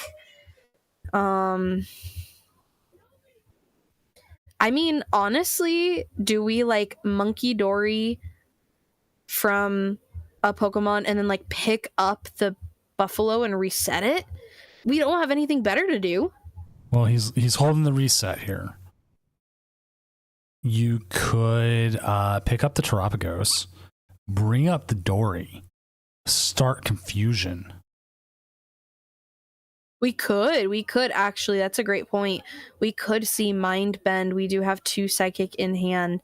And then now we don't have any, 2 prizers in play, and this could force them to retreat into the other damaged Dragapult. Yes. And it's going to be very difficult to get a 3-prize turn this next turn. The biggest issue that Luke is facing now is they're just stuck in top deck mode. And if I'm Luke, I think I move the damage off the Hoot Hoot. Yeah. You're going to get more Completely value. agree. The Hoot Hoot is so valuable. You get more value out of that Hoot Hoot than you do anything else on that board outside of the Monkey Dory.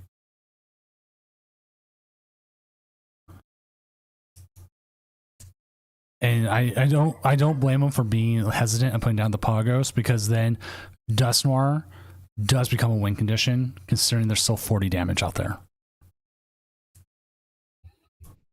Yeah, it's tough though, because you need Terapagos down. You need a Terra Pokemon to be able to use Noctowl. So basically right now we're hoping for an Ultra Ball or a Noctowl itself.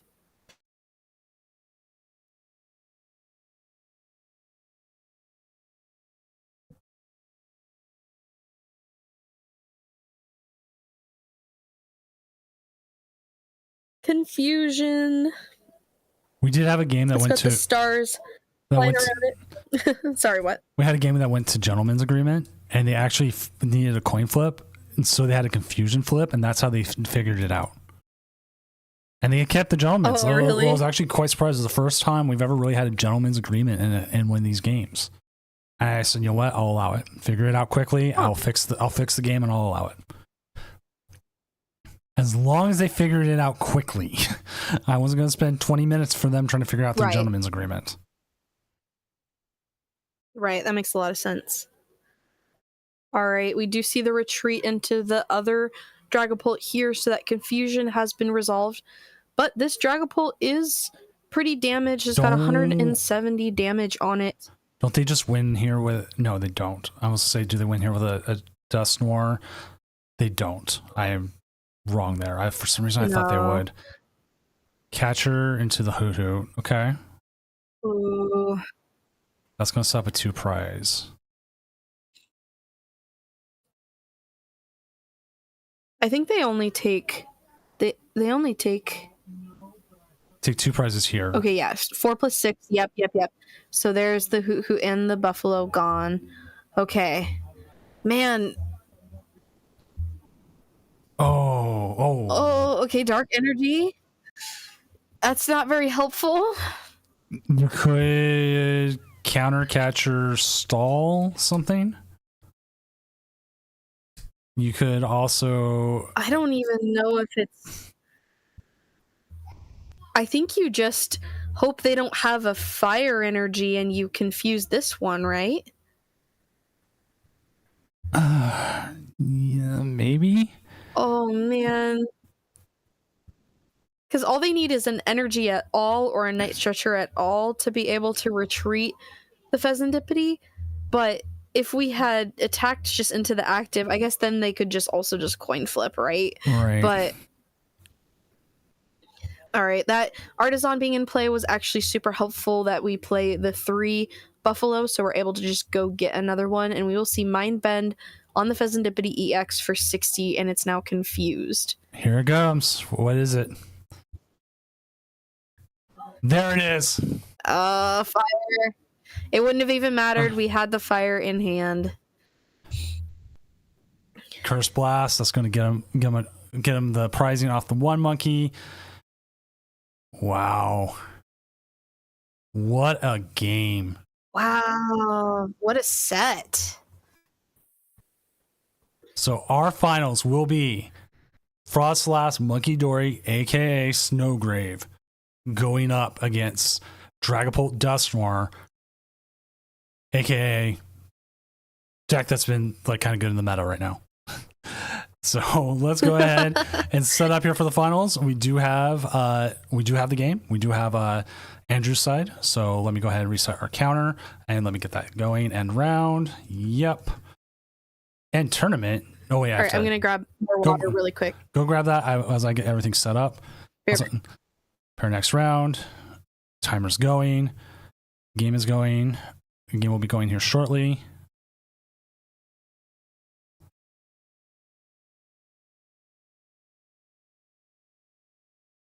Sadly, Cilio will not be a 2-time Doom champion.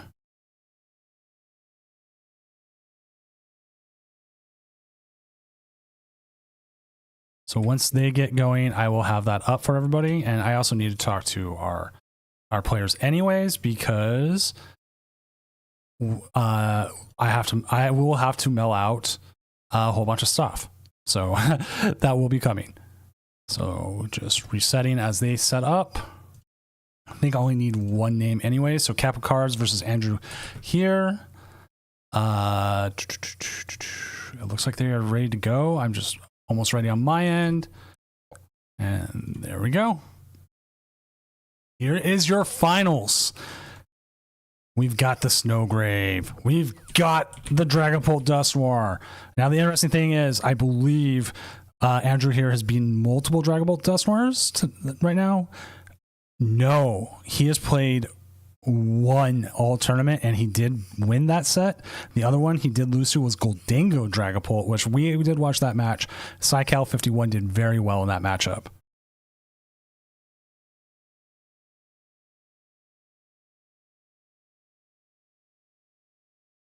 Oh, we need a 3-minute break here.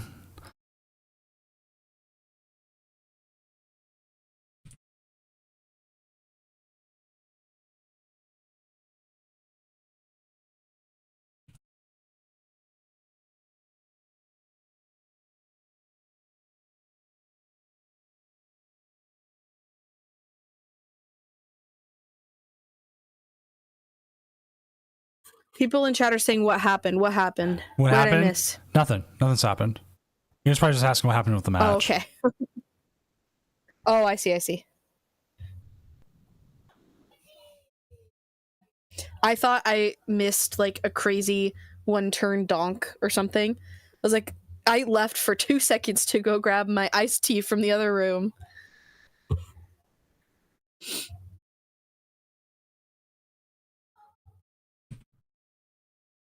So, has this person having the name be Snowgrave, is that like that person already had it say Snowgrave, or has it been dubbed Snowgrave and they updated it to say that? They had it beforehand, and Ryan and Frodo caught it, and now it's become the tournament, the whole regionals like thing. So it's like, yeah, Snowgrave, just what it is. Frostless Monkey Dory is. Sorry, go ahead. I was just gonna say really quick. It's one of the archetypes that people have requested that I make either a sticker or a playmat of that I haven't gotten to yet. And if it wins this tournament, I will make that my priority. It will be the next design that I do. Anyways, you go, Doom. I'll say, I even talk about it. If you did it, you do like a grave with like, have you seen those like angel graves where like they're sitting there with like open arms above? Yeah. Frostlass, like a stone frostlass with snow all over it, with like, I don't know, like a Badoo growing through the ground or something. There's a way to do it. It could be really good. The Snowgrave. It could be like really creepy too. You could see like Frostlass, like looking up at Frostlass as a statue, you know? But yeah, Frostlass would make a perfect like angel statue. Yeah, it's shaped perfectly, actually. Frostlass is actually a really cool Pokemon. I've always really liked Snorunt, and then I don't know, like Frostlass is really cool. I don't like Glalie though. No. Glalie, that guy's sus. What's up with him? He's like a giant ball with teeth. Yeah, I don't like him. Also, his shiny isn't that cool, but like the other shinies are so good. Like shiny Snorunt, such a good shiny. All right, if we do have double Night Stretcher, I feel like they're going to Iono here. This deck likes to Iono later. It likes to give up prizes. Ooh, the board's pretty good though too. Ooh, Nest Ball. Ooh, Nest Ball. So with this, you've got to put down a Snow Runt. And surprisingly, for the first times we've had them on stream, they have not prized the bear. Yay! The bear is there. So many times. Yeah, I was tuning in earlier and I saw that it was prized, like 2 games in a row? Yeah, it was like, okay, they can finish the game here with bear, and they're like, where's bear? Right.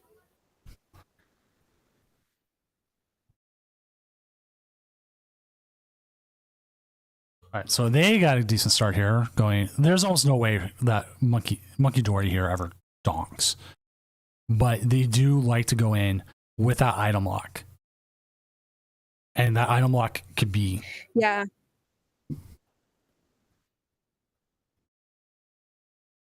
It definitely at least slows down, right? We don't have access to things like Ultra Ball, Rare Candy, Earthen Vessel if we're struggling to get those energy cards from our deck. We only run, 6, right? It's not a ton of energy in these Dragapult lists. So Buddy Poffin is going to help us, and we'll see. Does this end up turning into the Badoo Wars? I feel like, yep, so we do see the Badoo come down. I feel like when we saw it yesterday, the ability to put a Bravery Charm on our Badoo and make it a little tankier, make it a little, more helpful that way was really, really good. So maybe we'll be able to pull that off. A little more thick.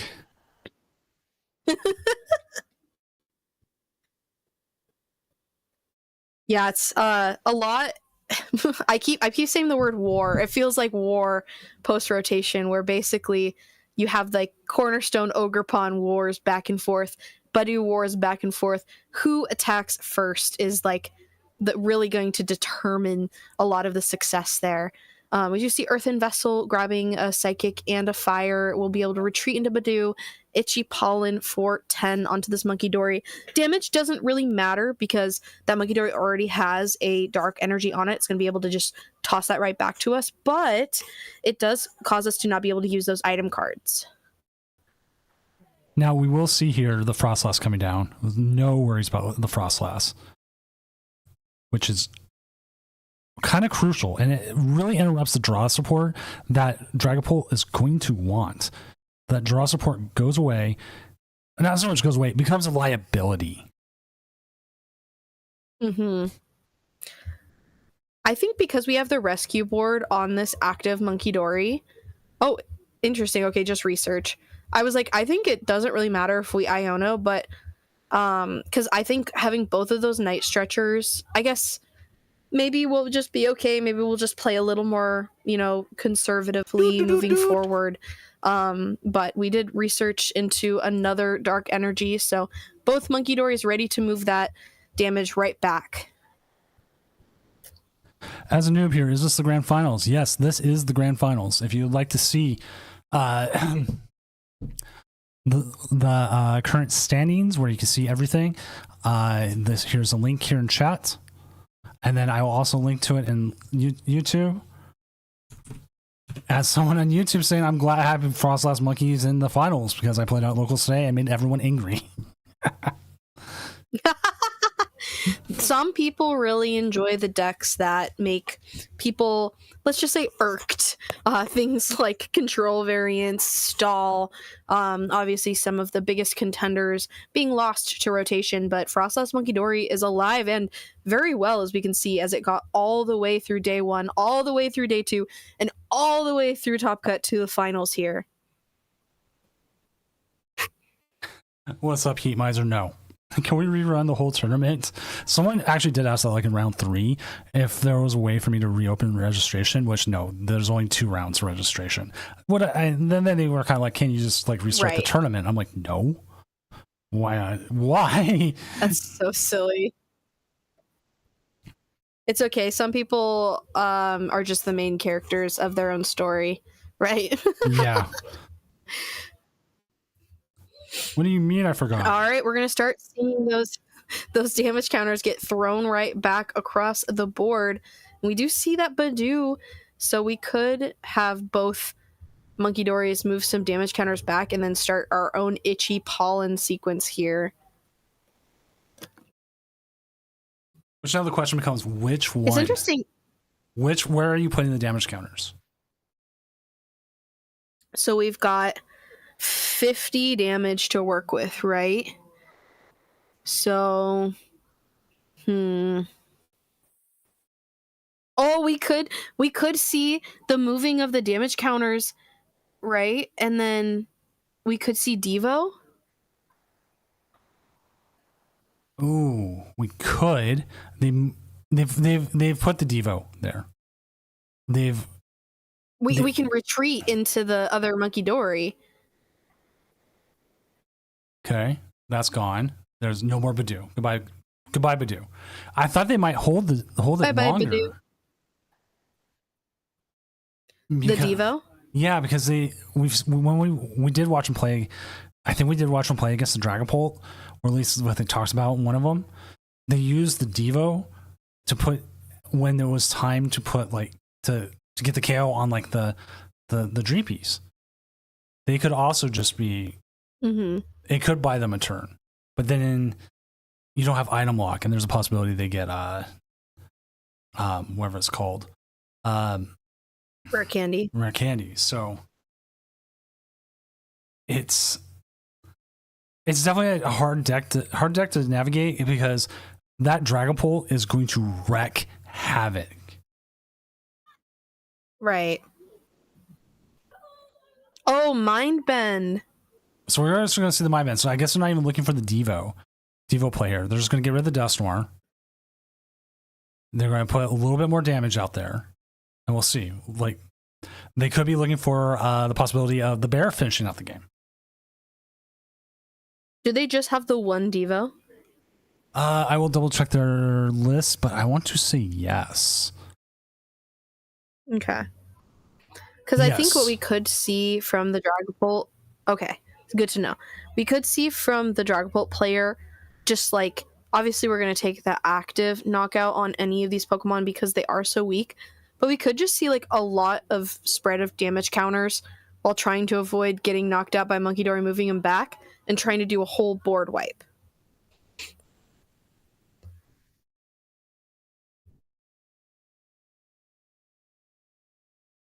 All right, let's see what they do here. Now they could just absolutely have nothing. They could just their hand can be dead here. They do have access to their items. I mean, that's a positive.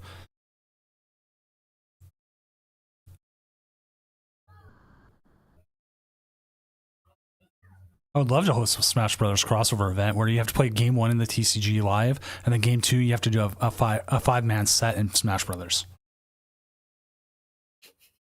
That sounds really funny, especially because there's plenty of Pokemon to choose from for Smash. Okay, we are seeing the Pheasantipity. Now, again, this is where the hard part is. Pheasantipity is going to get pinged over and over and over, and then those Monkey Dories are going to keep moving it.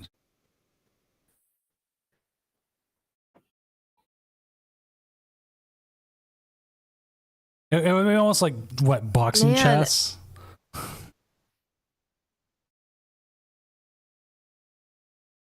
We have 10 cards in hand. How do we not have... Okay, I was like, how do we not have access to more Dreepies? There's a Buddy Putty Puffin. They're definitely figuring out how they want to move ahead with this. Which it's interesting to see how prevalent Unfair Stamp is, because we're seeing in a lot of Dragapult variants, but obviously we're seeing it right here in the Frostless Monkey Dory deck as well. And not something I would really expect, especially with Pheasantipity being played in so many decks, but maybe it is actually that good. Now we see the Jacques. Okay. Probably going to see the Dragapult. We know Devo's out of the game. It's gone. You're going to start getting some... You can get rid of the Badoo here. You could put damage on the Frostlass. You are taking care of this Monkey Dory.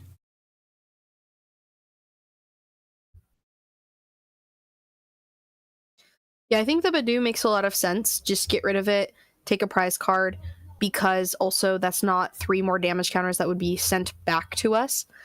I'm just trying to think of like how you even play this matchup, right? Because so like they're going to get these damage counters on their monkeys anyways. So like, does it really matter that you're helping them get more damage counters? I don't know.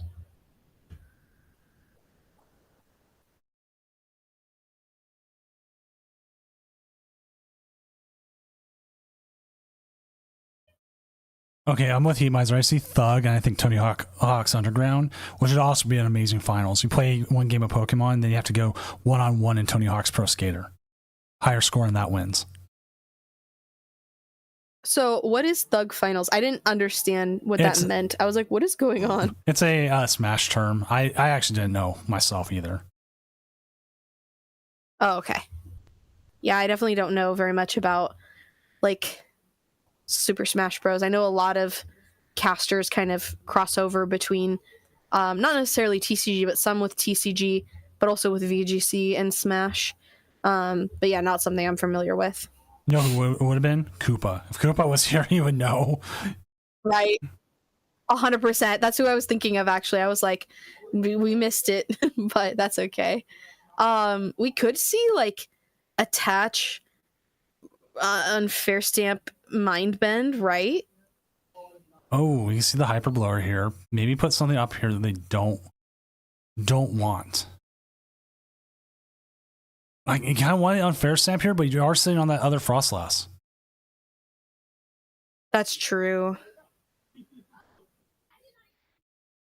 I mean, we're not going to get item locked. We have plenty of Ultra Ball left, right? They have an 8-card hand. I don't know.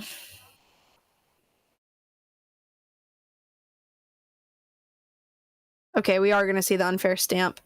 All right, so we're going to see 5 cards. Well, we got the Morty's Conviction, which is a great supporter to try to draw some cards if there's plenty of benched Pokemon.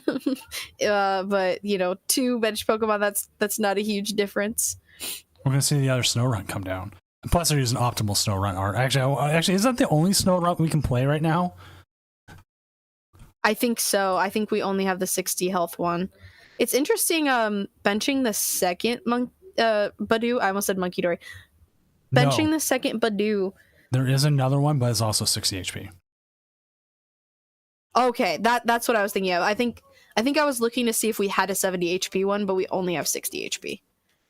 And you're not playing any energy that attacks with it, so it literally comes down to what art do you like. Yeah, that makes sense. Do either of them have like any alt arts or like cute versions? They do, actually. The Ice Shard one, the other one, has the one where it's like rolling in the snow and making like little like prints in the snow. Aww. Do they both have 1 retreat cost or 2 retreat cost? Both are 1 retreat. Other than that, they both take a water energy to attack, and one takes 2 energy, 1 water, 1 colorless, and one takes 1 water, but it's still just, you're not attacking with them. Right. So, yeah, so we're seeing Cloak here. Like, I feel like you gotta start moving damage onto the. We do have damage onto the Dragapult. Like, you kind of gotta keep moving it. Ooh, do see the Iono. Got bailed out of that. Iono here.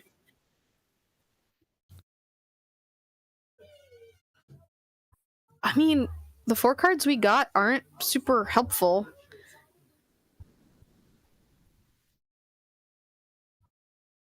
Yeah. Oh, Arven top deck, really good.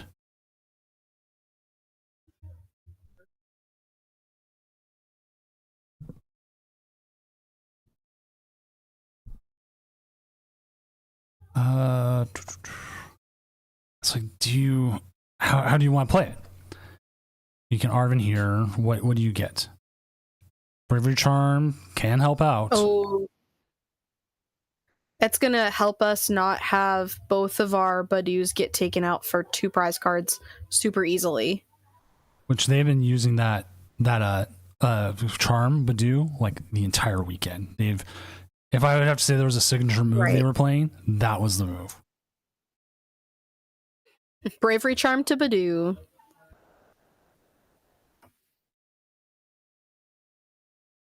Right. Issue here is you don't want to KO with Badoo, you want to KO with Frost Last Pain. Right. Can you can just move like 1 or 2 damage with Monkey Door. You don't have to do 3, right? Correct. I think it says up to. You might have to do all 3. I'm double checking the card right now because it is one of those things. Is it up to or not? Up to. So it does say up to. So you do not have to move 3. Okay.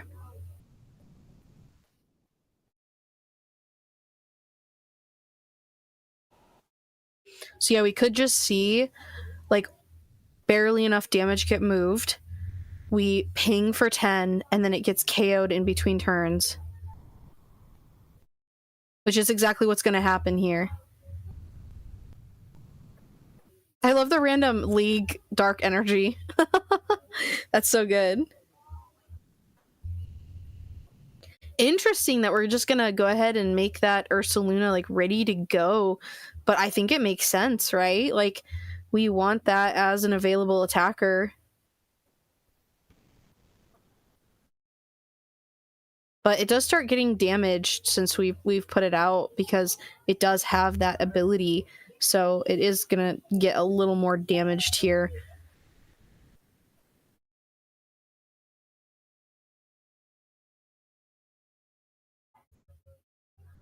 All right. We do have the Dragapult in the active.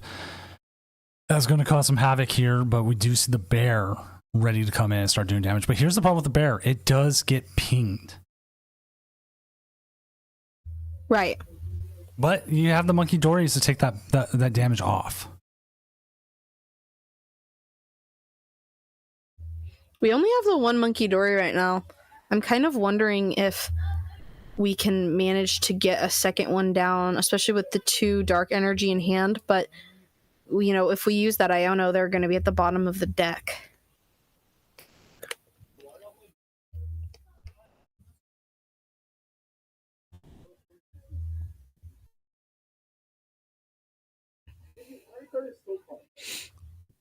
All right, let's see what happens here. They're looking, they're figuring.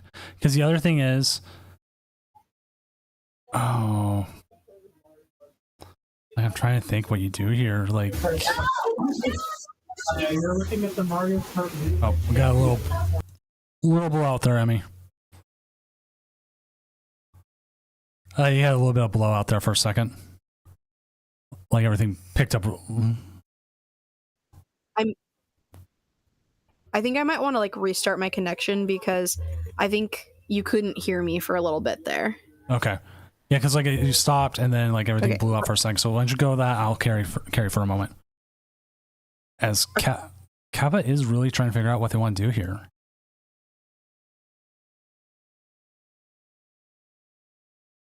Yes, best of 3. It is a best of 3. This whole tournament has been best of 3.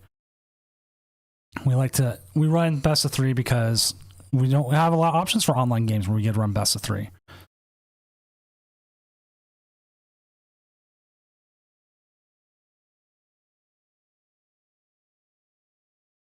So they're at 3 prizes now. There is a possibility they win next game. Oh, that Monkey Dory has so much damage on it though right now.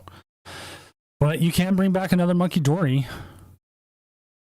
And you could remove 60 damage from that 1 Monkey Dory. And we could possibly see a bear KO here. Oh no, you don't see a bear KO. You still have to put the energy on the bear because counter gain isn't active. You put 30 damage, you're still short.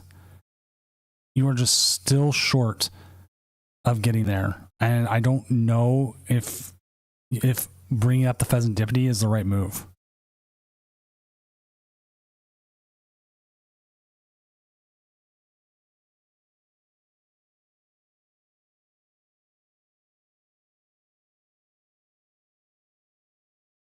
You know, the judges are scared too.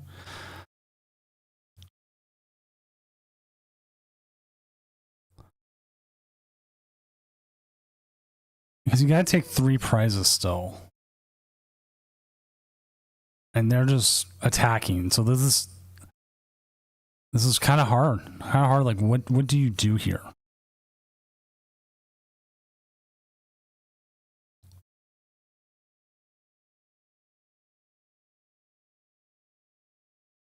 Calamitous Snowy Mountain doesn't do much in this matchup. It's kind of good for your Monkey Dories.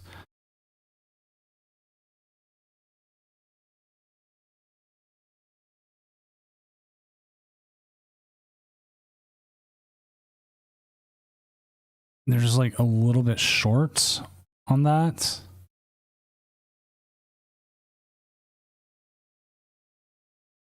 And one of the other things is like you need a switch.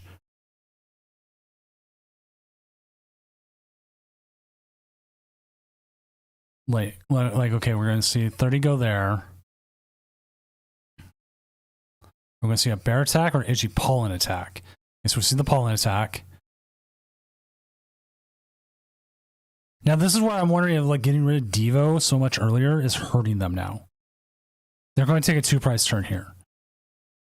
You should be able to damage this Dragapult and KO it. They want to get it. The Dragapult wants to get an energy onto that Pheasantipity. As we can see, it has that energy retreat, that energy whatever, the energy headpiece. That is going to give it 1 energy. If they can get another energy here, okay, there's 1, 2, and if they get a 3rd, they can win the game next turn. So that's where like a KO is going to come into an issue.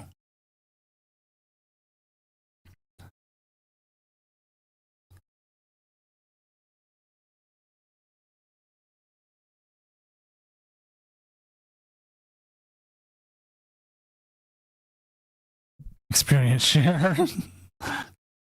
It's the funky headdress thing. That's what it is.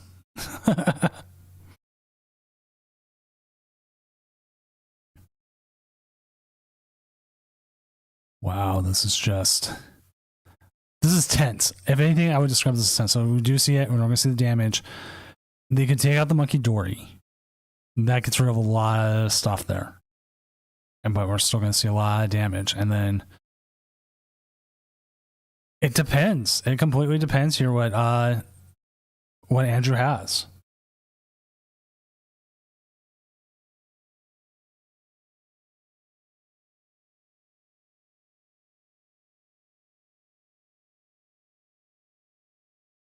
$200. Enough on the Monkey Dory here that Frostless is going to KO it. Freezing Shard. Gone. So Bear's going to come up. And then we'll find out from there. Andrew XE, thank you for the follow. Like, we don't have access to Unfair Stamp.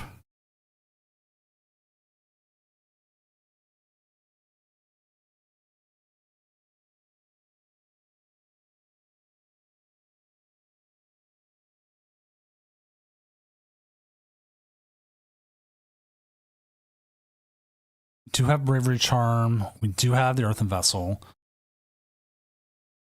I don't know if the Artisan is going to help out.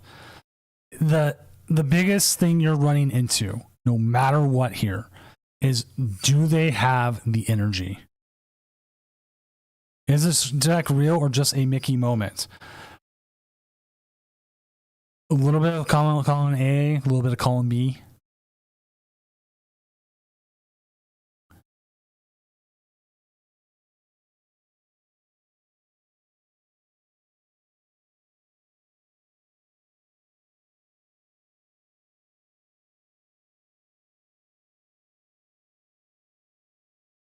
Because like part of it is we had past regional winners, top 8 people, really good players play in this tournament, and they fell to this deck.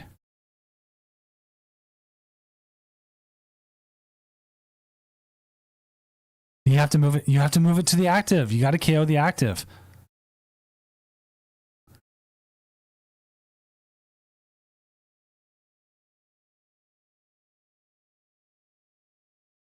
And this is going to come down to switch, it feels like. Switch and energy.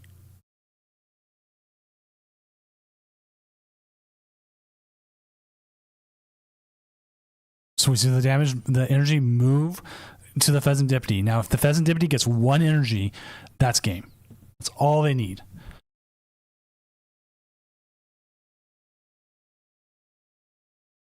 Also, there is an ad break coming up. I am going to snooze it. I promise that there will be no ads during the final game. So we are making sure we don't have it. Now this is the hard part. Energy wins them the game. If not, they have to find switch. And yeah, and the draw 3. And the draw 3.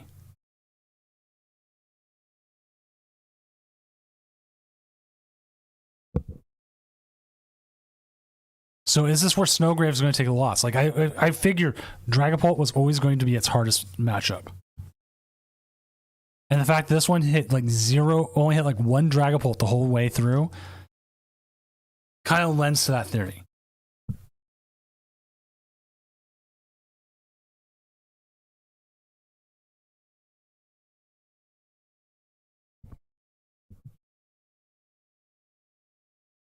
The pole players played it well.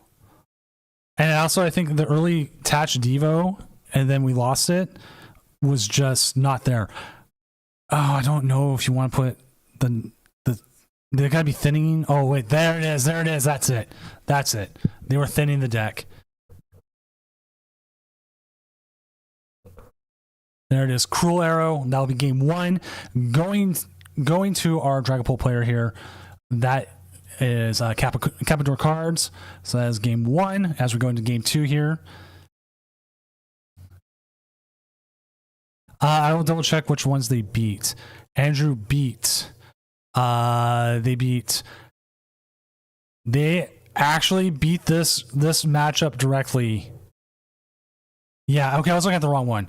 So they beat 2 in day 1. Yeah, they beat Kappa in day 1. They lost to the Goldango version. So this is actually a rematch from day 1.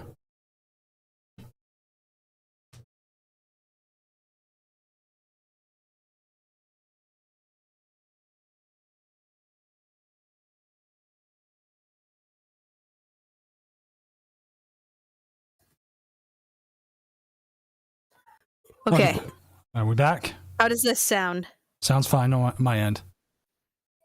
Okay, good. I don't know what has been up with my mic, but I think we're all good now. Right, so Ooh, well, that doesn't look good. Oh, no. At least we have Artisan. Right, okay, this is the interesting question. Can Badoo Frozlass win with the time remaining? How much time is left? 37 minutes.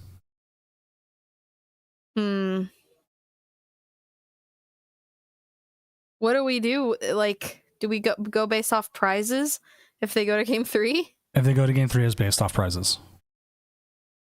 Okay. Interesting. But that is if they get to That game is a 3. great question. It's like with these like stall or control archetypes, running out of time is really tough. It's even in finals when you oftentimes have extra time.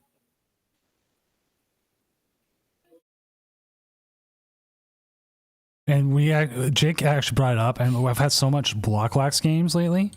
That was like all I could think of was like how we handle a block lax deck. It's like, oh yeah, no, we go by seed. No.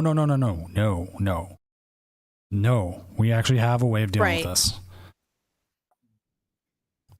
We could see a item lock here. We will see the item lock. Oh yeah. There we go. Rescue board.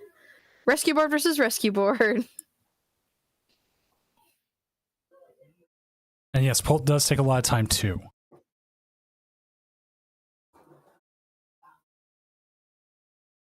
It's the time that it takes to place the damage counters has been the hardest part.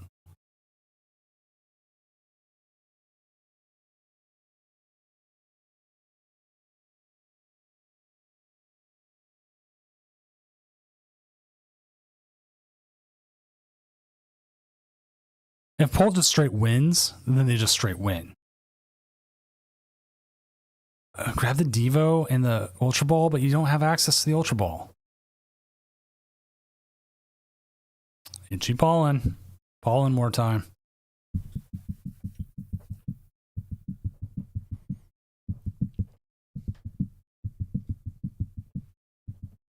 Oh, ad break's trying to come back up. No, you don't. Go back away, ad break. I said finals would be ad breakless as much as I could. Pause it.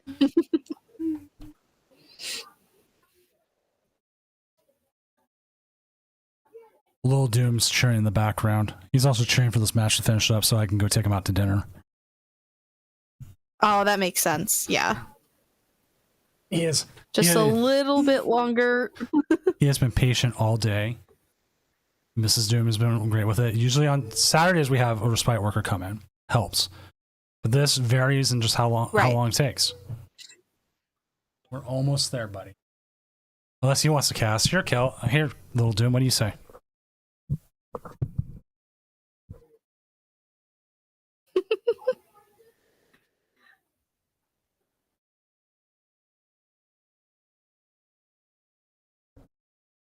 I think he just tried to bite the mic.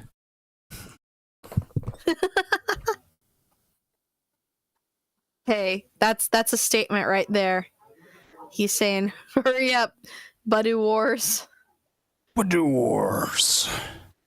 Brought to you by. What's funny is like the rest of. Oh, sorry. I was gonna say, Buddy Wars brought to you by Doom KGR 72 or 97.5 5 the tournament. And then you're like, bah, bah, bah, bah. I was just gonna say, really quick, our hand is so dead. I wonder if we even just like kind of wanted our Badoo to die so that we could unfair stamp. Well, if it dies to the other Badoo. Oh yeah, it's an item. Never mind. You kind of save your Badoo. Don't listen to Emmy. And the monkeys can find an energy though.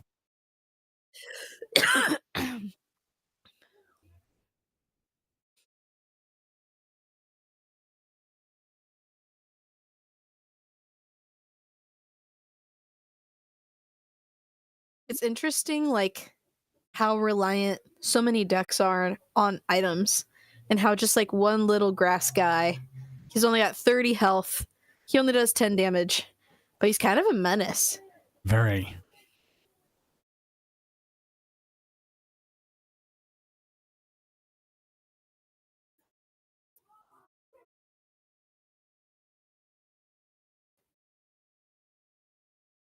I wonder, like, I understand benching the Fez, but like, especially because we're gonna like take a KO here, right? But like, unfair stamp didn't work that turn.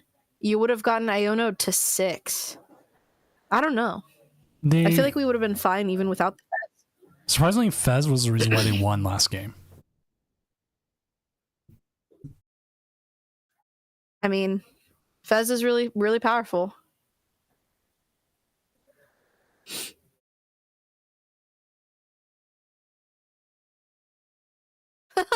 Artisan for another Badoo. More itchy pollen.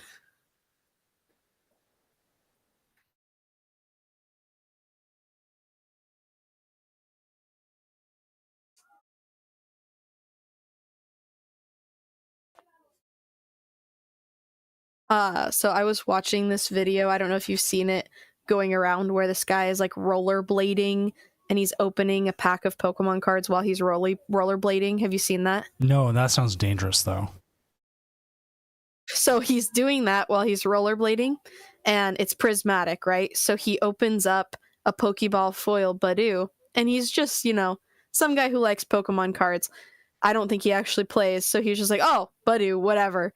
But I'm like, buddy, that's like a $7 card because it's playable. All right, we're gonna see. We do see the big Polt, but there's no energy on that big Polt yet. Yeah, but at least it stops getting damage counters added to it. For now, if they can get those monkey dories going. All right, just 1 second. Yeah, we need some energies.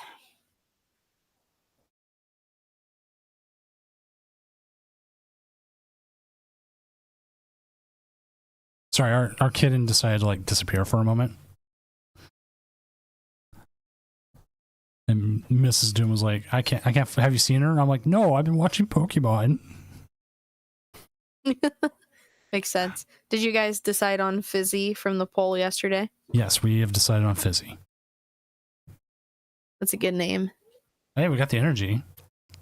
You can see. Yay! Do you want to KO the Badoo here, or is it more important to keep moving the damage onto something else? I think it's probably more important to move the damage. Oh. Move the damage to that Dragapult. Nope, they're going to take the Badoo KO.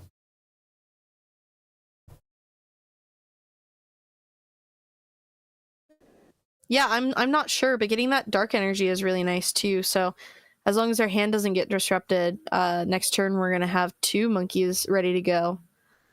It kind of feels bad to knock into the Duskull knowing that it's probably not going to stay a Duskull.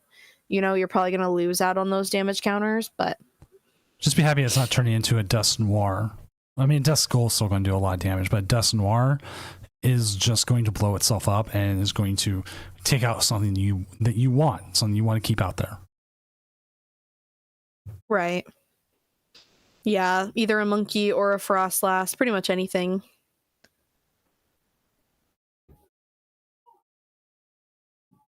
All right, we see the Artisan there, but just a fail.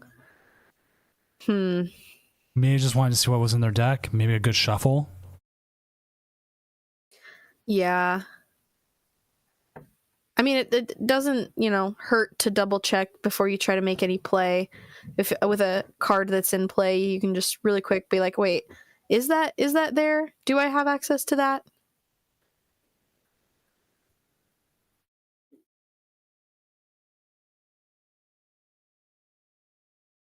Oh, Stellar, I was just saying that was a video that I saw on, I think it was TikTok.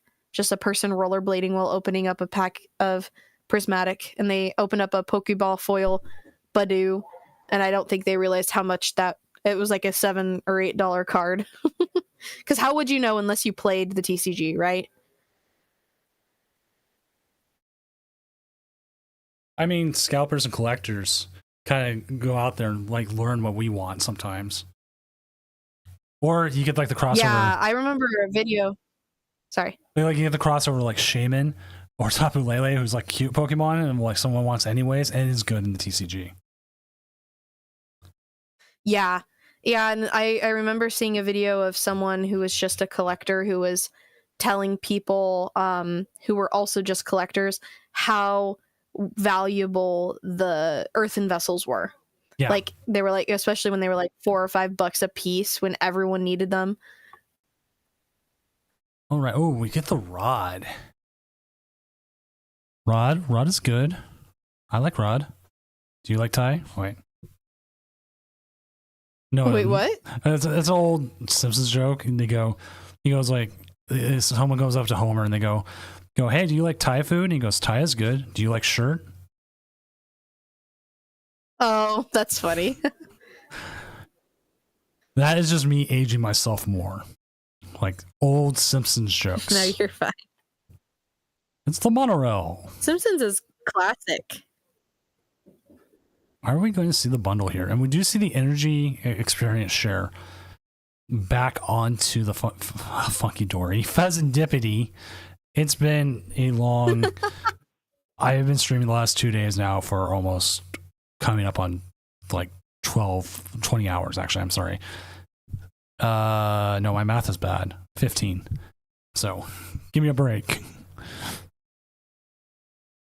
So we've got 5 damage. Or no, is 6 damage on our monkey? Okay. So I'm like doing math in my head. I think we're safe this turn as long as we knock out this Duskull. But we definitely need to like get another monkey down with an energy, I think, which we can do next turn since we have the dark energy and we have Artisan in place still. All right, here we go. Let's see what we got. Oh, we got one of our other ones. Salted Boomer. Oh my god. So we will lose the Monkey Dory this turn. if they want to get rid of it, because they'll put 6 on it and then but we do have bear for attack. But bear's kind of weakened. Well, also bear's not quite doing enough, plus we need another. Oh no, we wouldn't. We would just need the 1 energy, right? But we would need a retreat. We've got the switch in hand, right? So we're probably, maybe it's okay. Maybe this is going to be hard. Interesting to grab the snow runt instead of the frost lass.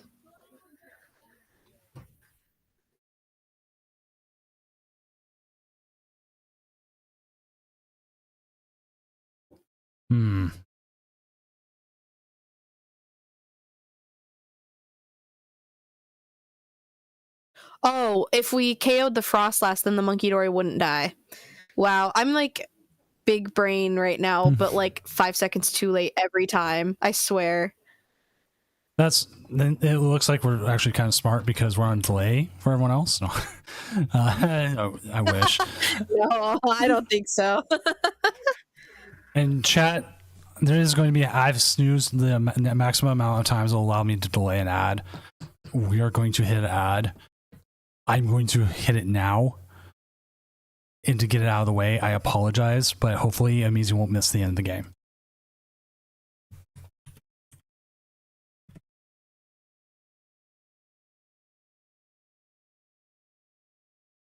Unless they win the game here. Okay, Phantom Dive. No, I don't think they do, other than. I mean, this is kind of rough, though. Yeah, this is a really rough spot to be. You knock out your own Pokemon. Like, I was hoping the timing wise, I was really hoping not to have an ad break hit right now, because this is the end.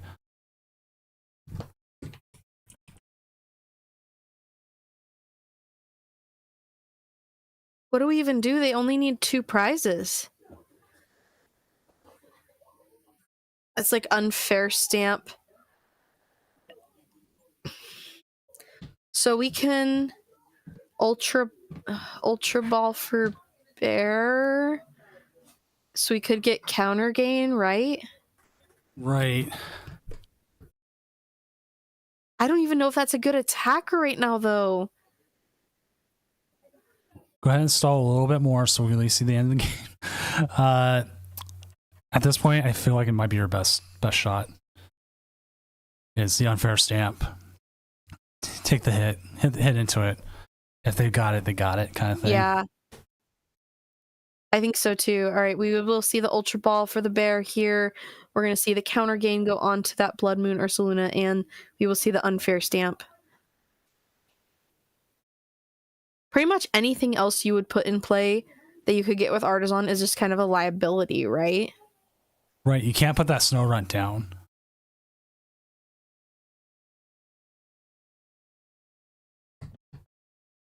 You might be able to here get another Monkey Dory if you have it in there. They do play 3 Monkey Dory. Yeah. That will help. And we super rotted 1 back. So, yeah, we're fine. Because they win with boss regardless. Right. So you might as well just put yourself into a slightly better position. Which, if you Monkey Dory the damage on the Badoo, the 20, I would move it to the cloak that has damage on it. So that will get pinged 1 more turn. They still get the draw, but then there's 1 more ping after that, and that should be it. Right. If you had 3 damage, it would actually knock out this next turn, which would be great. And you wouldn't get the Pheasantipity draw from it. But unfortunate. Nope. Just not quite there, but looks like we're going to move it to the active. Which is fair as well, because it is going to ping. In fact, Kappa doesn't run boss. I didn't even realize that. Oh, just counter catcher? Yeah.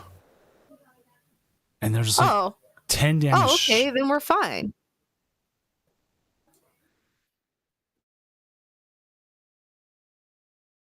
but it's still a lot of damage here. Yeah. But we could see Andrew win it.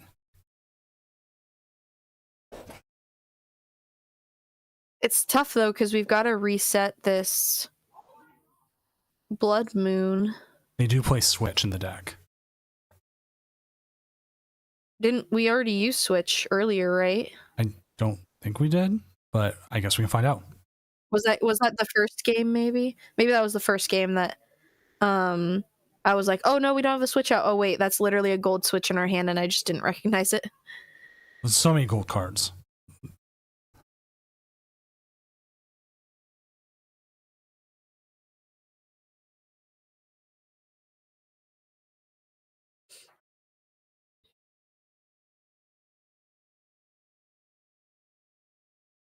Yes, I agree with D Sharp. I think I got Iono'd. It's one of those things where I wish I could just I wish I could click on the discard. Right. Yeah, I know. Same.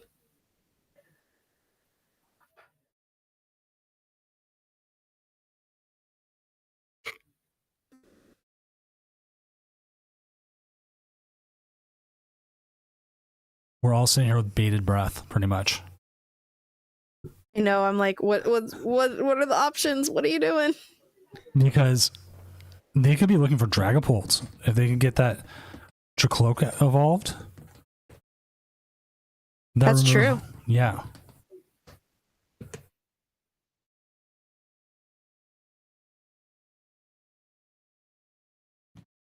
Little Doom's come up here and pulled on my headphones a few times. It's like, it's Top Cut. It's supposed to end earlier. I thought so too. Yeah. Unfortunately, we have a rogue archetype that takes a while to set up and kind of slows down the game. Not even unfortunately, because this is actually a really, really fun run that we have seen from Snowgrave. They may be looking here if they want to retreat out. Nope. We just see the Fountain Dive here and say, if you got it, you got it.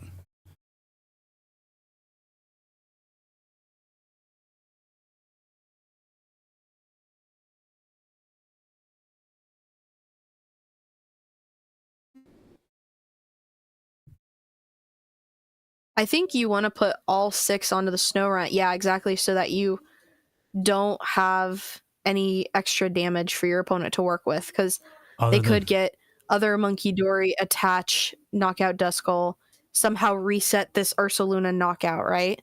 Right. Okay, you have the Ultra Ball. You have Artisan. You kind of have to go all in on this turn. So thin out your deck as much as you can. Doesn't matter what you bench, just get everything out of the deck. So I would grab like... Yeah, you don't want to draw into the other process. Just like, yeah, or another Badoo. Just get rid of it. Get it. Artisan your other Monkey Dory right now. You need that other Monkey Dory still.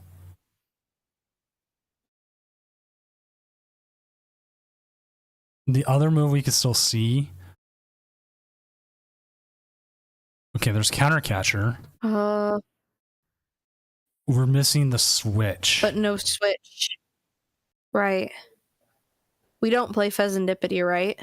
No. Okay. Like, they have everything but the Switch, and they hit the Arven. Yeah. Devo would knock both Pulse too. There's... But... Alright, you guys are right. Switch is in the deck. It was Iono to the bottom earlier. Or I was just thinking of the previous game, but... What do you do? I don't think... Is this it? Is Dragapult going to take this down? Like, you can't swing here. You can't pick it up. You could stall and put something in the active and see if you can survive a turn. Right? I think that's it, right? Like, that's all you got to do is go ahead, counter catch or something and say, hopefully it's stuck for a turn. You gotta bring the Duskull up.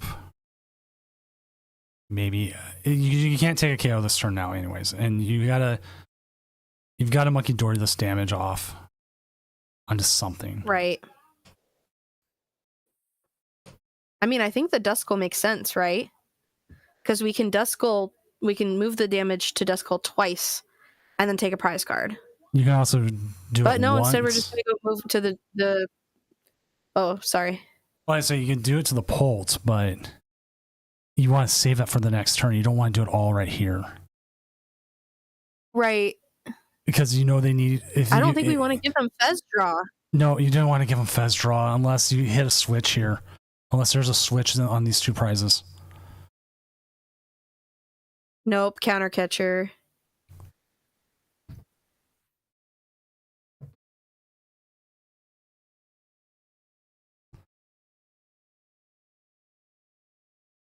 This is all going to come down to if they have an energy and they're going to have the Fez draw on top of it. That is what I was worried about, was the Fez draw. Right. It does now. So there's one on the Dragapult, and then there's 2 in the discard pile. So Yeah. 3 energy to work with. 5 in... The other thing that did come up in chat is right here is that they could blow up Dusclops to win the game. With that, if you don't take prizes there either. So it was a really, really weird situation. Do you give them the extra 3 and hope they don't have it? They could miss. Well, okay, here's the thing. They have to put an energy onto the Pheasant Dippy to get out of the active. And then they have to find an energy onto the Dragapult.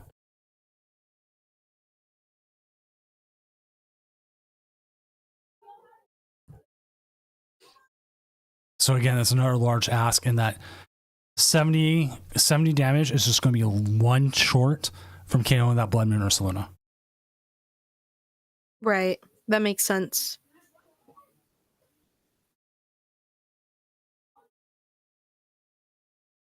And having that experience share on there as well. No Turo, no switch. The skateboarder can't go onto it.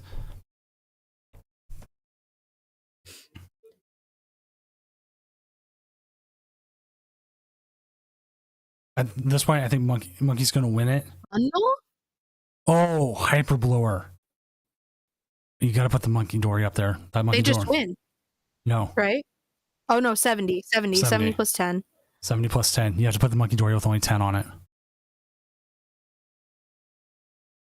Okay. Sudden Death would benefit the Dragapult. Yep, they're going to go to a Sudden Death. Okay. How much time is left? 13 minutes. Okay. Interesting. Does anyone know if the bear Entering glitch... sudden death mode. Does anyone remember if the bear glitch is fixed?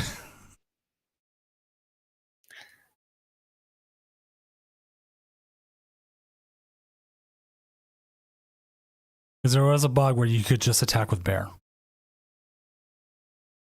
Well, if that happens, obviously we're going to be able to call it. Right. Because if I remember right, the correct ruling is you're supposed to draw 6 prizes. And then but you only need to take put one. out 6 prizes, yeah. But you only need 1 to win. Correct. Whereas in the game, does it here? That makes sense, yeah, because I think that was mostly influenced from the way that it used to work, where it had was like Jason Klaczynski Worlds, right, where he like end his opponent to 1 card because you only put out 1 prize card. Yeah. So I think that's fixed on here if you Iono, but I don't think the bear's been fixed. Badoo versus Badoo. Let's go. Let's go.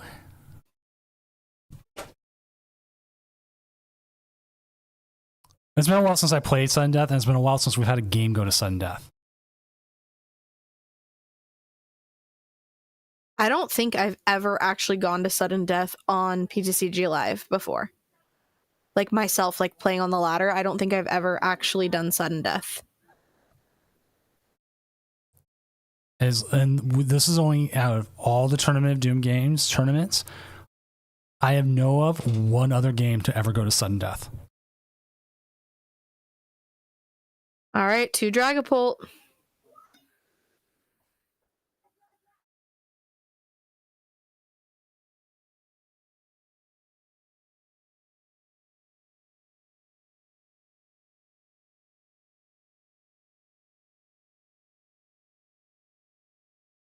We are 1 psychic energy away from winning. Yeah. Why is Countercatcher active? It shouldn't be. Yeah. Okay, as organizer, our thing has been you play it as the game allows you. It sucks, but it has been the ruling how we do it. And we ask players to try to play it as much as you can to IRL play.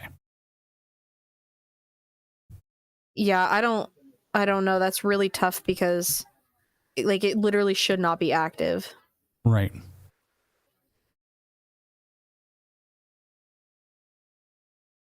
I don't know if it still works. So wait, what or do we not. do here if Bear works? Then we play on. We can play on. We go to game 3.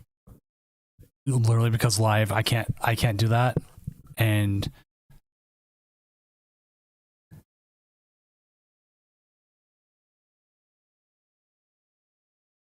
we'll see Basically, what they do. if we promote it and it's like there, it's like kind of stuck in the active. Like, why can't they use Countercatcher? Like, this is where we're in a weird spot.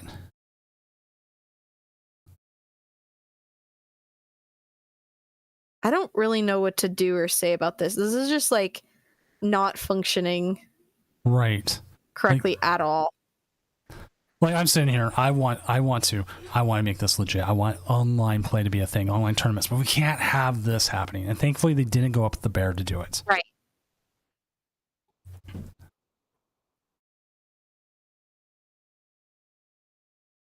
But now we can see an attachment here from the Dracloak, and they're still not going to get the KO because the Badoo's at 80.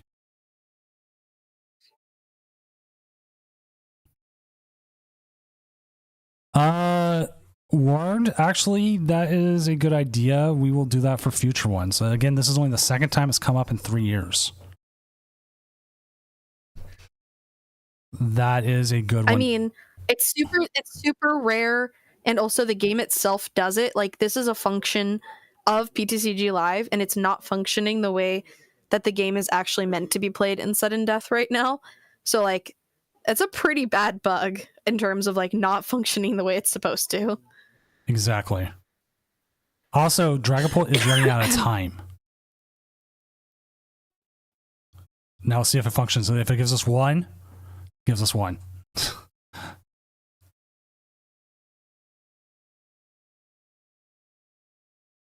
I believe both are playing like it functions.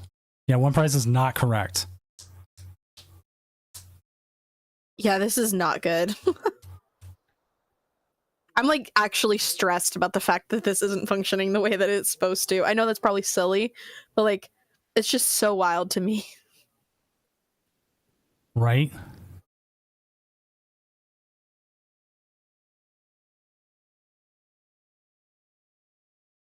That will be how we treat it for this. That is how we will treat it. And like at this point, they've played too far into this game. I don't want to come in. Like, they both have setups. One could win, one could lose. Can't use it. They fixed Blood Moon. Nope, can't use it. So they fixed Blood Moon. Now it's just stuck. Now it's just stuck there. This is exactly what I was saying earlier. I was like, I literally would not get the Blood Moon, and I would not retreat into the Blood Moon because it's not supposed to function. And now it's stuck. We have our one switch card, right? But like, other than that, this thing is just stuck there. So they saw it and they thought maybe it will work. Maybe it'll work. And it didn't. So the one thing that did function, Iono doesn't function, Bear functioned. So if we have psychic energy here, we just win. Yeah. So today we learned Bear functions correctly. All right, there we go. Bear functions correctly. Iono doesn't. GG. Dragapult wins. As we will see 60 on anything we want. Oh my gosh. There it was. Capador cards with Dragapult. Dust Noir is your Tournament of Doom regional champion. With a very insane. We are calling it. both of them are We saying. are calling it now. Lewis confirms a lie. Both of them are saying, I thought I could use Ursaluna. I'm going to tell them real quick.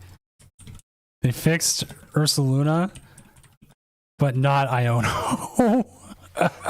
Or Countercatcher. Countercatcher shouldn't have been able to be used either. Right. 6 minutes till next round. No, that is it. That is it for the day. With that, this is a actually very interesting take on it. We saw there was 0 bosses orders, only 3 countercatchers. I mean, like, this is not the Dragonport Dustor I thought we would see. Yeah, both of them like this is a very interesting list. Both of them like, thanks TCG Live. So we could argue over it all. I was definitely say Dragapult was favored on taking a prize, even if we reset anyways.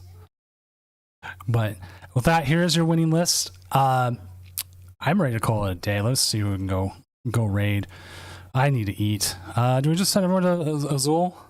Is that where we're all going to go to anyways? I think so, because we are celebrating post-rotation here with this Regional of Doom. Let's send it off to Azul, who is enjoying post-rotation with us. I think that sounds good. Pokey, you want to give yourself a little self-promotion before we leave? Just, say hi at Atlanta and continue to tune in every Friday for the Tournament of Doom. Thanks for having me, Doom, as always. And I'm Senior Doom, tournament organizer, professional illustrator, and part-time lumberjack. Always finding out the new live bugs and trying to have to write rules and stuff for it. So I'm going to draft that up and make sure it's in the tournament description from now on. That if you do hit a sudden death, you need to reset your game. So that is how I think that's best. I think that is best. So we will have that in there, and I will try to write stuff. I will also make a command for sudden death in the tournament thing. So that is how we're going to handle it. Again, thank you everyone for coming out this weekend. We had almost 300 players. Dragapult Dustor taking the big win, winning the End Zoroark mat, and winning the Rogue Energy gift prize. And hopefully I'll be able to send it off to them here in the next few weeks. Yes, because I still need to print the stuff. Again, have a good rest of your night, day, afternoon, wherever you're at. And hopefully we will see you next Friday.